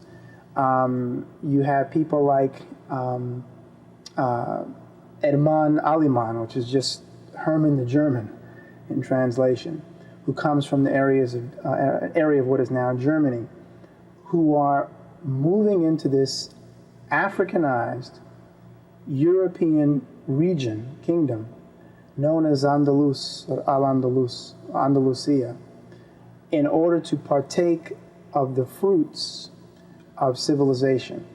You have a system where the Moors set up literally a health system, where they have hospitals known as Baimaristans. And these hospitals have separate wings, and there are people who specialize in different areas. There are people who specialize in pediatrics, people who specialize in ophthalmology. All this information is being filtered out as if in whispers in some cases, and in other cases coming out with great pomp as people hear about this in remote places in different parts of Christian Europe. And as a consequence, the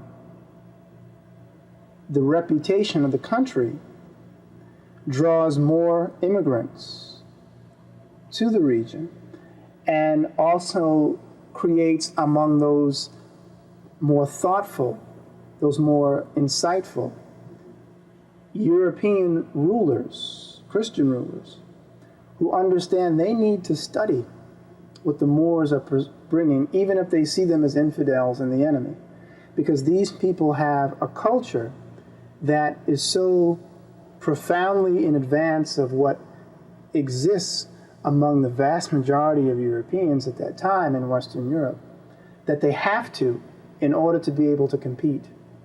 What would be, if I may interrupt, what would be kind of some of the lifestyle and the political structure in terms of the dukes and so forth that we talked about, and how the church in many ways denied the scientific expansion of intellectual pursuit in certain areas like numbers. Right. So if you could kind of give an overview of what Europe...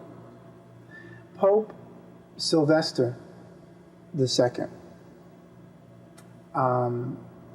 is remembered for having introduced what's referred to as Arabic numerals. And this is after he had studied among the Moors, before he was Pope. As a young cleric, he went into the schools, the madrasas, in places like Cordova, and studied among the Moors, and acquired this information. Now, I'm just giving an example now. I'll move then from Spain, then into Italy, which also is very significant here too. But he's one example. Another is actually the king, Alfonso X, who was a king of Castile. He's a Castilian king who in the 12th and 13th century, and he's not the first, there were others. There was an archbishop, Michael, who actually about a century earlier had done the same thing, and that was to secure as many manuscripts that were in Arabic in every topic you can imagine: biology, astronomy, mathematics, theology, even what people would consider later as psychology, different areas of science and the humanities, in order to translate those texts into the developing Spanish vernacular language, as well as into Latin, and ultimately into the different languages of Europe. He did this and was criticized customarily by papal authorities or church authorities, the Pope, of course, the different popes, because they saw this as inviting trouble. They were afraid that the more that the Catholic rank and file engaged this information, the more likely they would then not only accept the science and the benefits of the technology, but they would then become Muslims, which often happened. And you do have people complaining as early as the 9th century about how Catholic authorities, about how you can't find a young Catholic man anymore who can even write a decent greeting in Latin. Anwar Cheni, who was a historian of Moorish Spain, talks about that in one of his texts called Muslim Spain. This recognition that they were such a threat to the Catholic power base, to the European Catholic power base. So that's an example. Like I said, Alfonso X even sets up a school of translators at Toledo in Spain to improve the speed with which the information could be translated and to improve the dissemination and the accuracy of that. And has at Toledo many scholars who are, of course, multilingual, a lot of Jewish scholars who act as middlemen to translate works, as well as, of course, Muslims, African Muslims or Moors themselves, who are translating the material as well, because people were multilingual in this society, not surprisingly. You have people who are speaking Latin, you have people who are speaking Arabic, you have people who are speaking various Berber or African dialects, you have people who are speaking the various languages of Europe, the French vernacular, and of course, Hebrew. So all of this is being spoken, and what actually is manifesting over the course of centuries is what we know as Spanish, which is then an aggregate of all those languages. But again, someone like Alfonso X sees the value of that, and he's attacked typically by the church for doing it. There's a whole cultural group that emerges called the Mozarabs, which are known for maintaining their Catholicism or their Christianity, but they learn Arabic, they start wearing Moorish or Islamic style attire, and they are then known as middlemen with their own interests.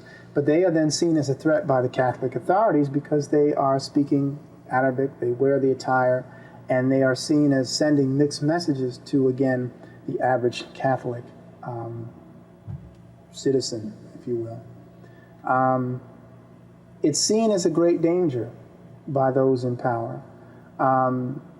If you then go over to Italy, you have schools like the University of Bologna and the medical school at Salerno, which emphasize a great deal of the scholarship of the Moors. Specifically, the University of Naples and Bologna were both established to focus on that. That was their purpose. This is a shift from what were formerly referred to as cathedral schools, which basically just taught people how to be clerics. You learn the Bible. You, of course, would then have to learn Latin. You would learn something called hagiography, which is the biography of the saints. to be able to do that was seen as being highly educated in Catholic Europe at that time, in the medieval period. For the Moors, to be highly educated was, or to be educated, was to be able to know botany, astronomy, Sharia, which is the law, mathematics, such as algebra, which of course is Arabic, the word, and its origins are in the Arabic world, the Muslim world. Others would expand their knowledge by studying geography and geology. You had people who also were then studying various areas of medical science. To have a holistic education was seen as a mandate. To simply know a little bit about one area, if you only knew the Bible, you weren't seen as being as effective in functioning in the society, because you also would need someone who knew something about agriculture. You would also need someone who knew something about mathematics if you're going to set up any kind of structure and building and everything else. All those things are necessary. So from a Moorish perspective, to be highly educated meant that not only did you know Scripture, but you had to know the various areas of what we call the liberal arts, or the sciences. This really is a shift from the old cathedral school style that had dominated Western Europe up to that point. And this is why the Moors, again, is seen as such a threat, because of that. To the credit of the Moors, also to say this, the Moors encouraged discourse and the polemic, the argumentative and didactic debates and engagement with people so that you could improve upon your knowledge base. They liked the idea of having Christians, Jews, and Muslims living together and engaging one another on different topics. So they encouraged, essentially, people to maintain their right to express themselves intellectually. This is why Musa ben Maimonides, who was a famous Jewish philosopher, perhaps the most famous of all Jewish philosophers, is a product of Moorish-dominated Spain. That's no accident. He maintained his Judaism. This is why Thomas Aquinas, who was not living in Moorish Spain, but who studies Moorish texts and documents in theology, partially, it's said in Catholic tradition, to be able to debate and argue against the Muslim position, but also because he saw great value in the writings of Abu al-Walid ibn Muhammad ibn Rushdi, known as Averroes, and was really relying more upon Averroes for his own theological interpretation of Catholicism than his own interpretation.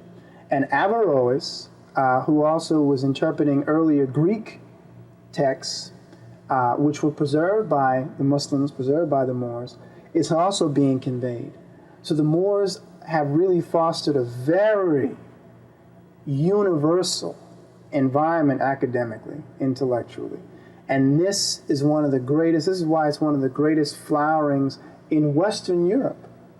The legacy of this is something which will reverberate for centuries.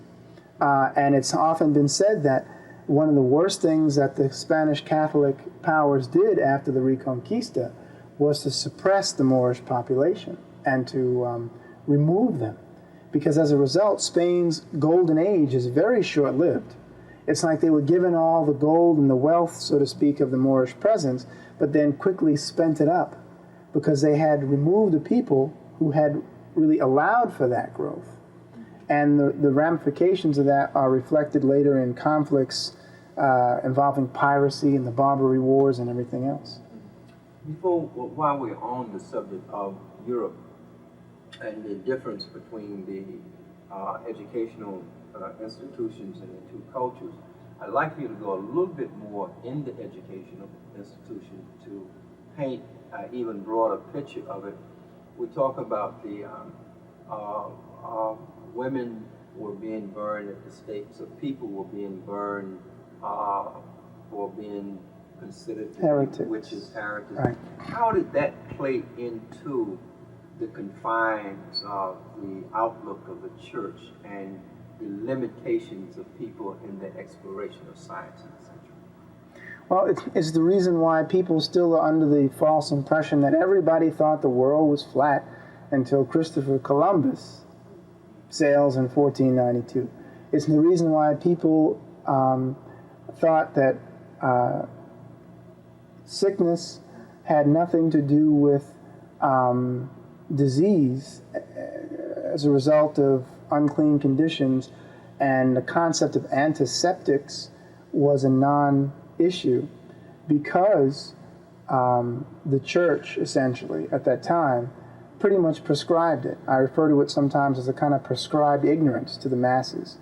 The Moors knew the world was round. And in fact, many people knew that. What do you mean that the church pretty much prescribed it? Members of the church, the clerics, the Catholic structure, did not typically see it as favorable to inform the average person about whatever knowledge they were acquiring by reading, say, Moorish treatises, Moorish manuscripts and texts. That information was kind of like a for your eyes only thing. Similar to in many governments of the world today, we have a recognition that there are things that the higher-ups do not feel is in the best interest of the rank and file, the average citizen. Judgments are made for us as to what we can handle, what we can't handle, and a lot of times things are just withheld because knowledge is power.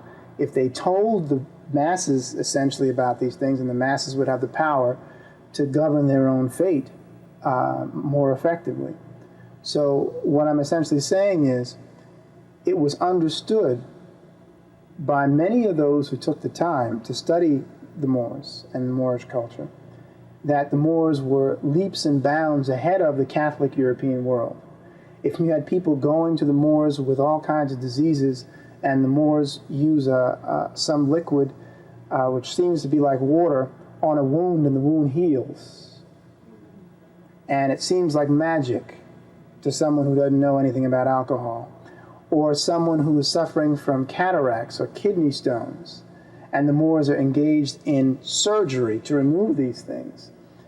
The Catholic Church had clergymen who certainly knew about this. They lived all around them, but they had to contain the information from as many of the rank and file as possible who were beyond certain borders to prevent a kind of mad rush to acquire what the Moors had to offer, and most importantly, to alter how the Moors would be seen by the Catholic European populace. In other words, you have to make these people seem like they are the enemy. They're the worst thing you could ever engage. You don't want to create a condition where people see them as presenting something of value so that the people then are seen as valuable. That's why you had people who were converting. That's why people like the Mozarabs had emerged. That's why the Jewish population, as well, had been so much more comfortable with the Moorish Muslim populace, because they were there, and as an ancient people also, they were there witnessing this, and they saw the value of it. And seeing the value of it meant it was very hard for them to then see the Moors as their enemies. So they customarily worked together. And in fact, when the Moors are expelled, so were the Jews in 1492, both groups. And when one reads the surrender agreement, it's right in the surrender agreement that these people, Jews and the Moors, are required to leave. Now, many Moors still end up staying, and some Jews end up also staying, but they now have to work in the service of the Catholic Church, or they become what's known as conversos, or converts, even though many of them would secretly practice their own faith, but they would openly assert Catholicism. But the idea of needing to suppress the Moorish, Muslim, Eastern, whatever those three cultures which are now merged in this area, those non-European elements, it was necessary to suppress that information to deny the Moors access to power. You have to devalue the people before you can get your own group to work with you in suppressing, oppressing, and exterminating, as they say, or killing off the opposition and the enemy. That's what I was going to ask you. Was there a penalty for people who insisted on trying to acquire this knowledge? Was there a penalty? What was the penalty? And was it broad scale? What was the reaction? You have a situation, and there's no singular answer or no singular example of something that held in every case. If you look at different parts of what is Spain and Portugal, and different parts of France, Britain, Germany, you see different manifestations at different times. It depended upon the ruler. It depended upon the proximity to the borders of the regions controlled by the Moors. For example, in the northernmost areas of Spain, it was easier to maintain a greater oppressive condition against the Muslim population and those who might have been sympathetic to it because they had established a Catholic stronghold separate from the Moorish regions. At the same time, though, I mentioned Alfonso X, I mentioned Roger II in Sicily, and Frederick II in Sicily. All three men are known for having promoted a greater freedom of religious expression in their Catholic kingdoms. Why? Because they first saw the value of what was presented. They saw the value of having the scientific elite in the form of these Muslims living amongst them. Their only concern was order and maintaining order. They didn't want their power to be overthrown, but they put the emphasis upon this idea of saying, you have something of value, we can use it. It's for the greater good, ultimately, of the entire Catholic and European world, from their perspective, and they went with it. The idea of resisting the church, the Catholic Church, of course, occurs in many instances, and in fact, again, referring to Colin Smith's collection of primary source documents, both in Latin and in Arabic, he points to people in authority in the Catholic Church complaining about their own young clerics often taking on the bishops of a particular region. When I say taking on, challenging them for not being honest, if you will, with the people, for suppressing information that they had learned themselves. And as a result, are sometimes seen in the role of almost being martyrs against the Catholic Church, the prescribed ignorance that was typically the case at that time. Now, you also find examples of Catholics who would martyr themselves for the church.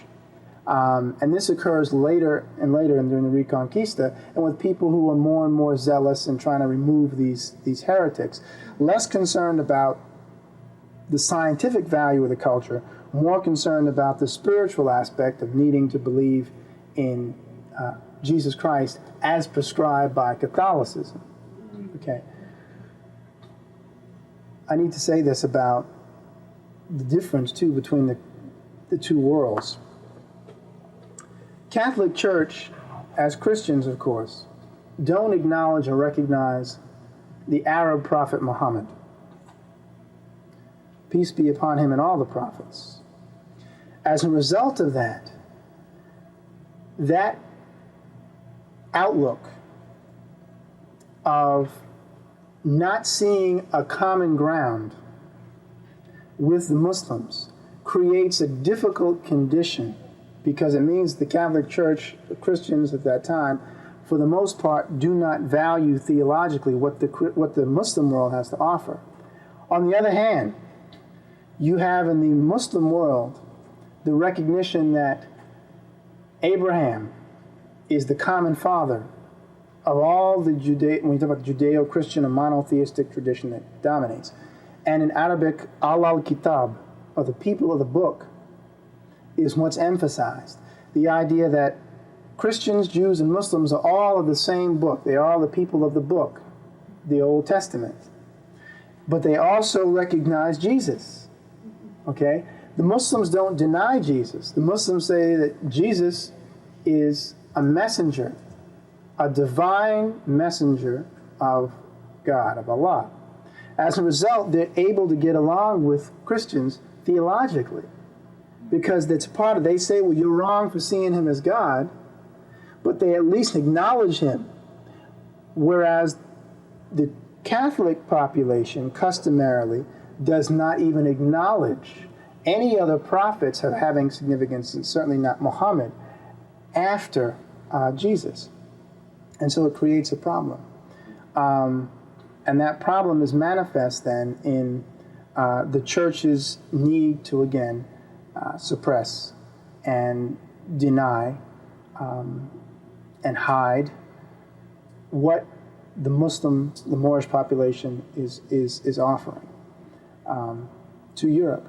And you have, like I said, a few examples of people in different parts of the country of Andalusia and in different parts of Spain, of Italy and France, who will risk, in some cases, it's a risk, studying what the Moors, the Muslim population, has to offer, in spite of what the church says, and finds himself persona non grata among many of the church authorities and many of the popes. But again, the period, in other words, the century and the region determines how that's played out. Sometimes things are more, sometimes things are less oppressive, sometimes things are more oppressive. It depends upon time and space. What I was trying to do was get an insight to your study into the burnings that happen at the stake with, so like the Queen of Joan of Arc's story, with so many. I've read that there were 3 million European women burned at the stake over a period of 300 years. Wow. I wanted to get some insight into that in terms of why that was done. Did it happen and how it happened? You know. Well, it was done because they were seen as a threat to the existing spiritual knowledge. It was done because they were seen as a threat because their worldview differed from that of those men who were in power.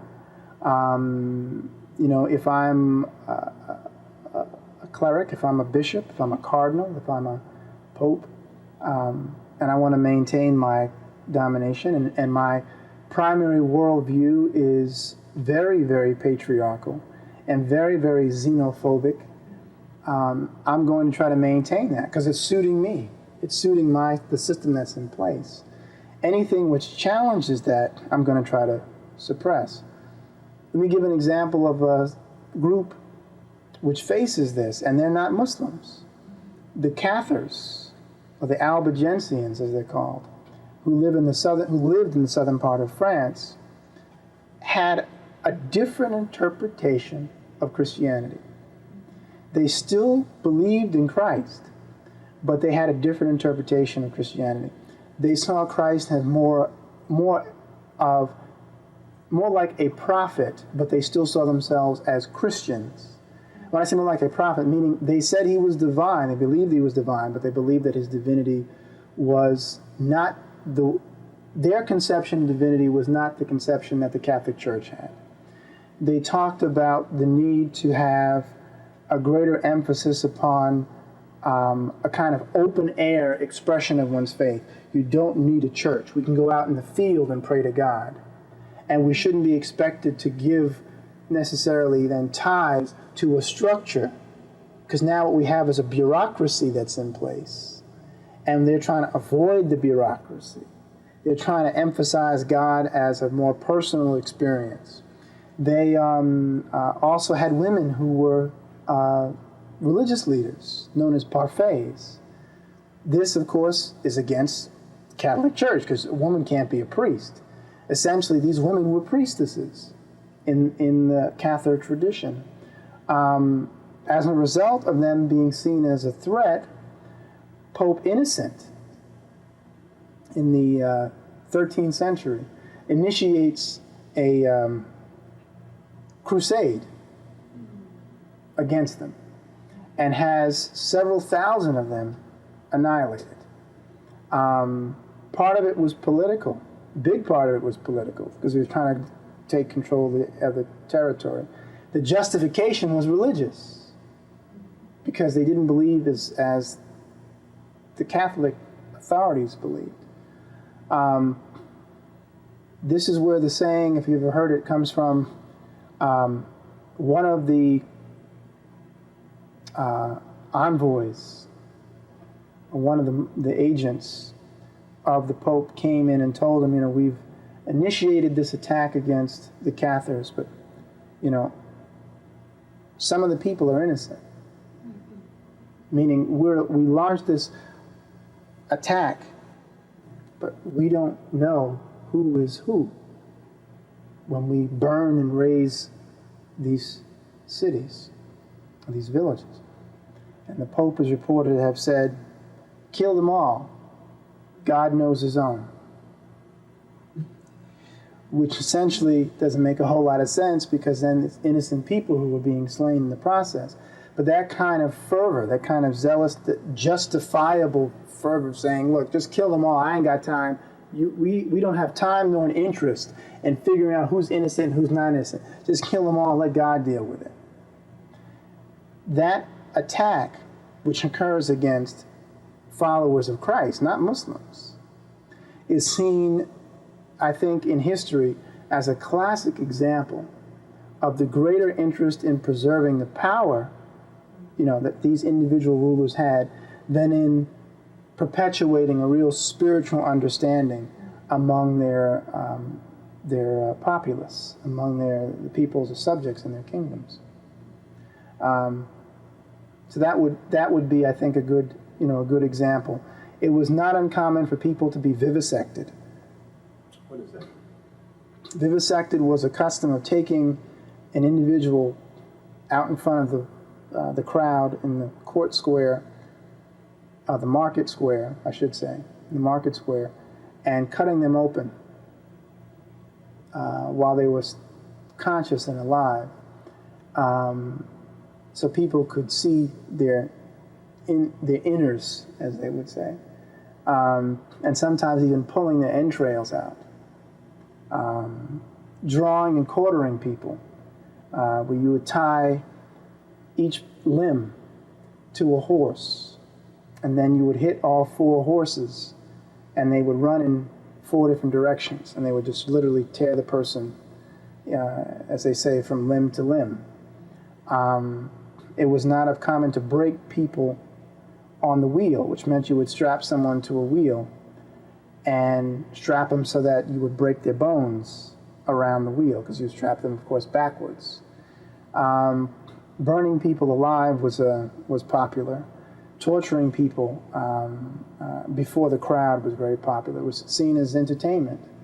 This was something that was not customary among the Moors by any way, shape, or form. People were executed in public squares for crimes, but generally they were swift. Executioner came out with a sword, took the head off, and everybody went home. The idea of doing these kind of things before, as Joseph McCabe says, another historian, before delighted crowds was quite brutal.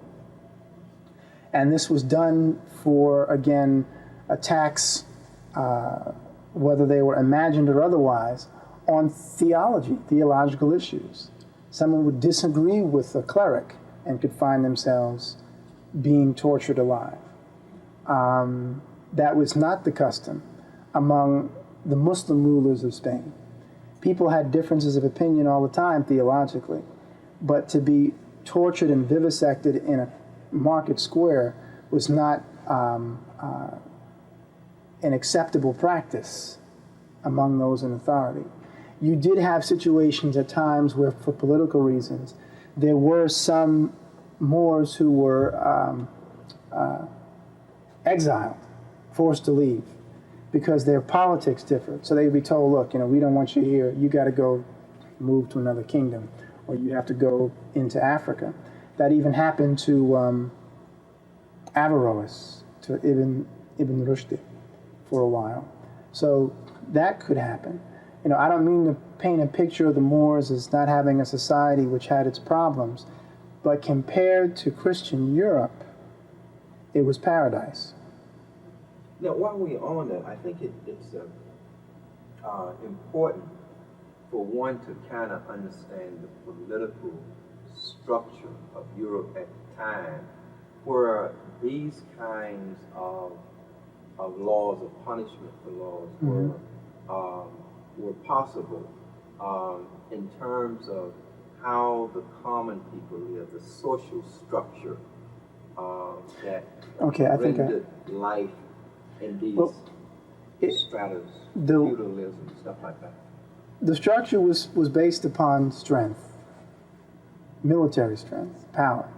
And it goes back to the issue of resources being limited. Limited resources meant that one had to be strong and have enough military capability to protect the few resources that they had. So you have a system that develops serfdom, the knights, the lords, all nations, probably, I think it's safe to say, or the vast majority of nations, has some sort of regal element, some sort of royalty in its structure. It was true then even of Catholic Europe. The idea of having a serf on the land, and a serf was someone who was a peasant, who was required to remain on the land. He or she could not leave the land without some real special conditions or circumstances. The person who owned the land, the lord of the manor, or the duke, or the count, or whomever. So how did that structure go, lord, duke, count? What made that? What made the structure was, again, the need to partition the land and the kingdoms. And it came down to who was most closely related to the king, or who was most closely connected to the initial power that had secured control of the territory. Dukes and duchesses controlled duchies, which was a particular parcel of the kingdom of the land. Counts as well, or countesses, controlled a particular portion of the land. The thing is that we also need to be mindful that the structure, how much land, how little land, differed, again, depending upon what kingdom, what country it was. The territories that the Moors would take control of had large numbers of peasants or serfs whose treatment was very poor, whose life was very brutish, whose access to power was limited by their birth, right? You could not escape, so to speak, being a serf. You weren't going to go from a serf to a duke. You weren't going to go from a serf to a king.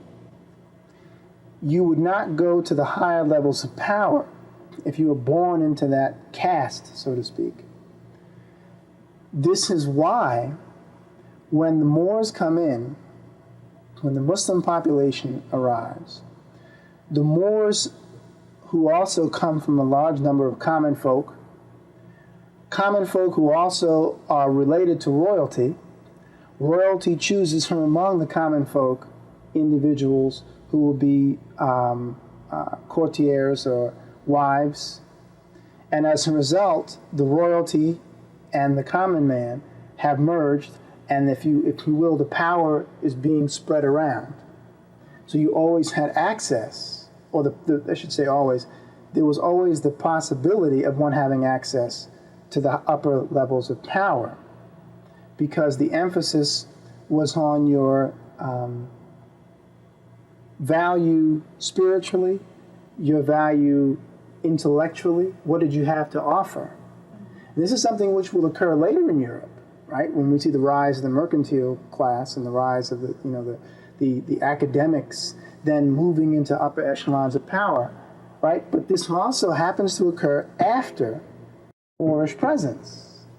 So it is a reasonable assumption to say that this structure of beginning to give people access to power on the basis of their skills is something that appears to have a lot to do with this contact with the Moorish world, with the Eastern world. To be able to be a slave and then be chosen as the wife of the emir or the wife of the caliph or the wife of the dey or the wife of the bey, and then the child ends up being royalty, and it then elevates the status of the mother who was enslaved, is pretty profound. And even when we look even at the names that people have, Abdul Walid, the slave of Walid, Abu al-Walid ibn Muhammad ibn Rushdi. The names are actually telling you that the person is descendant of someone who was a servant or a slave. So in other words, there was not the stigma attached to somebody being descendant of a servant or a slave, because it was just part of the process. Because you're also descendant of someone who is not. Holistic. It's much more holistic. It's overall, it's like, this was the entirety of who I am. And that access appealed to the European Catholic communities, typically, who saw this as a way of elevating their status. That's why many of them converted to Islam, because it resulted in improving their condition, not only among Muslims, but ultimately among their own, because now they had access to things they didn't have access to before, whether it was education, or whether it was a trade, or a combination of both. That then benefited them, and they didn't customarily have access to that under the feudal system, the serfdom that existed. And I mentioned before the evil usages that had dominated and abused them, where a peasant couldn't pay a fee to be, or a serf couldn't pay a financial fee to be exonerated, because they had no wealth, they had no money. So they could be taken advantage of by those who were in positions of power. There was something called, it's referred to as first night. I don't know if you've heard of this custom, but it was understood that the lord of a manor actually had the right to the wife of a serf or a peasant on the land before he did. So situations like that, which indicate the level of disrespect for the humanity of the people who occupied the territory, is very different from the Moorish setup. There was nothing in Islamic tradition, no way, no how, that would have justified that sort of action. And this was the credo, or the creed that had dominated. There's nothing within Christian tradition that justified it either. But the corruption of the Christian tradition had gotten so bad that it had degenerated into people thinking that that was their right. Because what dominated was not the teachings of Christ. What dominated was the strength of one's arm and the swiftness of one's broadsword. That's what governed really Western Europe. Why? Because of limited resources. Again, the issue of needing, seemingly thinking that this needed to be in place in order to survive. Now, in terms of understanding this political and religious structure, what was the role of the church then, and what was the role of the political structure, the king, the duke, etc.? How did they intertwine? Well, the church and the king or queen were married, so to speak. The authority of the various rulers, whether they were kings, queens, princes, princesses, dukes, duchesses, what have you, was hinged on the church, the Catholic Church. Because the greater power in Europe was, of course, the church. The central power of the Christian West was the Catholic Church.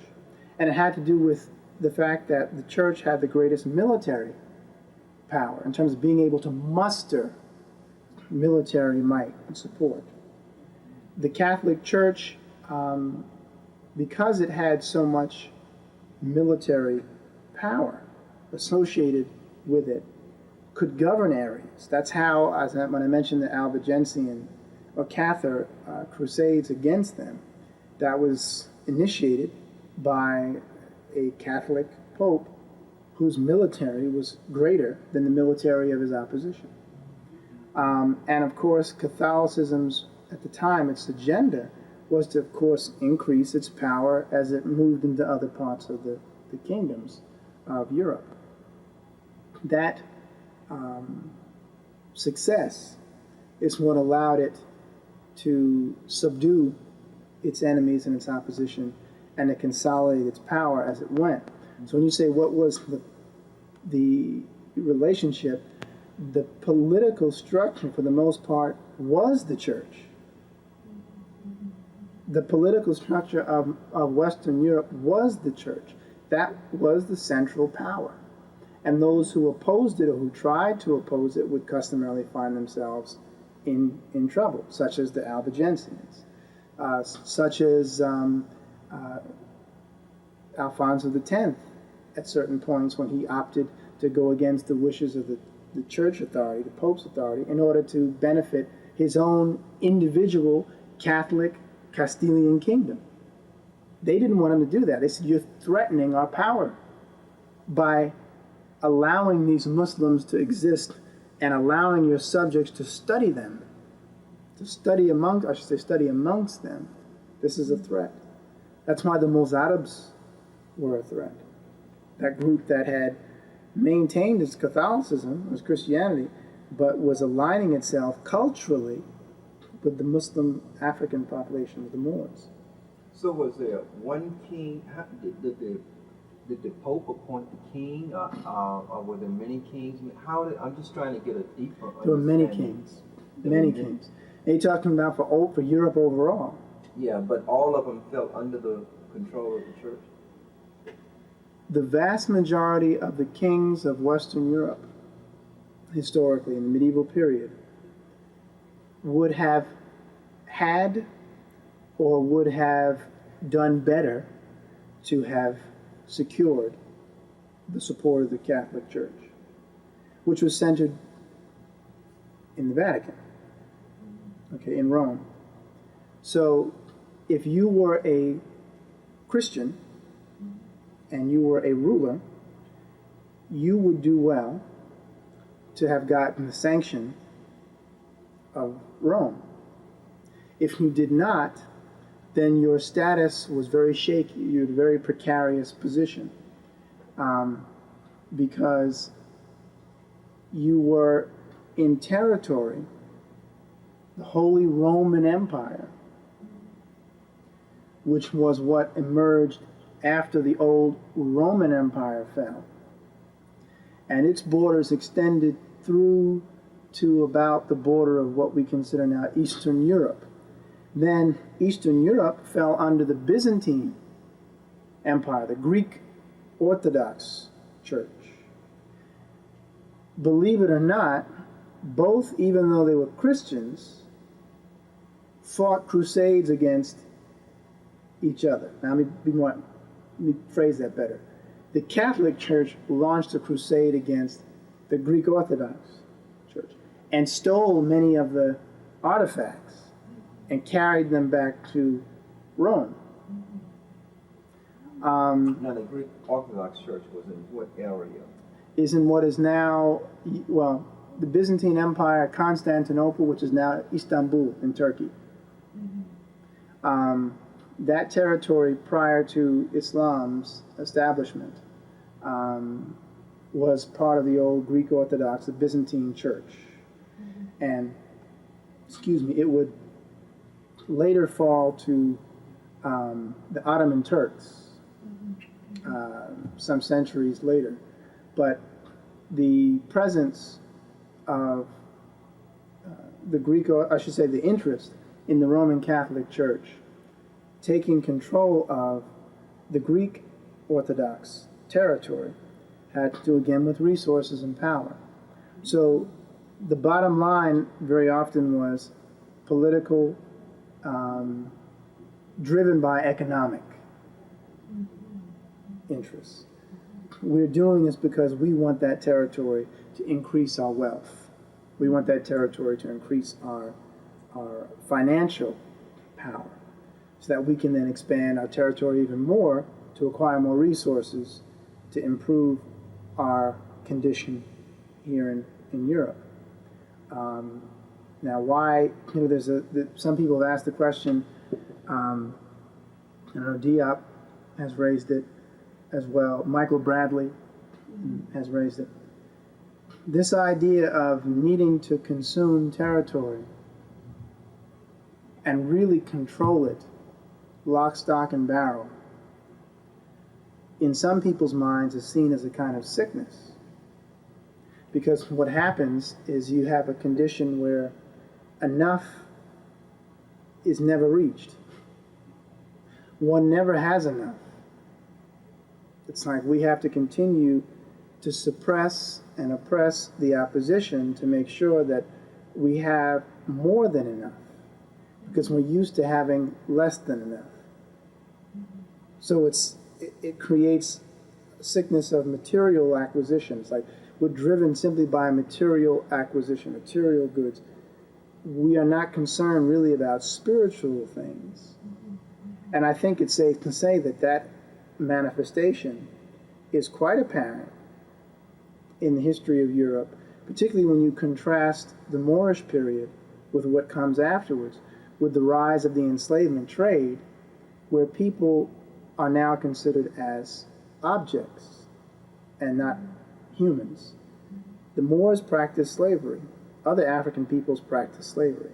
But it was not a slavery that had people think the person was no longer human. Their labor was owned, but their bodies were still understood still to be human beings. The idea of having the West intellectually being able to create a whole different category that dehumanizes people has a lot to do, I think, with this sickness of greed growing out of a lack of resources. And it spiraled out of control. And like I said, the result is the asiento, or the contracting for slaves. The result is the contention that Africans are not human.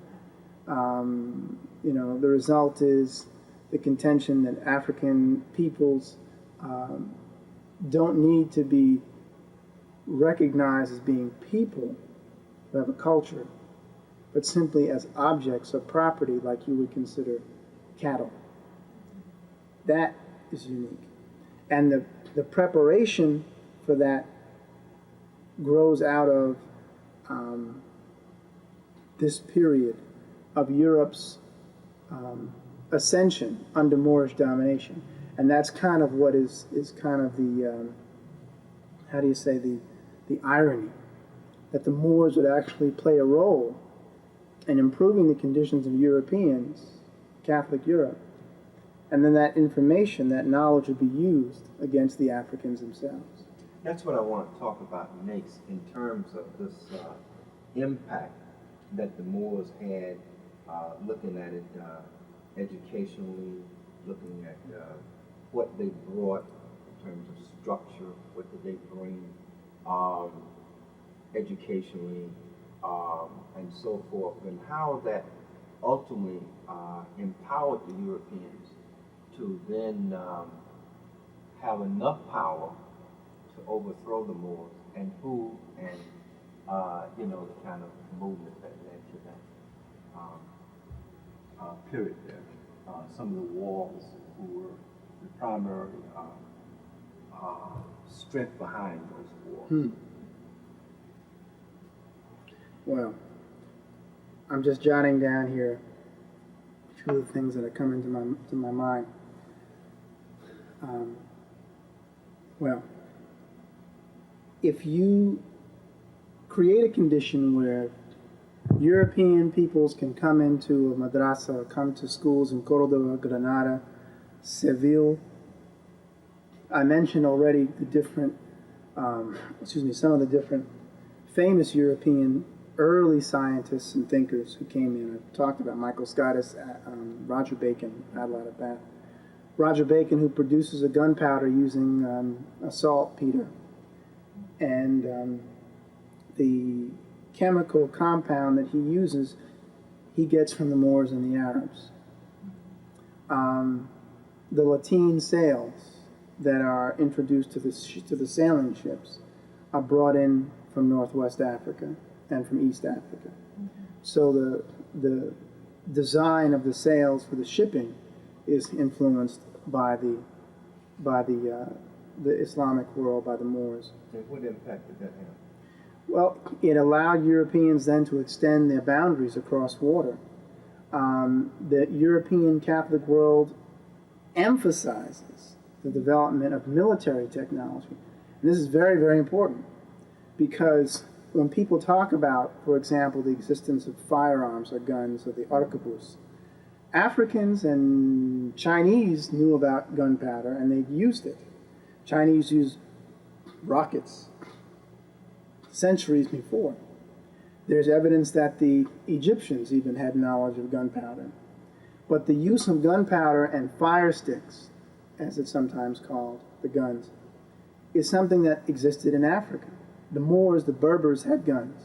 The difference is that they didn't mass produce them. The difference is that they didn't see the benefit of putting an emphasis technologically on the development of weaponry.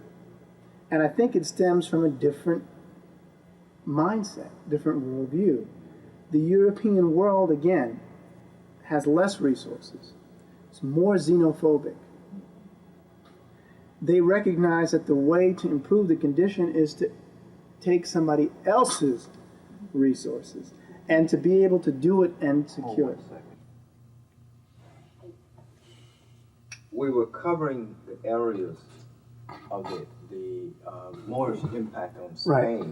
But I just finished talking about the European emphasis upon military technology. Yeah. So Okay. if you would begin where you started that. Okay. What I was essentially pointing out is that the Moors contributed to Europe's own ascension, politically, economically, socially, certainly militarily. And it was because the Moors, having introduced in an organized fashion schools which were teaching chemistry, schools which were teaching architecture, schools which were teaching cartography and geography, schools which were teaching medical science, various areas of medical science. All these things were impacting upon Europe's own improvements. The health of Europe improved because people now understood better the need for things like bathing. People understood better what caused or contributed to disease and sickness, those who were paying attention. People then understood better the structure of the world and the various routes, trade routes, that would allow for the increase of wealth. When you talk about the Venetian states and the states of Genoa, the Genoese, you have these groups and Prince Henry, the navigator of Portugal, who are utilizing the cartographical and navigational information that is provided by the Muslims, by the Moors. It's not a surprise then when we see early Portuguese sailors, early Portuguese ships being Moors, as in Moorish sailors, or being led by Moors who were navigators. The Moors are contributing to this. Some of them are contributing now as Catholics because they had converted, known as Moriscos. It's no surprise that even on Christopher Columbus's ship, there are Moors who are navigators. There are Moors who are translators. Rodrigo de Exieres is one who was on Columbus's ship. They're playing a role in helping to guide the Portuguese and the Spanish into different parts of Africa for trade, acquiring wealth and bringing that wealth then back, of course, to the home country, the metropole. The emphasis upon military technology, the finest steel comes from Toledo. The steel making is a result of the metallurgical skill of the Moors, who as master metallurgists had introduced that science into Spain. And so the Spanish Catholics inherit that. So the steel that they use to make these swords is considered unmatched. And everybody wants to get, the Toledo steel. The emphasis upon cannons that are then placed upon the ships are recognized as a means to do what? To extend your military power beyond your own borders. You not only want to go over to somebody else's place and to trade, you want to go over and force them to give up the goods at gunpoint, so to speak. And then you need to create a more sophisticated arsenal to defend the goods that you're bringing back from others who want your goods. Now, one of the fascinating aspects of this whole historical era is that the Spanish and the Portuguese are the first to emerge as the greatest powers of Europe. They're the first. That's why they're the first ones to conquer the Americas. Spain and Portugal dominate in the Americas. It's not an accident. It's the result of having acquired the most that the Moorish presence could give in navigation, in shipbuilding, in medicine, in the various technologies that are used to develop an army and to explore. What happens? After the Spanish and the Portuguese emerge as the greatest powers, they are now, as they say, the kings of the hill, and the other European powers want to knock them off the hill. So what do countries like England do? They create a navy, privateers, sanctioned by the rulers of England, to attack Spanish ships. So what they do is say, well, you bring the goodies and then we'll take them from you.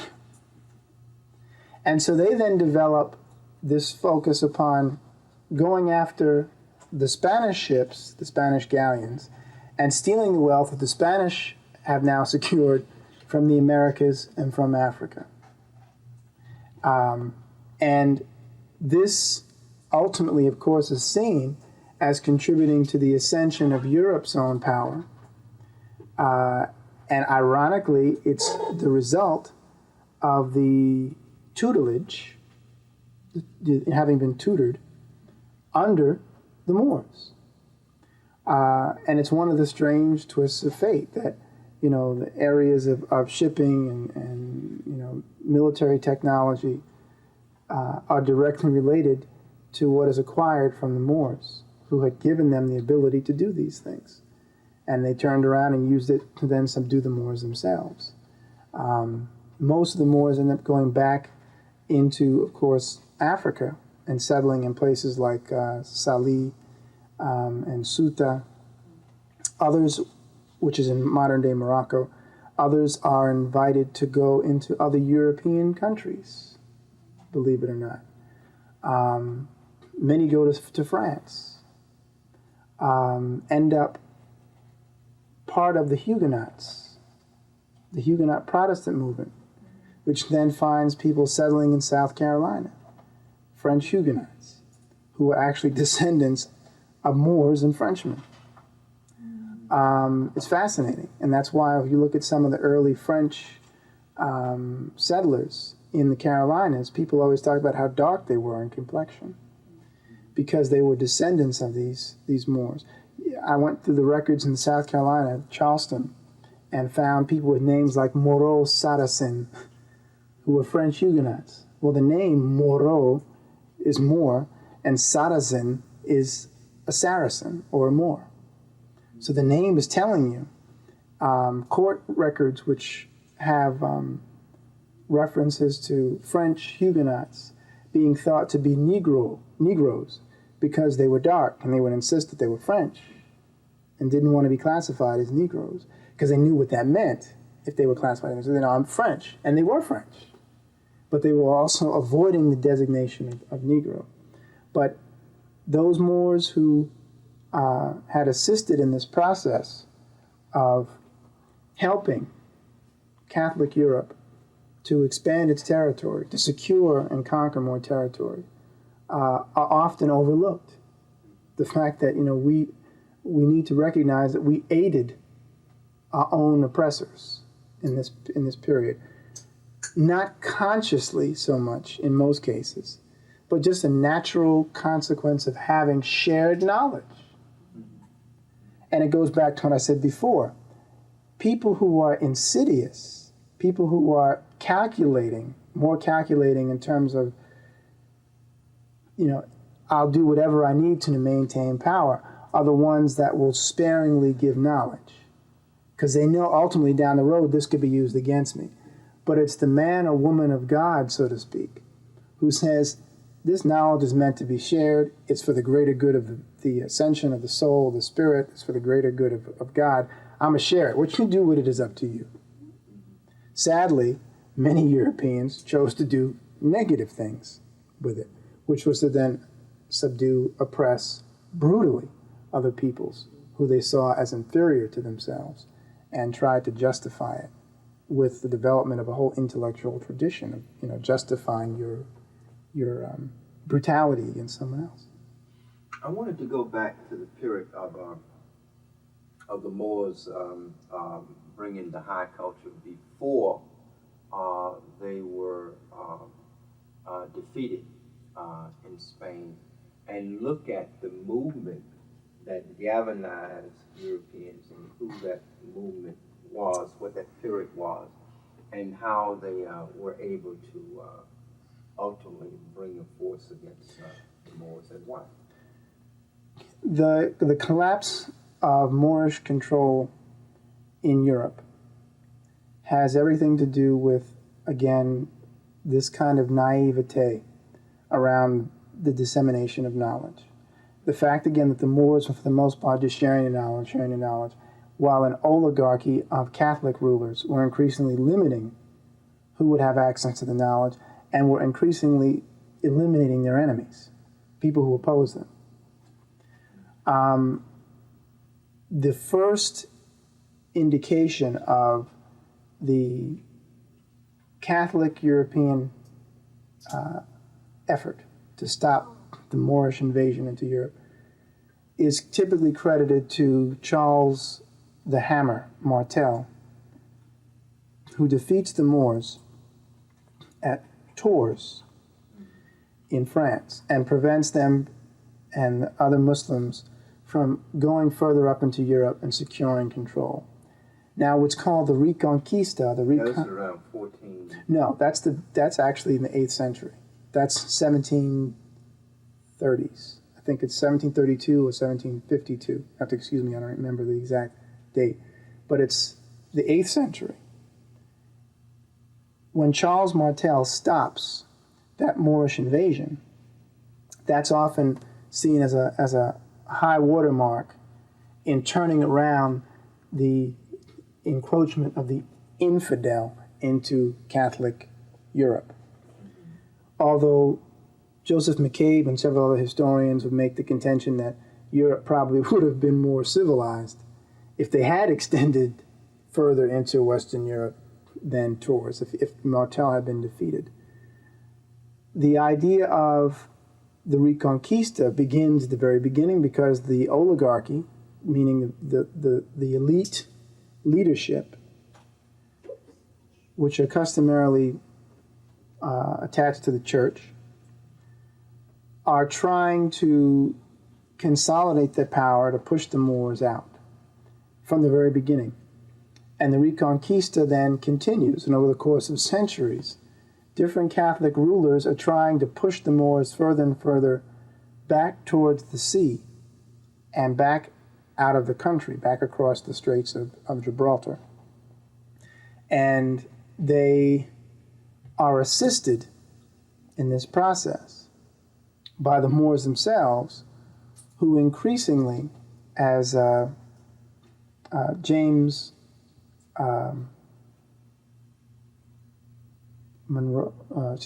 Joseph Callahan, historian, said, they are essentially trading virtues for Spanish vices. What he was saying, and what others are saying, in fact, no, excuse me, it was Monroe. I was right the first time. Historian Dr. Monroe from Berkeley made that contention about trading Moorish virtues for Spanish vices. The idea that over the course of time, the Moors become less concerned with maintaining a fervent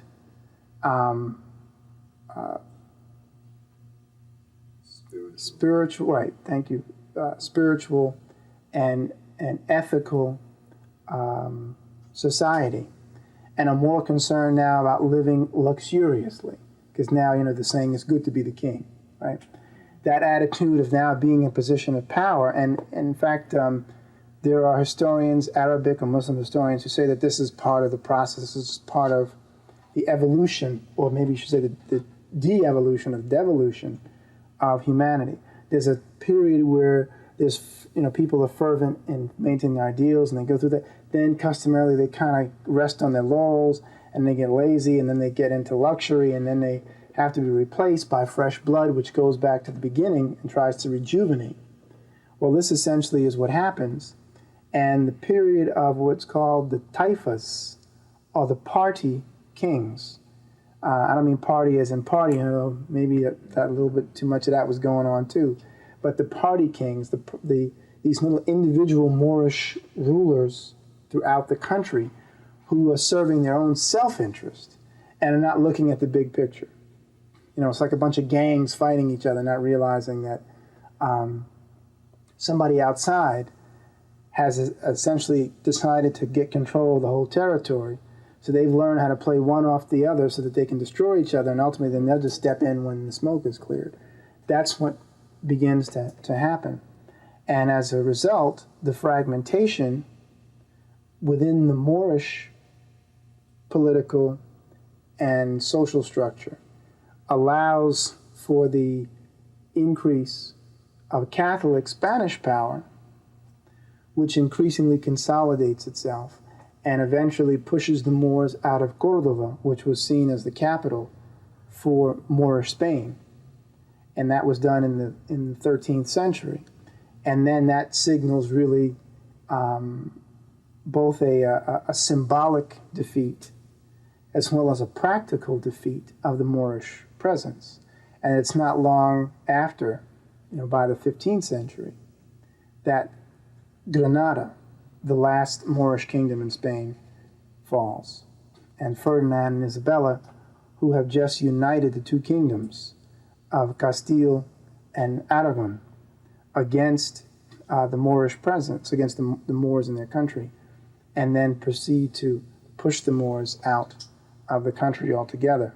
Although millions remain, but they get rid of quite a few. They force about 1.5 million to leave. Now, in terms of Italy and areas that the Moors occupy, even to this day, have the imprint of the Moors. So if you would kind of talk about that, and even some of the remnants of the structural castles and things. Were there castles all over Europe before the Moors began to build? If you kind of talk about that Moorish impact. Well, there are castles all over Europe before. I mean, people have been building stone structures to defend their territory. A landlord or a knight or, would have both had an interest in securing control of whatever parcel of land they had by setting up a castle, a fortification in which they could live and in which they could sustain themselves against siege for long periods of time.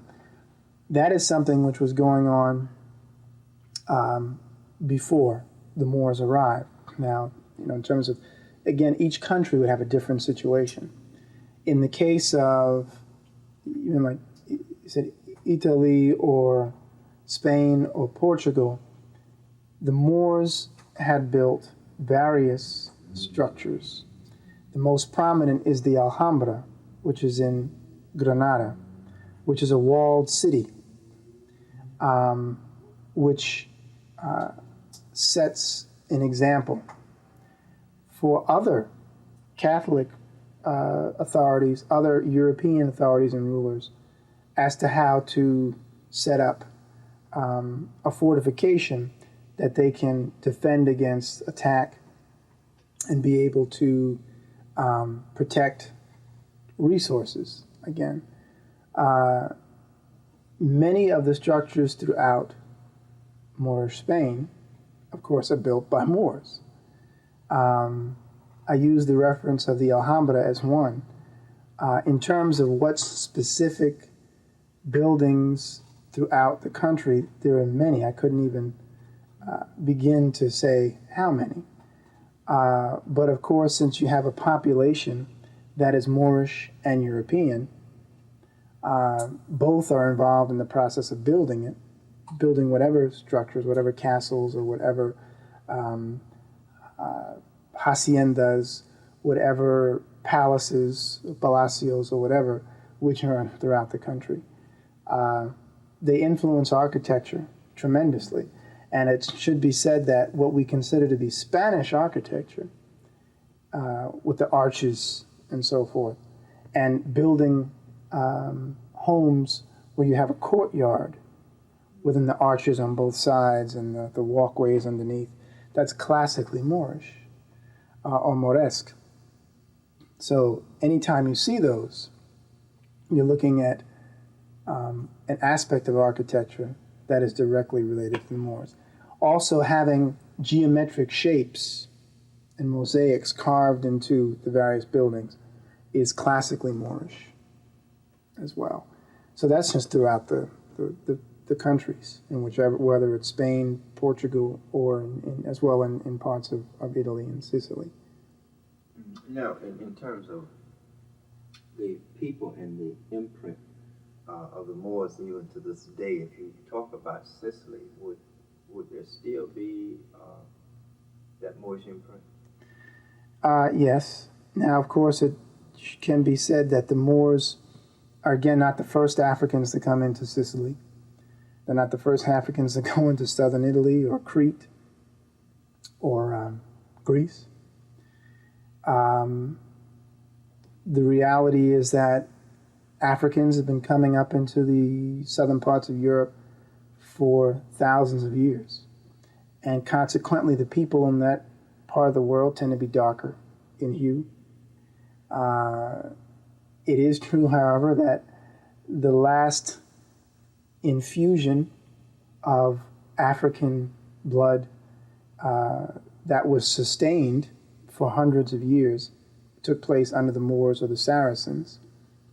And that is something which results in, obviously, people being darker in hue, having curlier hair. I think of the Tortoro brothers. If you've ever seen any of the Spike Lee films, John Tortoro and his brother, who was on, New York, what was it, Blue? I forget what it's called. It's a detective show, NYPD Blue, I guess it is. And a few other people have made comments. Spike Lee has made comments in various films, as I say, about the darkness of Italian people. There's a movie, True Romance, with Christian Slater and I forget the guy's name. Oh, goodness gracious. He was in Easy Rider. I've forgotten his name now. But he's in the film, European-American actor. And he's being interrogated, and his life has been threatened by elements of the mafia. And incidentally, mafia is an island, it's a city in East Africa. Southern part of East Africa, near Zimbabwe, Mozambique. But anyway, there's a guy who's in the mafia who's interrogating him, and he says, I can't believe I forgot his name. I can see him, but anyway, he says to the mafioso, he says, he knows he's Italian. He says, I love history.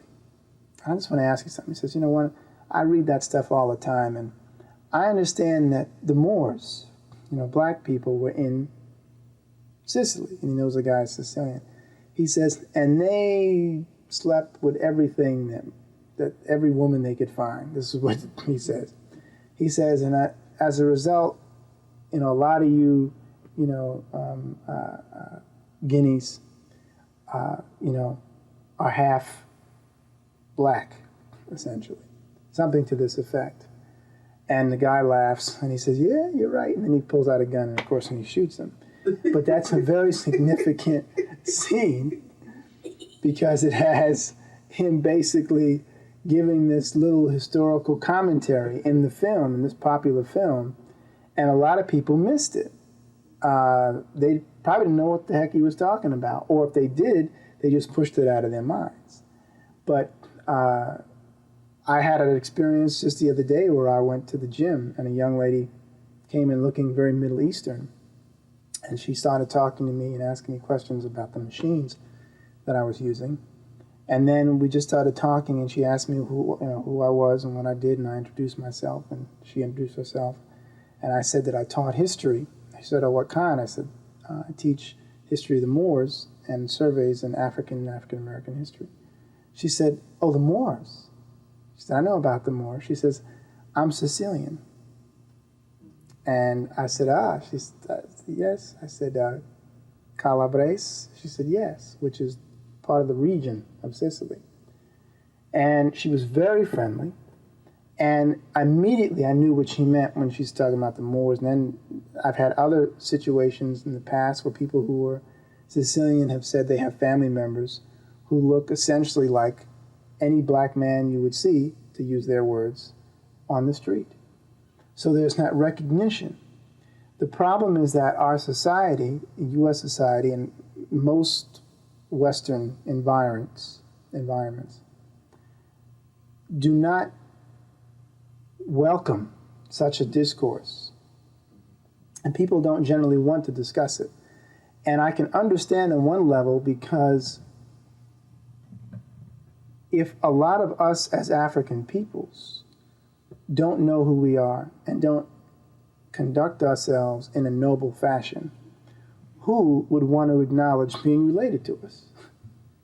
Nobody wants to be related to someone who is a bumbling amnesiac. And most of us, sadly, kind of represent that. It's been prescribed by the education, it's been prescribed by the socialization. I understand that. But the bottom line is people don't generally want to acknowledge you as being related to them if you don't act as if you have some sense and some value. So I've had a very different experience, as had my uncle, because we would speak of being Moors and Moorish rather than being Negroes or blacks, in the case of today, and in the case of Negro, which was the term of his day when he was, growing up in the 40s and 50s and early 60s. But very unique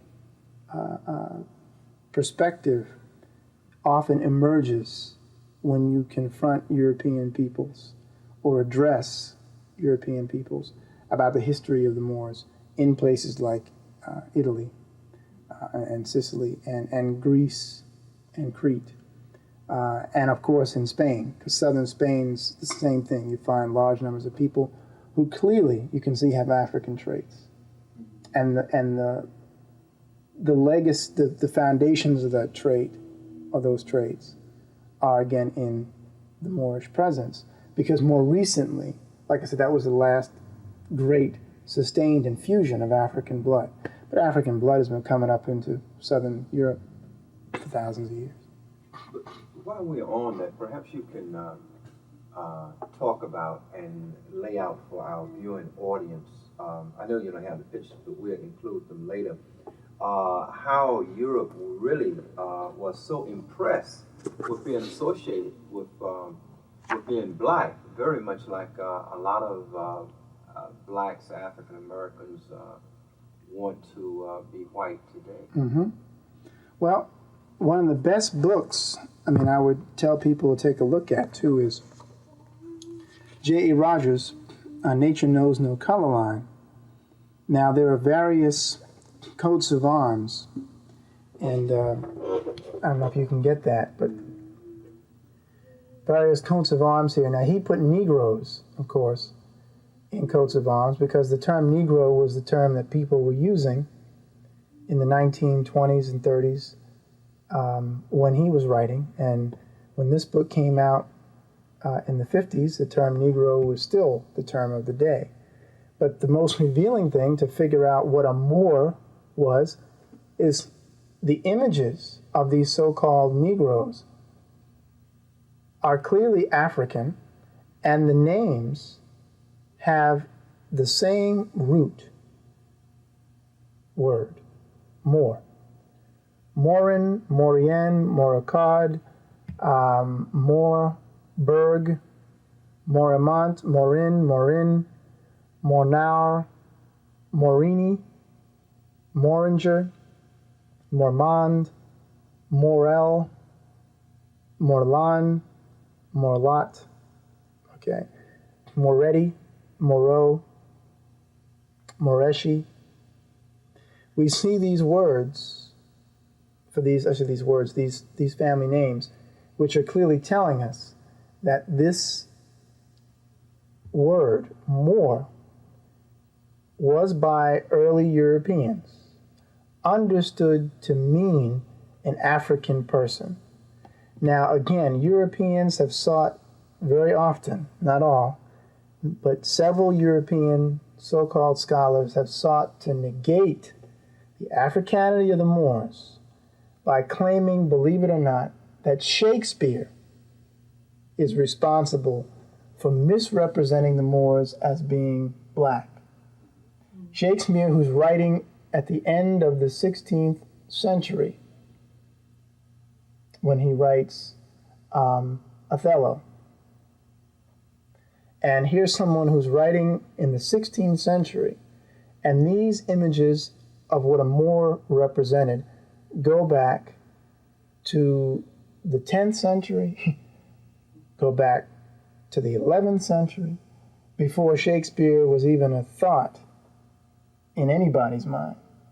So you have people now trying to engage in what I call intellectual somersaults to try to explain why Moors existed in the European iconography and European heraldry as clearly African or Africoid or so-called black people. Now, these are major families of Europe? These are major families of Europe. These are French, Italian, Spanish, and Polish families, some of the names that I just read, who are known to be of Moorish ancestry. And one of the ironies is that many of the names that are attached to these families are not even in countries that one would consider to be influenced by the Moors. Spain and Portugal, we understand the Moors occupied, I didn't say this before, I should say it now. The Moors occupied Spain, what becomes Spain and Portugal, for over 800 years. It is no shock then if we were to find a whole bunch of evidence of an African or Moorish presence in the coats of arms of Spain. Ironically, because Spain becomes so fanatically Catholic, the Spanish don't put as much of an emphasis on being descendants of Moors as certain Protestant countries, because they were trying to separate themselves from that Moorish past ethnically. You see? Because they are now trying to create something new. They're trying to be Catholic. And to be Catholic means you have to get rid of that connection to those infidel Moors. So they don't emphasize it as much. And what's interesting is, like I said, you find Moors in a lot of European families in countries like England. Okay, that's where the word Moor and Morris, I keep saying the word, the name, Moore and Morrison come from. Moore, as in Roger Moore. Morrison, as in Jim Morrison. These names, which are indicating to us that this Moorish presence existed. Books of heraldry or heraldic texts were established mostly by the royal families of Europe. Herald's College in London, which is established in the 14th century, for the purpose of keeping a record of one's origins, your family history. And you find all these Moors in these coats of arms. So what Europe is telling us is we descend from these people. Arnold Schwarzenegger, Schwarz. Now, he's not in England, he's in Austria. But once again, you have a name which indicates the African presence. Schwarzenegger, meaning the black African, or the dark African, or the dark or the black farmer, or plowman, as someone once told me that Neger, believe it or not, actually meant at one time one who was a farmer or into agriculture. But the primary meaning is African. And Schwarz obviously is telling us that the focus there should be on the Africanity, the very dark African, the black African. The idea of having a heraldic tradition to place persons of Moorish ancestry in the coats of arms is telling us that here was a time that Europe reveled in its Africanity. Here is a time when Europe honored its African link. They were telling you, as I often said, we see value in our Moorish past, and we know that the Moors were Africans. We do not put gorillas in our coats of arms and say that these are the people we descend from. Just for people who may not realize the importance of coats of arms, just insert that and continue, please. Coats of arms are the symbolic representations for your family name. Whatever your surname is, you customarily have a coat of arms, at least within the Western tradition, within the Western or European tradition. And the coat of arms that we'll have, it's just as what I just showed earlier, are coats of arms. So you have coats of arms with Moors holding swords, coats of arms with Moors with royal headbands, or diadems as they're called, have coats of arms with Moors wearing crowns, which meant that they were of royalty, have coats of arms with Moors above certain types of trees, the tree being symbolic of some sort of region from which they came, or something that involved their vocation. Coats of arms with Moors holding arrows or holding a crossbow or anything. But customarily you'll find them again wearing crowns or wearing the royal diadems, the headbands, indicating their regal ancestry, regal links.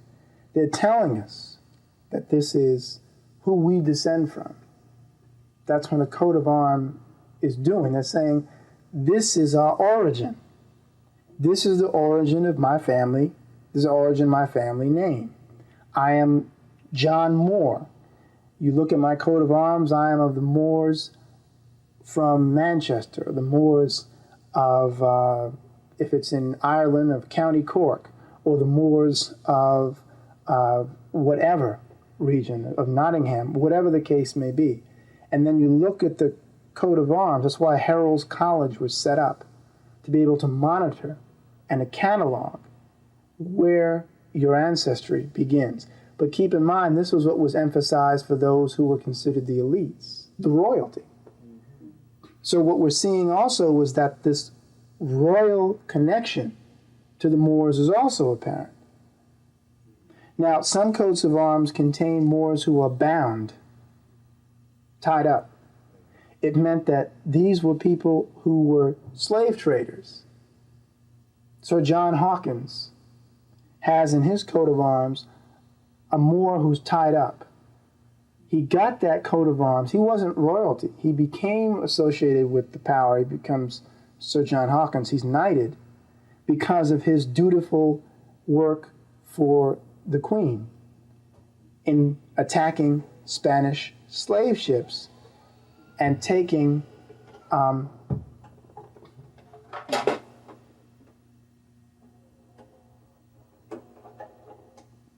stopped, right?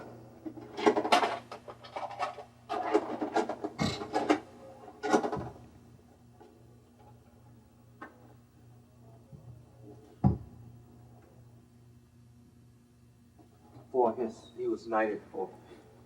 Right. So John Hawkins has a coat of arms with a Moor who's bound, meaning he was a slave trader. Symbolism, the symbols of what the person was. So he's given during his lifetime that coat of arms. You see? So the coat of arms for the Hawkins family that descends from John Hawkins has the bound Moor. But people, of course, in the same period that he was living, in the 16th and 17th century, would have also have had coats of arms that were 200 or more years old, who had Moors in them, which told you that that was their ancestral beginning, but who then at that point looked like Queen Elizabeth. In other words, they were telling you where their, they were telling you where their namesake, their surname originated. They were telling you what their great, great, great, great granddaddy or grandmother looked like or was. And there's a debate that sometimes goes on, and there was an article not too long ago in the American Historical Association newsletter, a debate about who was black, what is meant by black in the European mind, because many European historians and many Europeans are fully aware of their ancestral connection to African people, but they would never say they were black, and no one in the community would recognize them as black. They're French, they're English, they're German, they're Dutch. They're not black. Even though you say, well, yeah, but your great, great, great, great, great grandmother was black. But fine. They were black. Or they were African. I am Dutch. So you deny you have African ancestry? No. I'm just denying that when you try to put me in the category of black in 1999, it doesn't apply. Because I'm a part of this nation called Holland, so I'm Dutch. I'm a part of this nation called France, so I'm French. The greater emphasis historically in the European world was on class. What was your class status? They would attack you for your class. They wouldn't attack you for being descendant of Africans. How could they? If people go to the coat of arms and find all these Africans in the coat of arms, and the person now looks like, Peter O'Toole, and they're of royal ancestry, they're not going to attack somebody. They couldn't rationally attack somebody for being of African ancestry. They could attack you for your class. You're a lowlife. You're of low birth. Look at Alexander Dumas. Dumas, who wrote Three Musketeers and The Man in the Iron Mask and The Count of Monte Cristo. Dumas is of African Caribbean ancestry, but he was French. Pushkin, Alexander Pushkin, who was also of African ancestry, he was Russian and African and chose to emphasize his Africanity. Dumas chose to emphasize his Frenchness. Now, a lot of people don't know who Pushkin was. Pushkin is considered Russia's greatest poet. One of the greatest poets. And he also is the father of Russian literature. Right. It's considered the father of modern day or contemporary Russian literature. That's right. So Europe was more concerned about class than it was issues of race. And in fact, there's a section from The Image of the Black in Western Art, which is an excellent book. It's put out by Harvard University Press. And, to get a copy of this, I think, would be wise for anyone. They tend to be somewhat expensive, but of course, that's usually how it goes with anything that has any value. But if we look, here's just examples of coats of arms with Moors in them. Let me see if I can find a good manifestation, representation that's in color. But you have a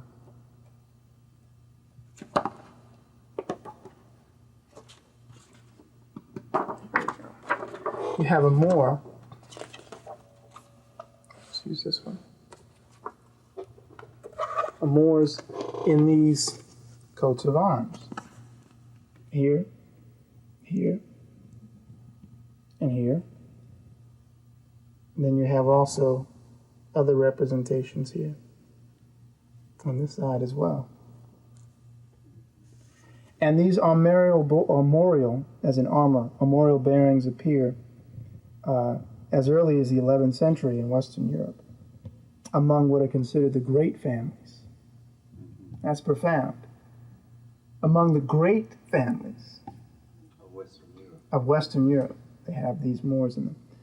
Images often appearing, totemic, and yet, when I talked about places you wouldn't expect to find Moors, Cologne, which is in Germany, according to the Image of the Black in Western Art text, Cologne played, it says, an important part in the mid-14th century, and in bringing about the acceptance of the fashion of putting the black Moor in heraldry. Okay. It says, prior to this, the fashion was rare, but it becomes common within a well-defined geographic area. And these are the areas. It says, the initial zone extended from Lower Saxony to Bavaria. They relate to Bavaria, Swabia, Austria,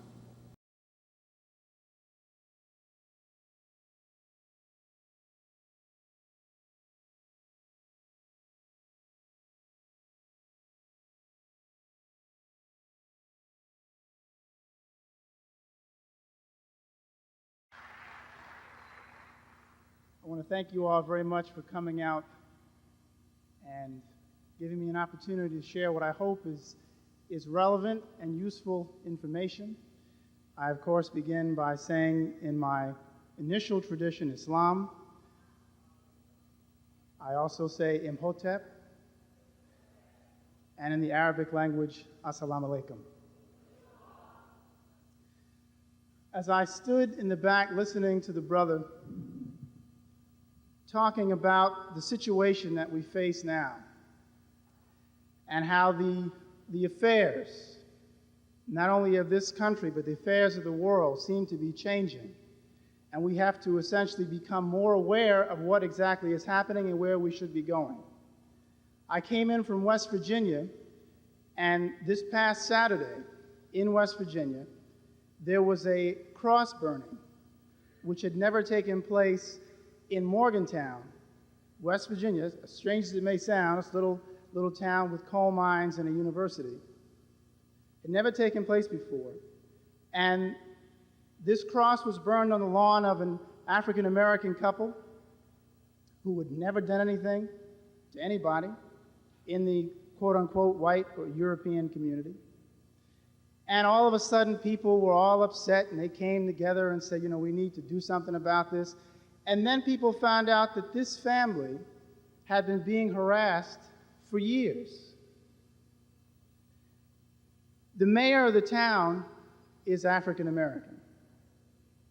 And she became mayor about 3 years ago, and the purpose behind it was essentially to try to heal these wounds which other people always knew about.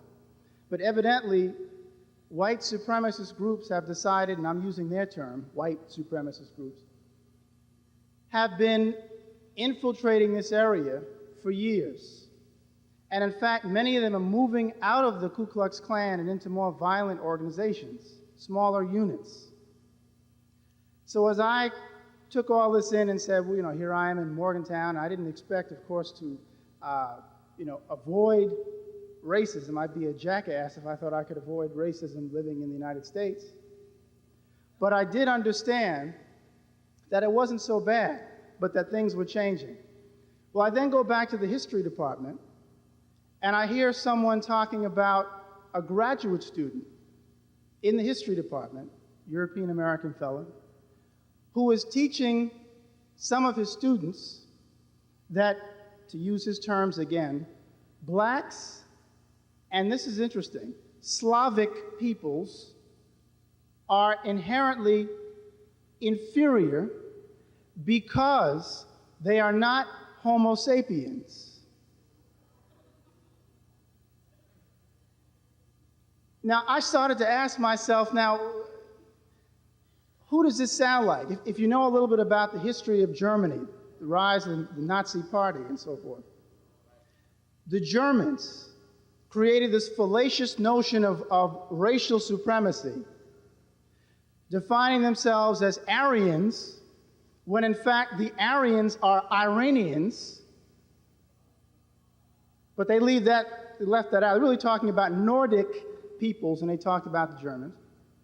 But they developed this to justify their going into the Slavic countries of Eastern Europe in order to take over.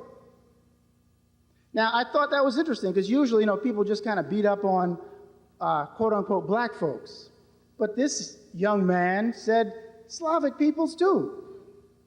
So I'm saying that this is really getting interesting out here in terms of how the structure is changing.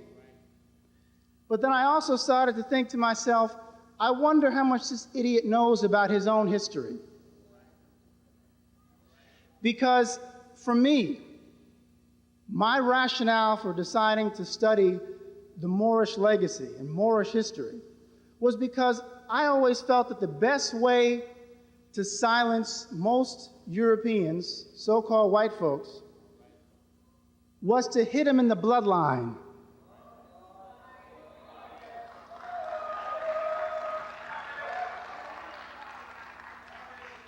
And what I mean by that is, if you begin to spend any time studying your own history, I'm speaking now to a European, spend any time studying your own Irish history, your own Scottish history, your own English history, your own Spanish history, your own Italian history, Calabria, anything in Europe, any culture in Europe can be traced to peoples outside of Europe. And one of the greatest influences, not only in blood, but in culture, in the sciences, one of the greatest influences were coming from people known by Europeans as the Moors. What I'd like to do now, if I can, is to get the slides. I brought some slides up, and I'll start in on the formal presentation.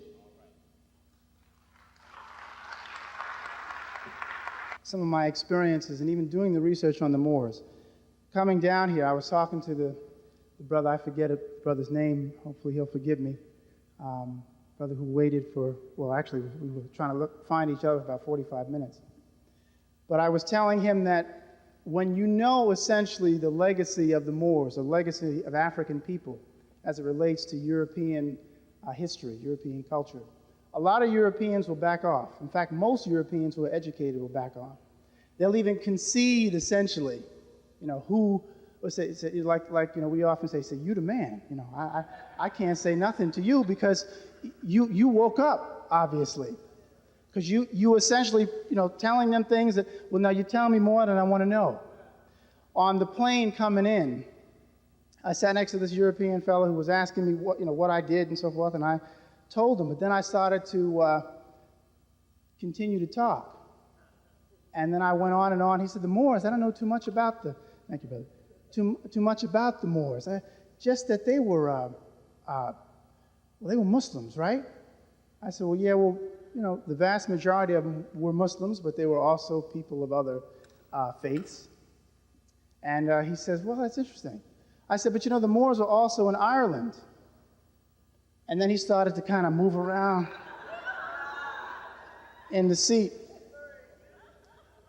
because he had also equated the Moors with Spain and Spain only. So I said, no, actually, the Moors went up into Ireland and County Cork. In fact, I said, and there were even continued attacks on the coast by Moorish corsairs as late as the 16th century. And a lot of these people intermarried with those Irishmen living in Ireland. I said, and when you look at names like Moore, which is pretty obvious, you see it. Or Scottish or Irish names that have the MC on the front, whether it's Mick or Mac, that's a reference to the Moors. So MacDougall and McConnell and McMarion and McMurray, etc. There's a reference to an African progenitor there. So the first slide I have up here is from Alfonso X, also known as El Sabio, or the Wise One. He was a Catholic monarch, 13th century, who after about 500 years of a Moorish presence, and let me just say who the Moors were. The Moors invaded the Iberian Peninsula, and let me be specific, the Islamic era Moors, because there were Moors before there was the religion called Islam. But the Islamic era Moors invaded the Iberian Peninsula in 711 of the Common Era. And they proceeded to transform the very nature of the environment. The Moors brought with them a postal system. The Moors brought with them an educational structure, which essentially is what the contemporary university is modeled after. The teaching of secular and what we called secular, as well as holy or religious knowledge. The Moors brought with them their skills in metalwork, their skills in medical surgery and pharmacology. The Moors brought with them their skills in horsemanship. All these things which would later become part of Spain. All these things which would prepare Spain for leading the European world, unfortunately, in taking over so much of the world, because they were using the resources that the Moors had given them. But the Moors invade from northwest Africa, and Alfonso X is one of the Catholic monarchs who recognizes that if we as Catholics, I'm talking now as Alfonso X, if we as Catholics are going to be able to deal with this Moorish presence, we have to study their stuff. We got to understand their sciences, because we're losing people. There were people complaining as early as the 10th century about these so-called good Catholics no longer being able to speak Latin or even know anything about, Catholic liturgy. They're all going over to the Moorish camp. And the reason is because the Moors are the ones, as the doctors, who are actually engaging in some knowledgeable techniques in surgery and medicine. So, what's the choice? Somebody tells you, see, I'm sick. One person says, well, let me see, it could be that you have a blockage in an artery or something. Where is it? What you talking about? I don't know what you're talking about. Blockage in an artery. Somebody told me up there it was because they're evil spirits. I need to go and pray or say 12 Hail Marys, which of course doesn't hurt if you're a Catholic, but it also makes some sense to go and get some real medical knowledge, medical skill, medical help. And this was the problem. So they started losing people. Alfonso X then commissioned the translation of several Moorish texts, medical texts, mathematical texts, philosophical texts, religious texts, had them translated from Arabic into the developing Spanish vernacular, meaning the Spanish language, as well as Latin and French, and had these books then distributed throughout the Catholic world. He was trying to bring the Catholic world, the Christian world of Europe, up to snuff with what the African Muslims had achieved. This is one of the pages from the chess book. Now I note this. People customarily are confused about the Moors in terms of the ethnicity. Many European histories treat the Moors as if they were Arabs who came directly out of the Arabian Peninsula. And we know that that isn't true. While it may be true that there are Arabs who have Moorish ancestry or Moors who have Arab ancestry, an Arab and a Moor are not synonymous. This particular page from El Sabio's chess book shows people sitting playing chess. Those are Moors. Because someone wears a turban, which appears to look like it should be Arab in origin, doesn't make them an Arab, any more than me wearing a French suit makes me a Frenchman. So we need to understand that when you look at something, you need to look beyond just the physical image and ask yourself, well, what was the history behind that era in order to understand it?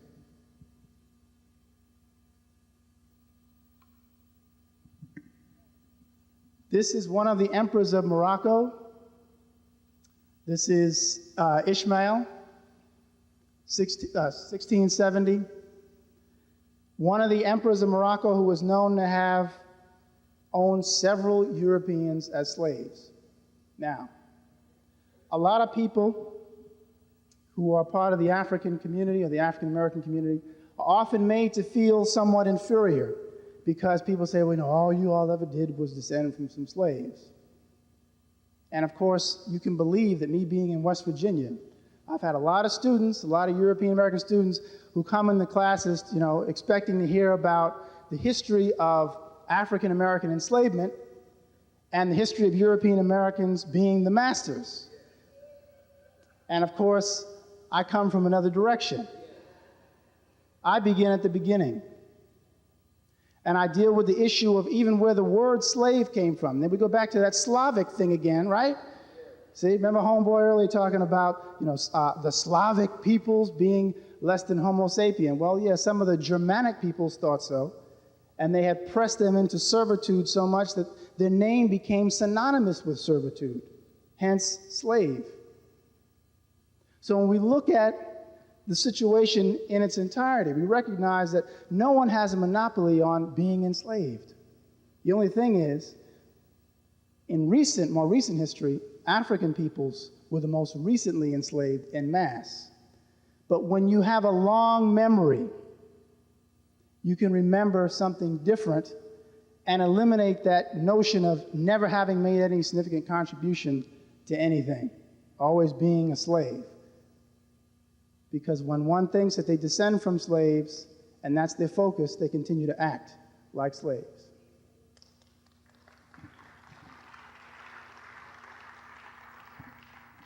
Well, this is backwards, but what that says is more. And it says it's from a collection of the Lehigh County Historical Society. You have Moors in the coats of arms. Okay, I'll just explain where that is from. Moors in the coats of arms of European families. And here's what's significant. When you consider that the European world today tries to hide as much as possible about their African links, their connection to African people, it is nothing short of profound when you go and look at heraldic texts which show the coats of arms, the symbols of European families, and in it you find you. It's obvious that they're saying there was a time when we wanted to show you off as part of the family. We wanted to show you off so much that we put it in books which would be passed down for posterity. We have coats of arms hanging up in our homes showing you, African man and African woman, Asiatic. They're letting you know the way things used to be. They're not afraid to say it. Morrison, son of a Moor, Morris. In fact, I just say a dear friend of mine passed away yesterday morning. His name was Louis John Morris, also known as Skyman. He was given that name essentially because he was working, building bridges between African Americans and Native Americans, and the Lakota people gave him the name Skyman. He passed away yesterday. So I said that I would dedicate this lecture to him.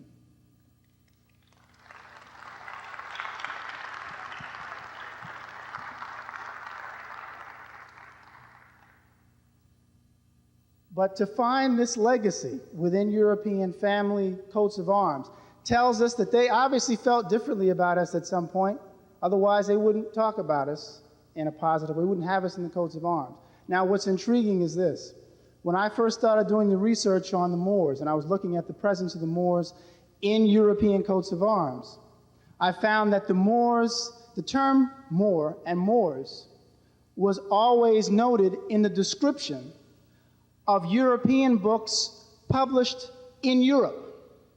But when the books were reprinted in the United States, they changed the term to Negro. So you would look up, the Morrison coat of arms, and instead of seeing, a Moor's head, wreathed about the temples, you would see a Negro's head wreathed about the temples. Now, that may not seem like a whole lot unless you understand the meaning of the word Negro, and unless you understand why these people were actually doing that. They were trying to disconnect the Moors from European history. But again, the phonetic sound of Moor was still there. It keeps coming up. Morrison, Moreau, Moore, Mordaunt, Morley, Morgan, and then some other names like Stewart and Halliburton and Gleam and Brocas, Zamoras, all these names, even Zangermeister or Singmaster. And I heard someone else say Douglas, which is Celtic for behold the Moor, or behold the black-skinned man.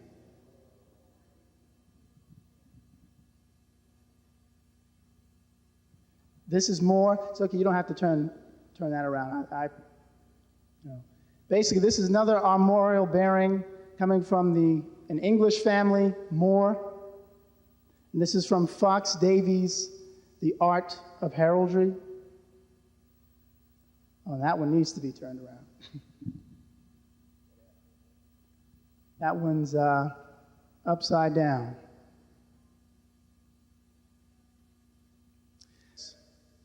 Nature knows no color line. And he helps us really to understand, too, how once these coats of arms made their way into the European American community, the change in the term to Negro is given. Now, look at the names, if I read off the names. Maurice, Mormon,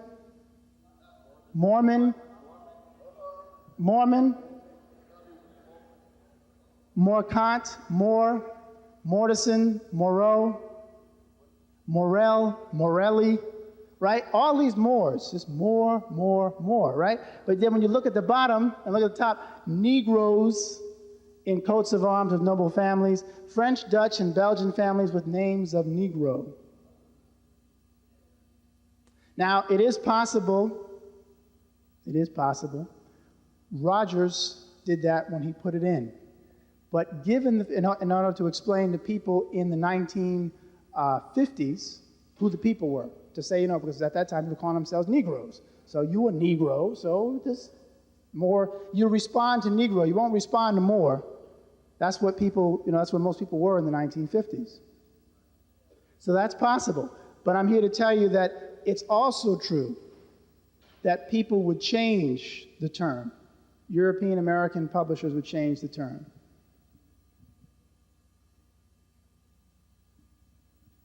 These are additional coats of arms from coats of arms showing Moors. There's one more there coming up out of a crown. Stuart, another Moorish sister wearing a crown. Brocas, a sister with bat wings coming out of her head. So, which seems to suggest, I spoke to a colleague about that in terms of medieval symbol, seems to suggest that this was someone involved in some type of alchemy.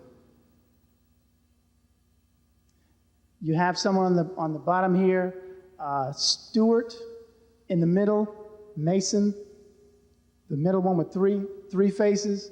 In fact, for the family name Mason, it says 3 Moors' heads conjoined on one neck. And if one is wondering about the connection between Mason and Moor, you should continue to wonder, because there is a connection. Halliburton on the end, who was the Moor with the helmet.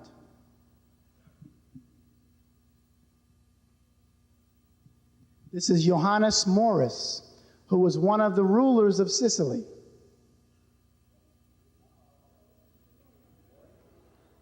Johannes Maurus, one of the rulers of Sicily, 12th century. 12th century. The Moors were in Sicily until 957 and in Crete until about 1026. So when people start, recognizing, when you see, some people who are Italian walking around, and unless they opened their mouth and told you they were Italian, you would say, well, you look just like, my uncle or my brother, because of the Moorish presence. And not even just the Islamic era Moors, but even before that time. This is the Zangermeisters I was talking about. Zangermeister, a singmaster. Good German family. Good German family whose ancestry is linked to a Moorish teacher of music who came to Berlin at the end of the 16th century and taught music. And he married a German woman. And the family then became known as the Zangermeisters, or the Singmasters. And what, again, is interesting is, when I got this information, I went to the Lehigh County Historical Society to find any information on family histories and so forth. These were things that good German Americans were collecting and had, in their own family. So again, these are people who say, I recognize who y'all are, even if you don't recognize who you are. See, and we need to realize that, again, a lot of us, unfortunately, won't move until the European says move. That's why I say I like to hit them in the bloodline, because the point I'm making is, when we illustrate that the European academics and Europeans who are informed know your legacy, then some of us really start, you know what, I think maybe he's right. Because I heard him say it. I heard this European American make it. So I just lay it out,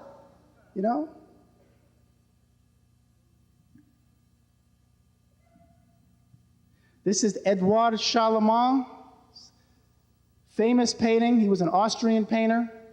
Went to Morocco in the 1870s and painted a Moorish chief standing in his abode, in his home. This is in the Philadelphia Museum of Art. It's a very noble picture, very captivating, in fact, when you go in and see it in the gallery.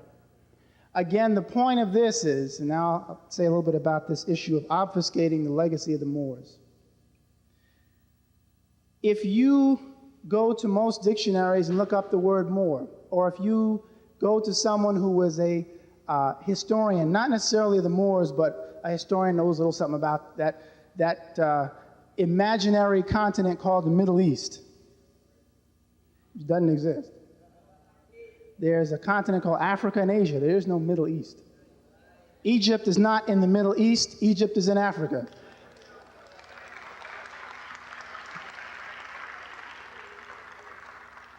And the same is true for Morocco, Algiers, Libya, Tunis. So when we recognize again, how the game is played, the semantic game, we're going to create illusory terms that have no meaning. But if we get you to buy them, then hey, it worked. But when you go to the dictionary and you look up the term Moor, usually it says somebody who was Berber or Arab. Or it may say the Berber Arab peoples who once occupied Spain. So they limit the folks to Spain and they call them the Berber or Arab. Well, when you look up the term Berber, it refers to a language group, not an ethnic group. And as a close friend of mine, Aziz Lotfi, who was a Moroccan, who was here in school, I say here in the States, at Temple, and a linguist, he said, brother, no people in Morocco call themselves Berbers if they are speaking the language of their own people. And even the ones that have gotten a Western education tend to back off of Berber because they know that it's a reference to a language group. They identify themselves by their ethnic designations. So whether you're talking about somebody saying that they are Sanheja, or maybe even Haratin, or Azenega, they're pointing out, this is or Kashal, these are the groups that I'm a part of. I'm a Berber, I don't know what you're talking about. But to use that term is designed to create the illusion that Berbers don't have a connection to other African peoples. Because as Diop pointed out in his text, like the African origin of civilization, Europeans introduced terms like Kafir. This group over here is Kafir, and that group is Hamitic, and that group is Semitic, and this group is Negroid, and that group is Hottentot. All kinds of terms to separate, to divide and conquer. And essentially, Berber, as it's used, has become used to refer to someone who is a light-complexioned African, who is probably more European in origin. Because that was one of the contentions that anthropologists tried to make in order to claim the Moorish Empire. These were basically, swarthy-skinned Europeans. They weren't Africans. And of course, they also had to then make illusory or imaginary distinctions between such people. So even though somebody was part of the same family, everybody in this village, all of us here are Sanheja. That's what we call ourselves. European anthropologist comes in and says, well, I see among you there are some Negroes. So now I don't see no Negroes. I see Mahmoud and I see Fatima and I don't see, what are you talking about? But the idea was to start separating people up on the basis of complexion in order to give the illusion of their own false superiority in numbers. Okay? This is, this is deep. If you think about it, what's the benefit of having a particular group go around the world, dividing everybody up into all little components and compartments, when just a couple of years ago or a century or so ago, say, you're all niggas. What are you talking about? Whether you're from India or whether you're from the Polynesian Islands or Africa, you're all the same people. But you only do that when you're in a position of military superiority, when you can hold on to that. But then later on, when you start to realize, things are changing, we have to make this game a little bit more complex. So they start creating these illusions called races. And these illusions of so-called races of African peoples.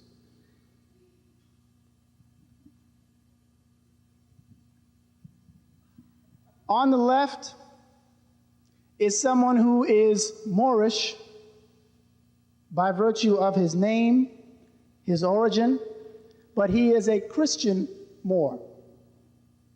And he is a Christian Moor by the name of Saint Maurice, or Saint Moritz in German. Saint Moritz was the patron saint of the Holy Roman Empire. So for all of us who came through any type of Catholic background, and no one's talking about Saint Moritz or Saint Benedict the Moor, or if they talked about it, mention them, but they don't go into any details. Oh yeah, the name of this church is, Saint Benedict the Moor. Okay. I'm trying, sister, I'm trying.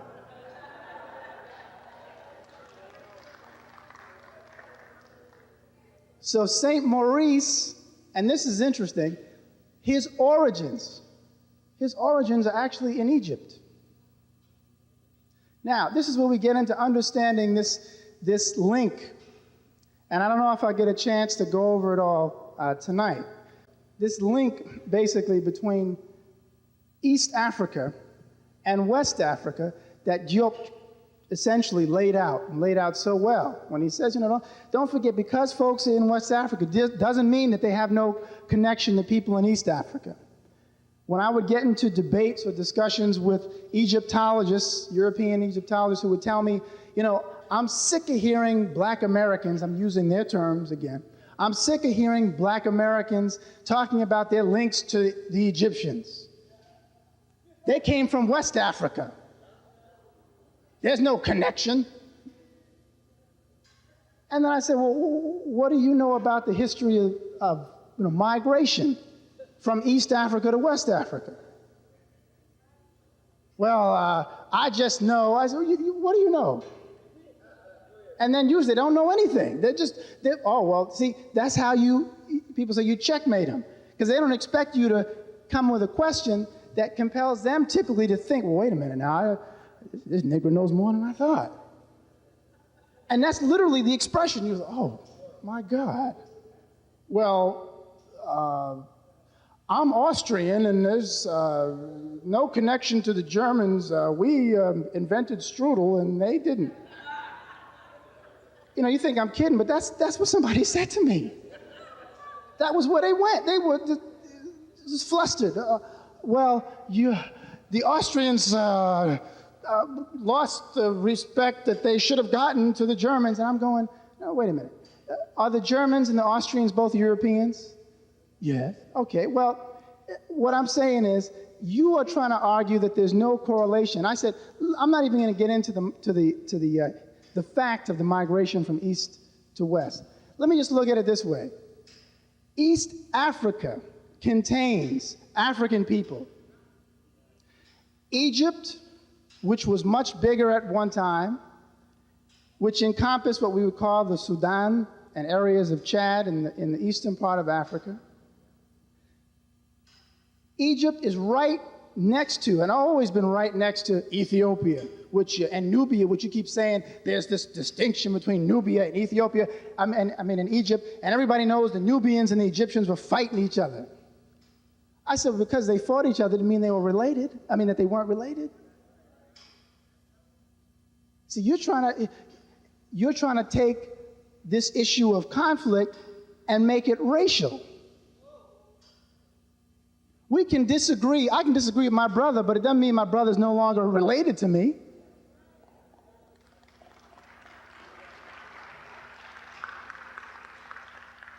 So when we consider that, I had to say a little bit about that issue with Egypt, because again, there is this attempt, like I say, to obfuscate the legacy, to confuse the legacy of African people.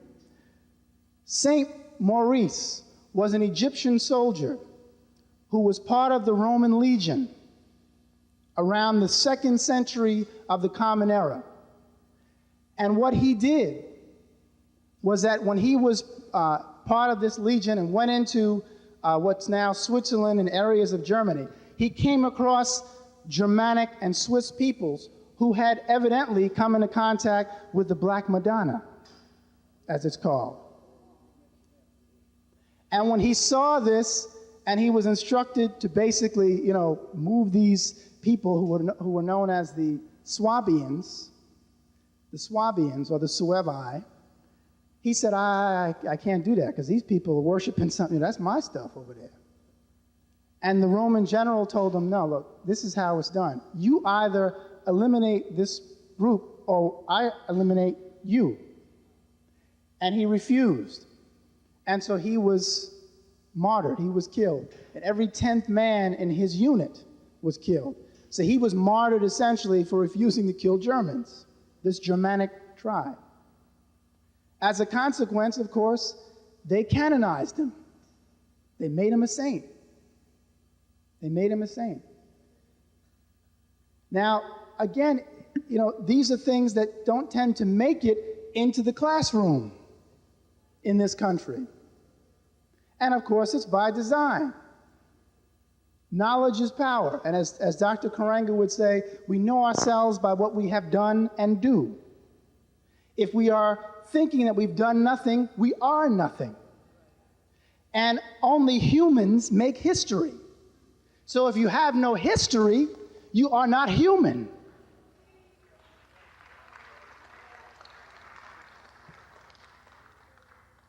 And essentially, the system operates from that position, and we know why. Let me just also say this, and I'll come back to this. We live in a republic, right? And in a republic, if you look at the Roman Republic, there were 3 levels in the system. There were citizens, slaves, and aliens. The question is, which are you within that structure? And that's determined by how much you know. That's determined by how much you know about yourself and about how much you know about the system. That's just another representation of Saint Maurice, or Saint Moritz. This is another indication of a Moorish or African presence, if you will, within England. Part of the Norman, when you talk about the Normans invading England, among the Normans in the 11th century were African peoples, African knights. So much of the Western world's history is directly linked to African people. And of course, if we think about this, given the fact that much of the history has been written by Europeans and from their perspective, many times we're given the terms Negro, Black, or maybe even color, but certainly Negro and Black. If we are trying to do research, we go to a history text and we're looking, let me go to the index and look up Negro and Black and find out what we did. And in the pursuit of the knowledge of your past, you're going past Carthaginian, Moor, Egyptian, Phoenician. Because, hold on, Negroes, I'm looking for Negroes. Where are the Negroes in this book? Because we've been conditioned to think that that's what we are.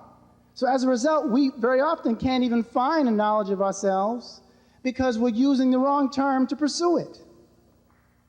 That's why this is so important.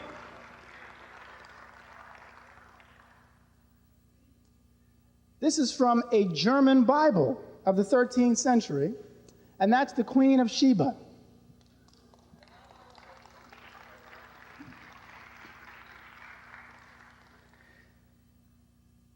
We need, again, I say, to make sure we understand, like I say, the European historical record was clear on indicating the legacy of African, if you will, and Moorish people within its own cultural development.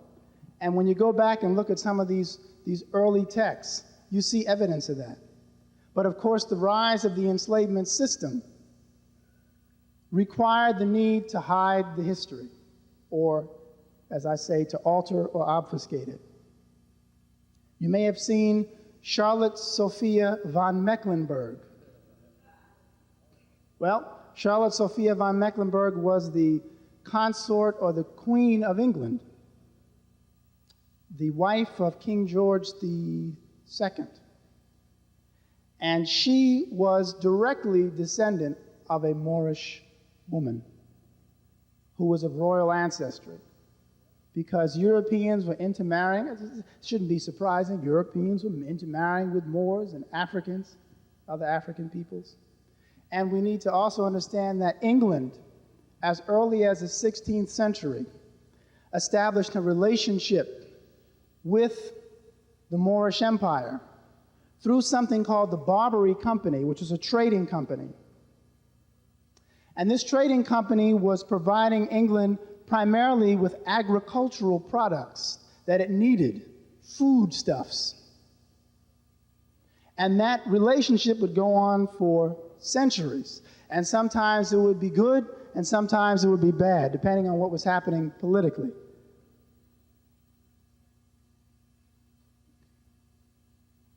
That's Alessandro de' Medici.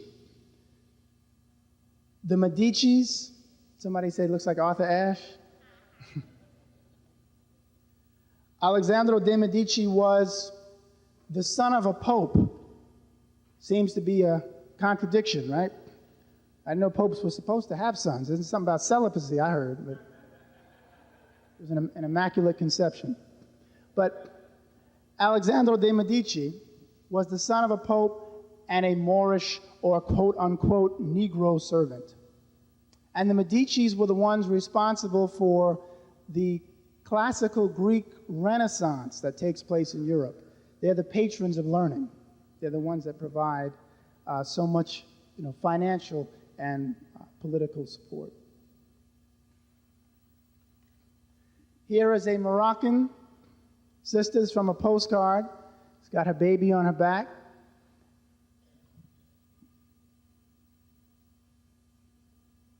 This is a Moroccan sister also who was referred to as a Berber. Okay, now let me go back to what I was talking about before. She's a Berber. Okay? She's customarily what Western historians, when they talk about the Moorish legacy and influence, want you to focus in on. All the Moors descended from people who look like her. That's the illusion that people are trying to present. The Moors were lighter in hue. I just showed you all these other coats of arms, all this information showing the Moors were of all complexions, but originally they were certainly quite dark in hue. So we're talking about shifting that paradigm, that image, to a lighter complexion person just to feel comfortable again with themselves. Because, we're a little bit closely related to her than we are to these Africans who are darker in complexion, or these Moors who are darker in complexion. Makes me feel more comfortable, like maybe there's more of us.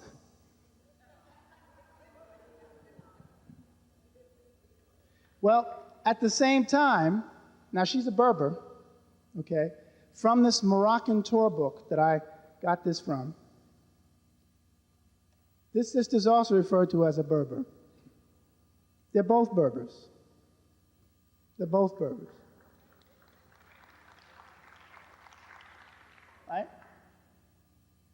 This is also a group of Berbers. Look at the range. Now again, as Leo Africanus, also known as Azayati, said in the 16th century to the European world when he wrote his book about the history of Africa, he said, the people in this part of the world are properly called Moors. That's what they respond to when they come into the Western world. Now keep in mind, because of the contacts going on back and forth between the northwest portion, the western part of Africa, and Europe, if a Moorish person or someone coming from within those boundaries goes into the European world as a trader, trading, or as a business person, or maybe even in war as a part of a army, if they learn the language, they're going to use language that the people in that area will respond to. And they're going to use a term which they know that the people in that area are going to recognize. If you saw someone who looked Japanese walking up the street and you said, well, are you Japanese? And they said, no, I'm Shioti. I said, what? Shioki. Shioki, what is?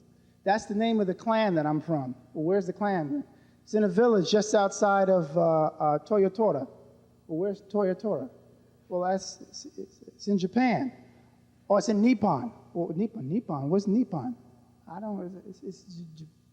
What and they point, oh, Japan. Oh, I know what you're talking about. In other words, the Moors, the term Moor, was recognized as a general reference for anyone within the countries of North and West Africa, as far south as about the Niger River. And then in the area below the Niger River, that was not seen as being a part and parcel of the Moorish Empire, at least under Al-Mansur in the 16th century and other rulers who came afterwards. So when people from that region went into the Western world, and if they were speaking English, they would say, I'm Moorish. If they were speaking Spanish, say, I'm Moros. If they were in France, they might say, I'm Mur. So what we need to understand is that the term was a general reference from anyone within that region. Just like we used to talk about Britain, right? Great Britain. Britain is made up of Scotsmen, Irishmen, Welshmen, and Englishmen. Someone, if they want, can reject being under British domination and say, I'm Irish and I want to have nothing to do with no London or the British. They can do that. But of course, the central government would say otherwise. No, look, whether you like it or not, you're under our authority. That's essentially what begins to happen also within the Moorish Empire. The fragmentation, the internecine conflicts that ensue. But it was understood by Europeans that people from that entire region could properly identify themselves as Moors in general, and then be more specific if they wanted. Could somebody be Wolof and Moorish at the same time? Yes. Could somebody be, as I mentioned before, Sanheja and Moorish at the same time? Yes. It's a brother sitting in front of a shop. This is also from Morocco.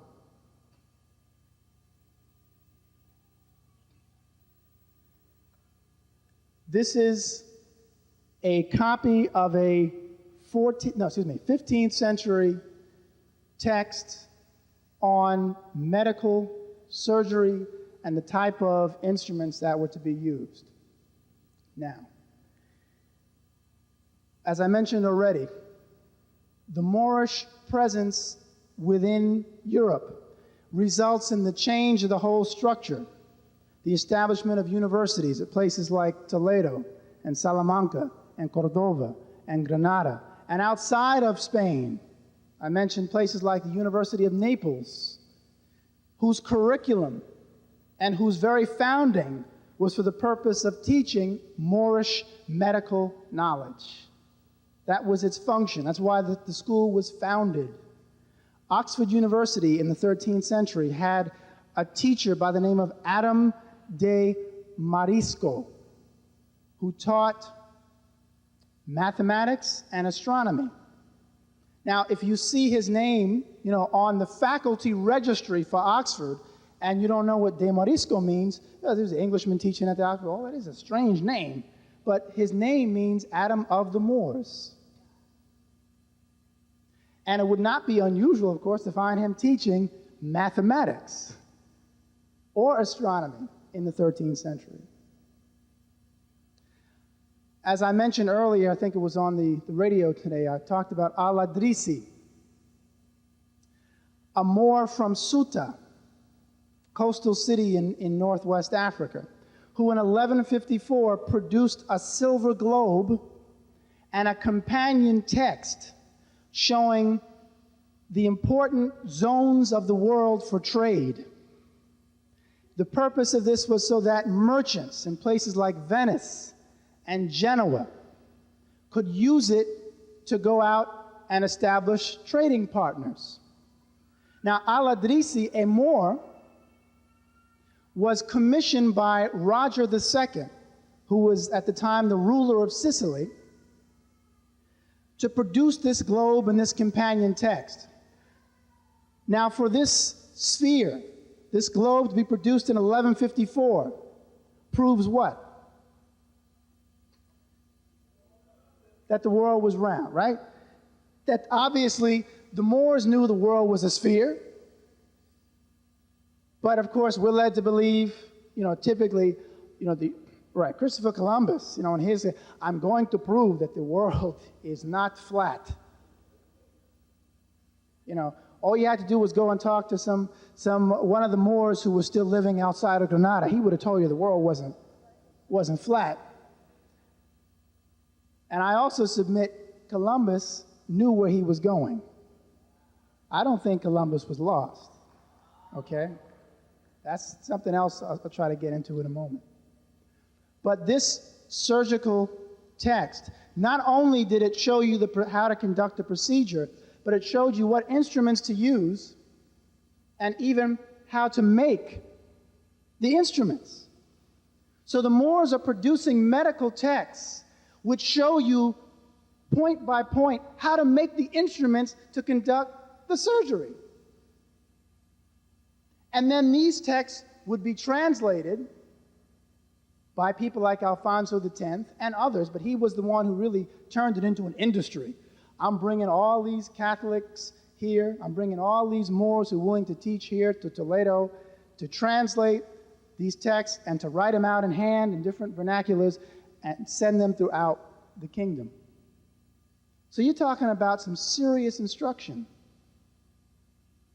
okay? And it's only after the Moorish presence that the medieval universities of the Western world begin to establish themselves.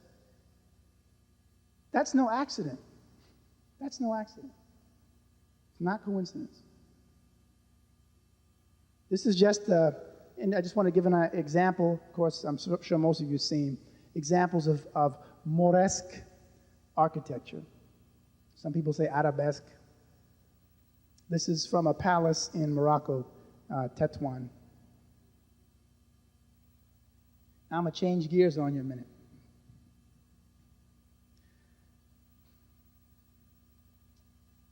Most of us think that the legacy of African people in the Americas begins with slave ships arriving on these shores and bringing African people. That's what most people in the United States think. While it is true that there is evidence showing that many Africans were indeed captured off the coast of West Africa, places like Gorée Island, and brought to the West Indies and brought to the Americas, it is also true that many Africoid peoples were already here.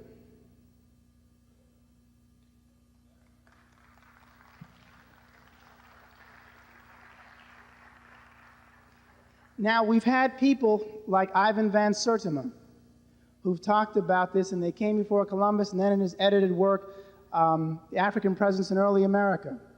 But before him, before Brother van Sertima, there were Europeans who were saying the same thing, like Leo Weiner, and people like John McIntosh, who was writing in the middle of the 19th century, the Indians of North America, and basically pointed out, these people are related to Africans. These people are related to Ethiopians. Now, Alexander von Wulfenau, who was the German art historian, who wrote the book Unexpected Faces in Ancient America. It's basically a pictorial history and a revelation about the African presence in pre-Columbian America. And it's no accident that this information, although it was part of American folklore at one time, is increasingly denied, and an emphasis is placed upon the idea of African peoples all being brought here on slave ships. Now, this particular artifact or statuette, referred to as an old man with hat, and this is from Alexander von Wulfenau's book, is from the classic period, which is between 300 and 900 of the Common Era. This is from Veracruz in Mexico. Now, I don't know about what you see, but that looks like a brother wearing a fez. So it looks like something wrong. Now, I don't know. I'm just saying, von Wulfenau makes the same contention that when he looks at some of these statuettes, these artifacts, he says they speak for themselves. And he talks about how a man who was at the Smithsonian named Dr. Alex Hrdlicka, who was in charge of the ethnography department, did everything he could to hide those statuettes, those artifacts, which showed African features, or Africoid features, and how he ensured that you would not get a job as an ethnographer, not only at the Smithsonian Institute, but at any legitimate, quote-unquote, ethnographical institution, anthropological institution in the country, if you challenge that. This is what von Wulfenau talks about. So there was obviously an attempt to hide this information from folks. This second one, all right now.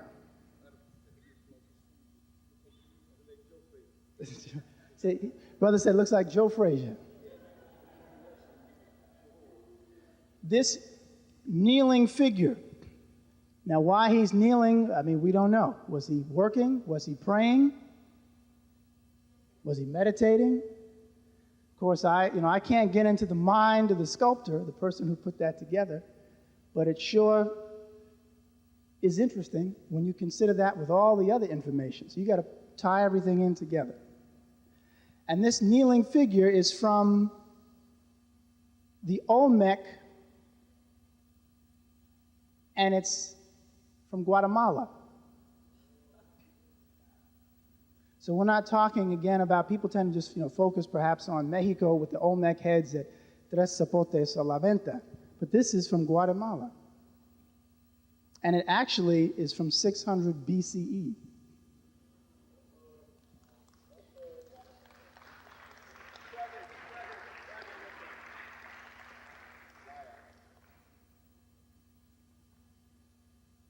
This early Negroid, as von Wulfenau put it, and I will forgive him on this because he's produced so much information, assistance, but this early Negroid representation from Morelos, Mexico.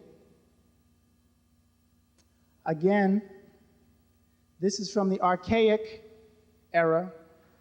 And Archaic, when they just dated it as Archaic, is at some time between 2000 BCE and 100 BCE. We don't know, but it's old. And this is from, as I already said, it's from Mexico.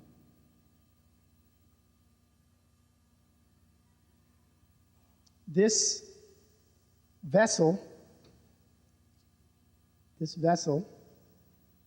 is from the post-classic period, which is between 900 and 1500 of the Common Era, and this is from Costa Rica.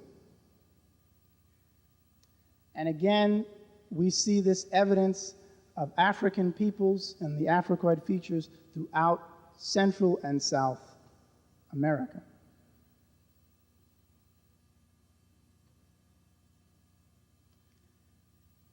This is also from the Olmec era, from Tres Zapotes.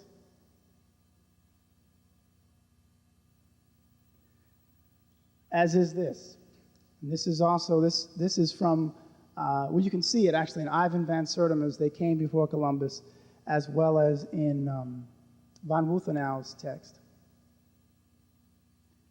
And I like what he did in comparing the chief, the Nuba chief, with the features of this Olmec monument. And those things stand between 7 and 9 feet tall. And some, in fact, are actually larger.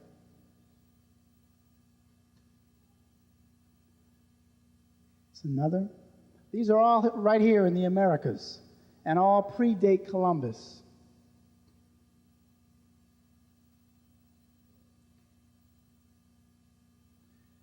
This is in Arapaho Indian brother. And this, again, is something that should cause us to pause. When you read references like Hernan Lopez de Castaneda, who wrote a book in the 15th century in which he referred to the peoples living in Panama as part of an Ethiopian tribe, which means that they must have looked like African people. And this was essentially what Europeans met when they arrived. When you see references to the Arawak and the Carib Indians, who are thought to be, as the Europeans used to say, Mohammedans, because of their attire and their customs. And when Columbus's own son refers to these things, it should compel you to pause and ask, were we already here before the Europeans arrived? When you consider the fact that when Columbus himself met what he called the King of Cuba, he began to speak, or his translators began to speak immediately with these people. Now, on board the ship were people that spoke Arabic, Chaldean, and Hebrew. Now, for them to start conversing right away seems kind of peculiar, unless the languages were either one of those three or were at least Semitic, as we would say.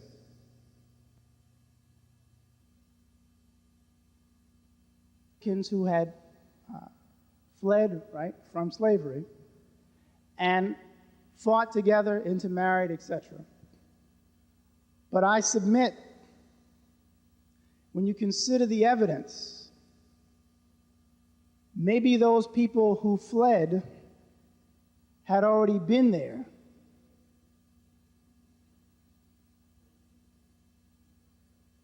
If you consider the term Indian now, and let me just, this is something again to help you perhaps understand how to reinterpret the term Indian when you go and do some research on your own, which I hope you'll do. At one time, the Europeans used the term Indian or Indias to refer to African people. Now, a lot of folks didn't even know that. It's like, really? Oh, yes. Absolutely.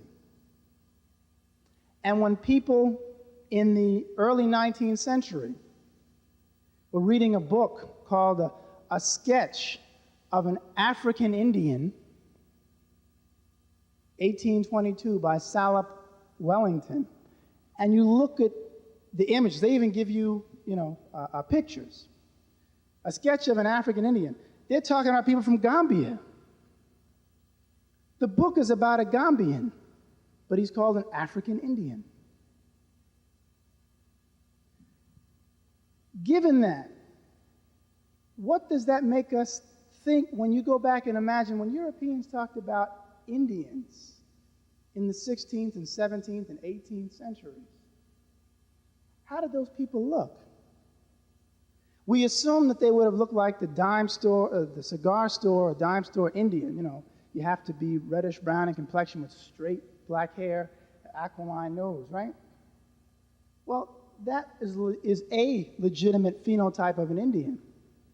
But when you go back and you read court cases of Indians like the Narragansetts, who lived up in Rhode Island, and you hear people testifying, the Narragansetts, as long as we knew, were always very curly in hair and dark complexions. You can hardly tell them from the so-called Negroes. So when people reveal something like that, they're saying, wait a minute, you might want to reconsider what this term Indian was talking about. Right? Okay. I'll leave that up there. And let me say a little bit about the significance of this information as it pertains to the organization known as the Moorish Science Temple. In 1913, a man by the name of Timothy Drew Ali, also known as Noble Drew Ali, began teaching in Newark, New Jersey, that African Americans, who were then calling themselves Negro, Black, and Colored, should more properly see themselves as Moorish Americans, should more properly consider themselves as already having been in the Americas, as well as linked to the African continent. His contention, of course, met with a lot of opposition, because people were saying, well, how can you prove? What do you mean Moors? 1913. How can you prove? What do you know about any Moorish links? Well, two things that we can surmise from this. One is, as I tried to make clear already, this term Moorish was recognized as being a reference to, if you will, a phenotypically, meaning physical features, a phenotypically Africoid people who primarily were known to occupy the regions of North and Northwest Africa. But the truth of the matter is, when you consider this issue of phenotype, you find people in West Africa who look like people in Central Africa and South Africa and East Africa. So we know that there's obviously a mixture of peoples. But why would he then say, well, you can actually identify yourself as Moorish? Well, one reason is because, as I pointed out before, evidence suggests, whether it's Abu Bakari II of Mali, an African Muslim who leads an expedition into the Americas, and at that time in the 14th century, the European world would have recognized that particular kingdom as being within the larger Moorish Empire. And if we find evidence, as people like Van Sertima and others have found, of this African Muslim presence, and if you find people like Robert Beverly II, who was one of the early historians of Virginia, writing in the early 1700s, like 1720, 1715, and this man is talking about the Indians of Virginia reminding him of the peoples of Ethiopia, Morocco, and Libya. He likens their food to being similar. William Penn likens the people that he saw in Pennsylvania, what becomes Pennsylvania, as looking like the Jewish people of London. And most of those Jewish people just happen to be Sephardic Jews. Most of those people had left and have been expelled from, guess where? Moorish Spain. So for him to be making these connections obviously indicates that these people must have had, phenotypically, and even talks about their culture, their mannerisms, describes their children. And these folks remind me of the Jews back in London, who basically are Moorish, Sephardim, or if you will, African Jews. So all these things are suggesting this presence. So for Noble Drew Ali to make that statement in 1913, it was pretty profound, considering that most people didn't know about Van Sertima because he wasn't born yet. Most people didn't know about Leo Wiener, even because Leo Wiener didn't write his book until the 1920s. And this was part of, his oral tradition. Drew Ali was telling people that this was the case. He referred to the Americas as Northwest Africa and Southwest Africa, at least in the official literature. Which means that while Africa is home, so is America.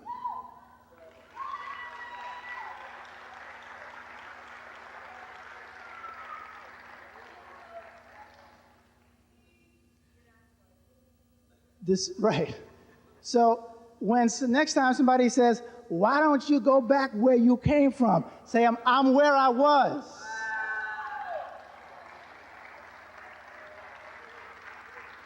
Certainly more so than you, who just got here. In more ways than one. The second thing that's significant as to why Drew Ali was emphasizing the idea of nationality, or saying that people were Moorish, is because he obviously recognized that the legal history of the United States revealed that one had to be a recognized national to be seen as a person and not as a condition. And the Constitution was designed to protect persons, not conditions. So if one was calling themselves black 200 years ago, it was recognized, like the term Negro, that those terms referred to someone's condition and not to their nationality, because we know there is no Negro land or a black land.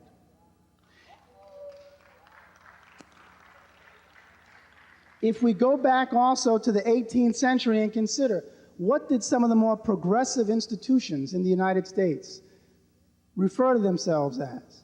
You had the Free African Society. You had the Free African Schools. You had the African Methodist Episcopal Church. You even had the First African Baptist Church.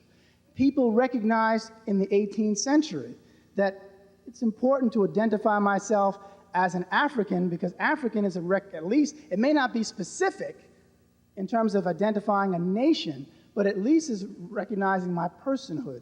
Because an African is a person. A black is a condition. In fact, the laws of the time, you can go back and read court cases where judges said, a black is not the same thing as a person of color. Now, what did they mean by that? They said a black is not the same thing as a person of color. Well, for one thing, is the letter of the law. Think like lawyers, and I know Brother Maddox appreciates this. Europeans are sticklers for the letter of the law. Lynn Dumenil, who was a historian who wrote a book, Harvard University Press, about the history of Freemasonry, talks about this Freemasonic tradition among Europeans, which emphasizes the letter of the law. You got to do it just right. You got to follow the law. There's a system, there's a pattern, it's logical. You got to, nothing is by accident. And when you consider the idea of, free and accepted, right? Free and accepted. When you see that, was it AF, A&M. Are you free? Well, how do you know? I'm free. There's no slavery, right? Well, I don't know. That's debatable, I think, whether there's slavery or not. But what designates a person legally? Because keep in mind, this whole country had a tradition of denying the personhood of people, as peculiar as that sounds.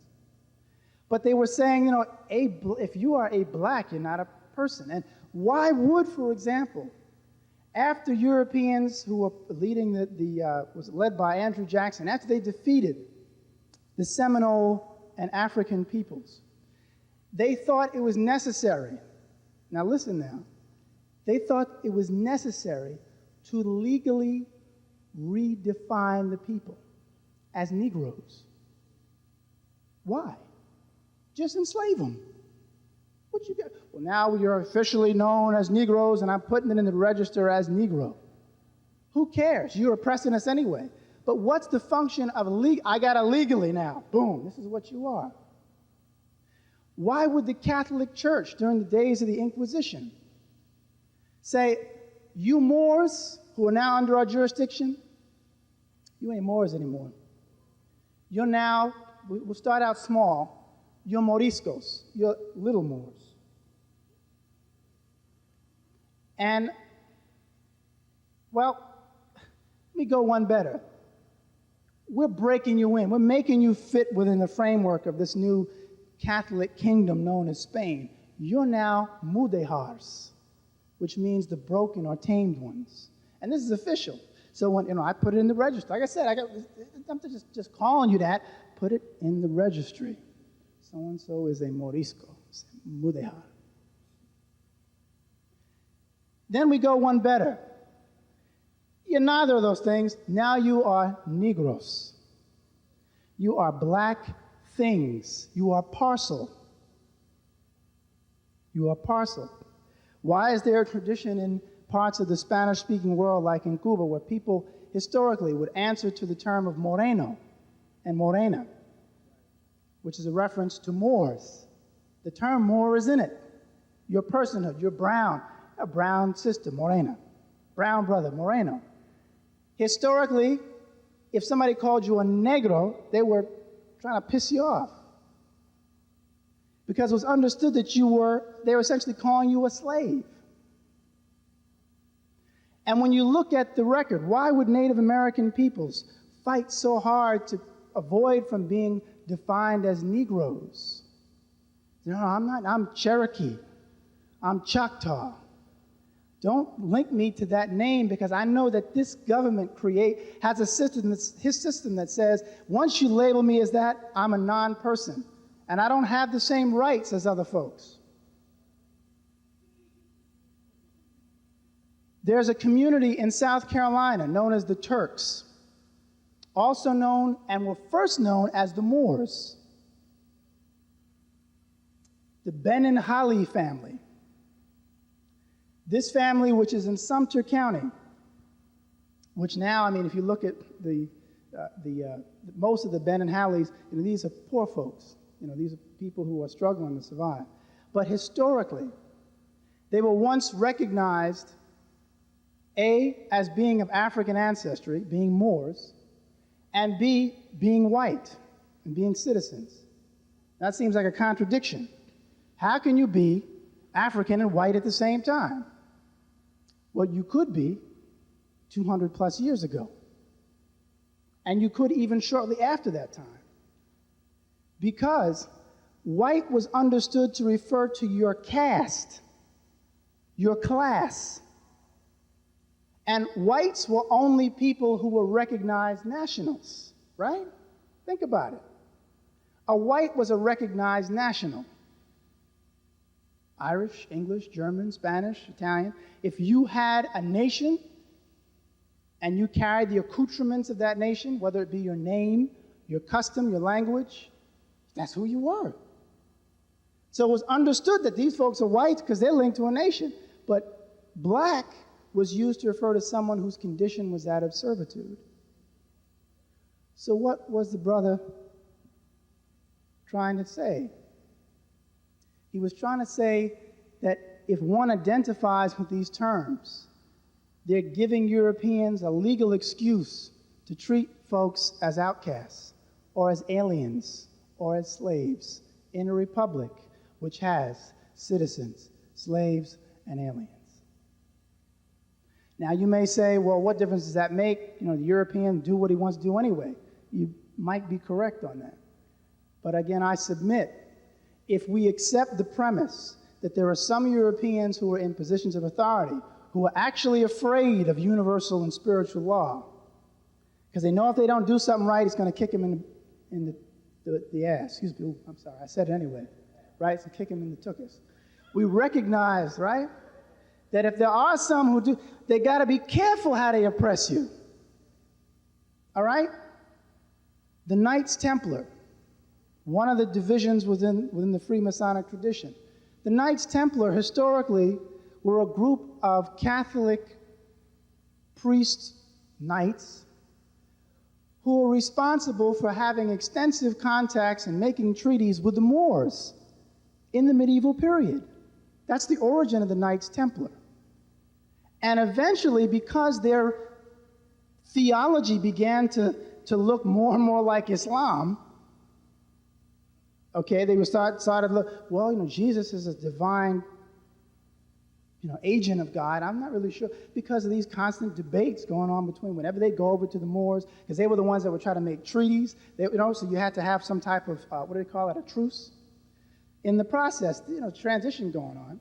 And secondly, because of that, they became a threat to the Catholic Church, who started to say these people might actually take over. Okay? So what did they do? They killed the Knights Templar. They outlawed them. They went after them. But yet it's now recognized as a division or an element within the Freemasonic tradition. What I'm essentially saying is that Europeans have had quite a bit of contact with the African Muslim world, the Moorish world, Moorish culture. And they did adhere to many of the principles. But because, and I won't get into the reasons, because you've heard several, I'm sure, from Cress Welsing, Dr. Cress Welsing, to just issues of environmental conditioning, they couldn't really stay right. So they looked for the loopholes. So I still want to oppress, but I got to do it carefully, because I know that if I don't, something may come back on me.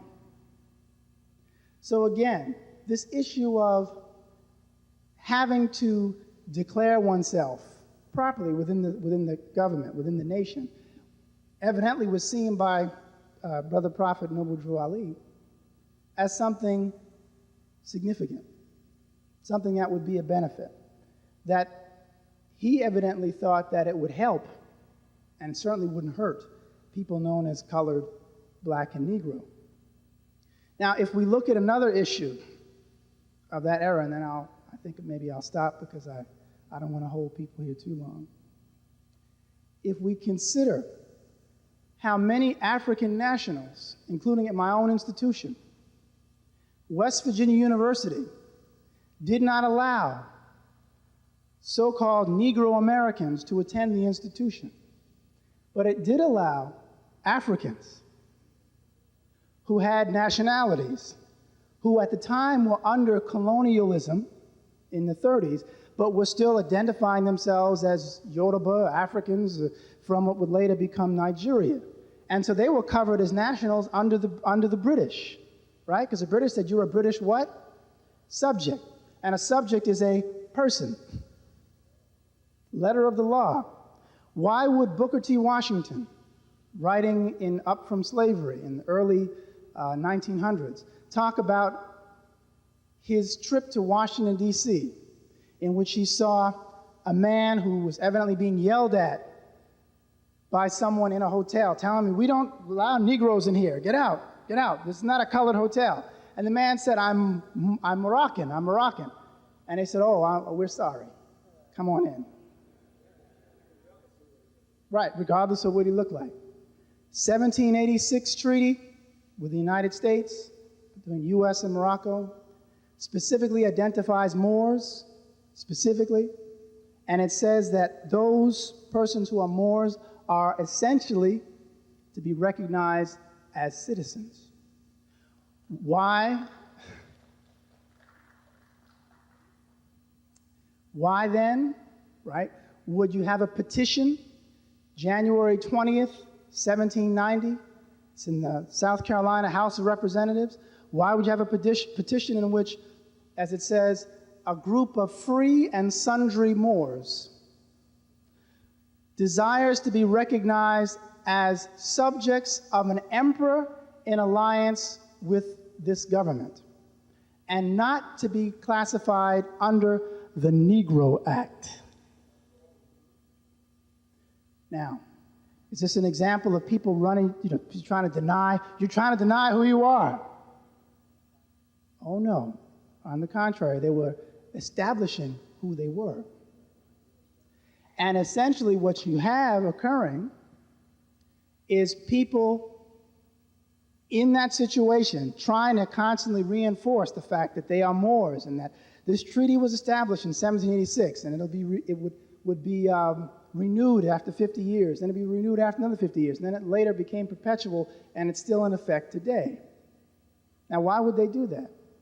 They were obviously trying to eliminate any excuse for the European government, for this government, to treat them as either outcasts, alien slaves, and give them certain rights under a granted privilege, but not in accordance with the law of the land, which is the U.S. Constitution. So the rationale, clearly, for what Drew Ali was doing was to deny the government an excuse to treat people like outcasts. And there is historical evidence indicating that it was valid, that he had a valid point. So what I'll do, I think now, is I'll stop. If I've missed anything, excuse me, I am extremely tired anyway, and it's been a long night, but that's right. So I'll stop. I heard you this morning.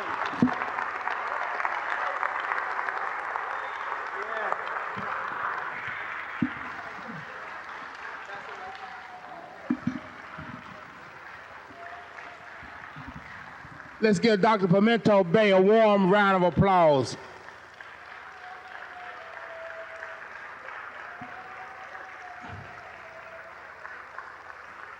Dr. Bay,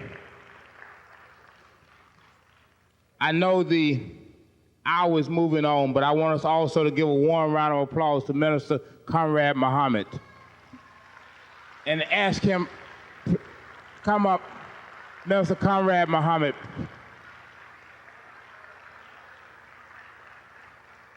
Let's give a warm round of applause to Minister Conrad Muhammad.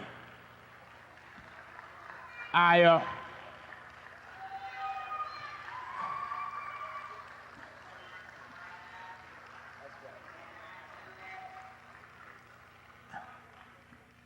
am very pleased and thankful, Minister Conrad, that you exercised your wisdom and stopped by to see us this evening.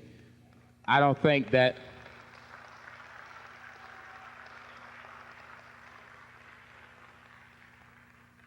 your presence was necessary in order to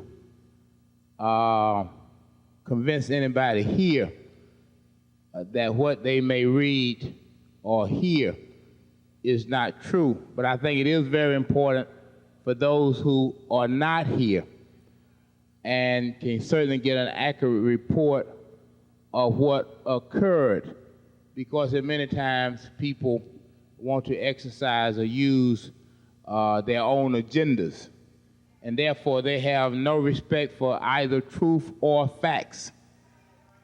And it is in that vein that certainly your presence is extremely warranted. Let me just say this on a personal note before I turn the microphone over to you. Minister Conrad Muhammad and I certainly go back to his days in Philadelphia.